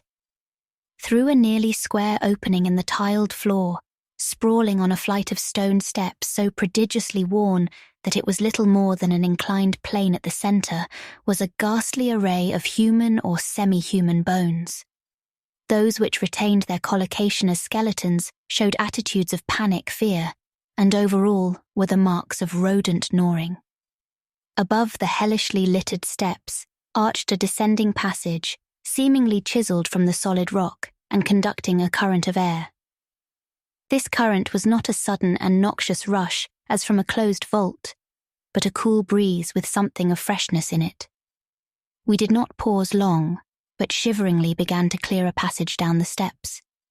It was then that Sir William, examining the hewn walls, made the odd observation that the passage, according to the direction of the strokes, must have been chiselled from beneath. I must be very deliberate now and choose my words. After ploughing down a few steps amidst the gnawed bones, we saw that there was light ahead, not any mystic phosphorescence but a filtered daylight, which could not come except from unknown fissures in the cliff that overlooked the waste valley. That such fissures had escaped notice from outside was hardly remarkable, for not only is the valley wholly uninhabited, but the cliff is so high and beetling that only an aeronaut could study its face in detail. A few steps more, and our breaths were literally snatched from us by what we saw. So literally that Thornton, the psychic investigator, actually fainted in the arms of the dazed man who stood behind him. Norris, his plump face utterly white and flabby, simply cried out inarticulately, whilst I think that what I did was to gasp or hiss and cover my eyes. The man behind me, the only one of the party older than I, croaked the hackneyed "My God" in the most cracked voice I ever heard. Of 7 cultivated men, only Sir William Brinton retained his composure, a thing more to his credit because he led the party and must have seen the sight first. It was a twilit grotto of enormous height, stretching away farther than any eye could see, a subterraneous world of limitless mystery and horrible suggestion. There were buildings and other architectural remains. In one terrified glance I saw a weird pattern of tumuli, a savage circle of monoliths, a low-domed Roman ruin, a sprawling Saxon pile, and an early English edifice of wood. But all these were dwarfed by the ghoulish spectacle presented by the general surface of the ground. For yards about the steps extended an insane tangle of human bones, or bones at least as human as those on the steps. Like a foamy sea they stretched, some fallen apart, but others wholly or partly articulated as skeletons. These latter invariably in postures of demoniac frenzy, either fighting off some menace or clutching other forms with cannibal intent. When Dr. Trask, the anthropologist, stooped to classify the skulls, he found a degraded mixture which utterly baffled him. They were mostly lower than the Piltdown man in the scale of evolution, but in every case definitely human. Many were of higher grade, and a very few were the skulls of supremely and sensitively developed types. All the bones were gnawed, mostly by rats, but somewhat by others of the half-human drove. Mixed with them were many tiny bones of rats, fallen members of the lethal army which closed the ancient epic. I wonder that any man among us lived and kept his sanity through that hideous day of discovery. Not Hoffman or Heisman's could conceive a scene more wildly incredible, more frenetically repellent, or more gothically grotesque than the twilit grotto through which we 7 staggered, each stumbling on revelation after revelation, and trying to keep for the nonce from thinking of the events which must have taken place there 300 years, or 1,000, or 2,000, or 10,000 years ago. It was the antechamber of hell, and poor Thornton fainted again when Trask told him that some of the skeleton things must have descended as quadrupeds through the last 20 or more generations. Horror piled on horror as we began to interpret the architectural remains. The quadruped things, with their occasional recruits from the biped class, had been kept in stone pens, out of which they must have broken in their last delirium of hunger or rat fear.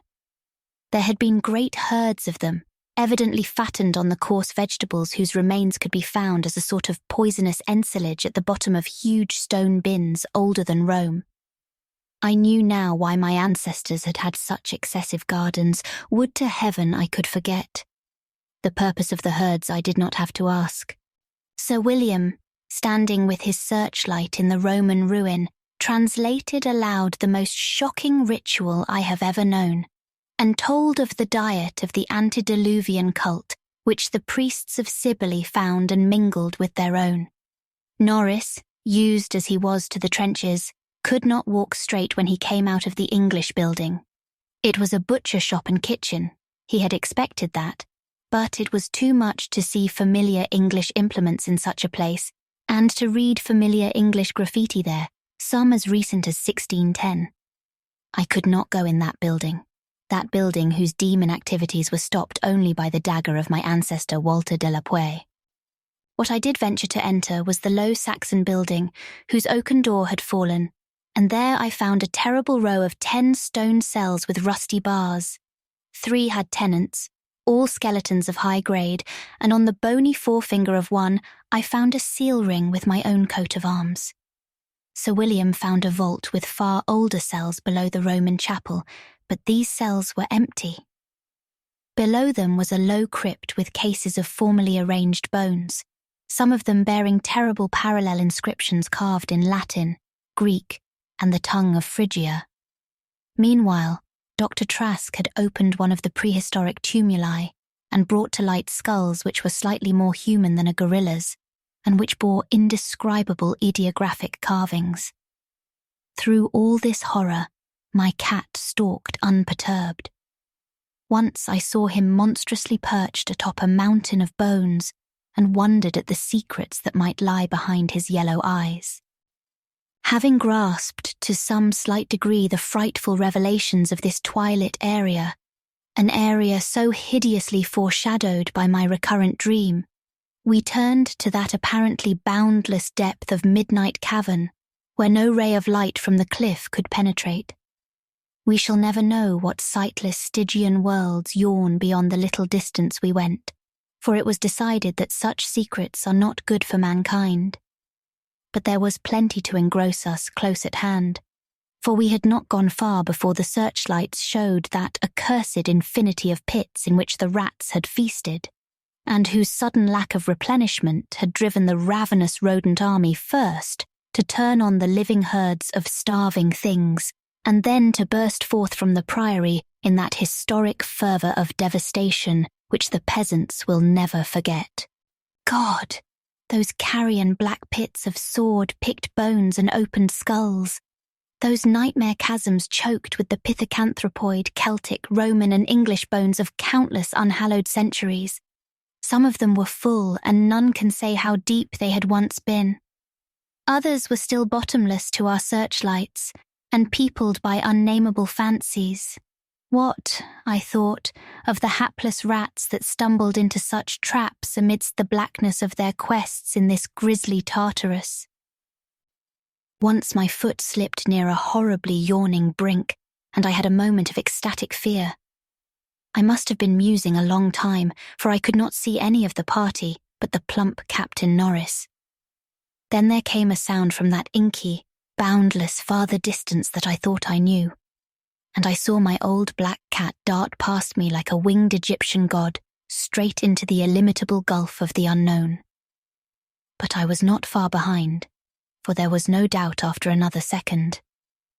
It was the eldritch scurrying of those fiend-born rats, always questing for new horrors, and determined to lead me on even unto those grinning caverns of Earth's centre, where Nyarlathotep, the mad, faceless god, howls blindly to the piping of 2 amorphous idiot flute players. My searchlight expired, but still I ran. I heard voices and yowls and echoes, but above all there gently rose that impious, insidious scurrying, gently rising, as a stiff, bloated corpse gently rises above an oily river that flows under endless onyx bridges to a black, putrid sea. Something bumped into me, something soft and plump. It must have been the rats, the viscous, gelatinous, ravenous army that feast on the dead and the living. Why shouldn't rats eat a delapoer as a delapoer eats forbidden things? The war ate my boy, damn them all. And the Yanks ate Carfax with flames and burnt Grandsire Delapoer and the secret. No, I tell you I am not that demon swineherd in the twilit grotto. It was not Edward Norris' fat face on that flabby fungus thing. Who says I am a Delapoer? He lived, but my boy died. Shall a Norris hold the lands of a Delapoer? It's voodoo, I tell you, that spotted snake. Curse you, Thornton. I'll teach you to faint at what my family do. Splud, thou stinkard. I'll learn ye how to gust. Will ye swink in me thilka wise? Magna Mater, Magna Mater. Artis, dia adagides ad aodan. Agus bas dunak ort, donas is dolas ort, agus lietza. Ungle, tish. That is what they say, I said when they found me in the blackness after 3 hours. Found me crouching in the blackness over the plump, half-eaten body of Captain Norris with my own cat leaping and tearing at my throat. Now they have blown up Exham Priory, taken my Black Tom away from me, and shut me into this barred room at Hanwell with fearful whispers about my heredity and experiences. Thornton is in the next room, but they prevent me from talking to him. They are trying too to suppress most of the facts concerning the Priory. When I speak of poor Norris, they accuse me of a hideous thing, but they must know that I did not do it. They must know it was the rats, the slithering, scurrying rats whose scampering will never let me sleep. The demon rats that race behind the padding in this room and beckon me down to greater horrors than I have ever known. The rats they can never hear. The rats in the walls.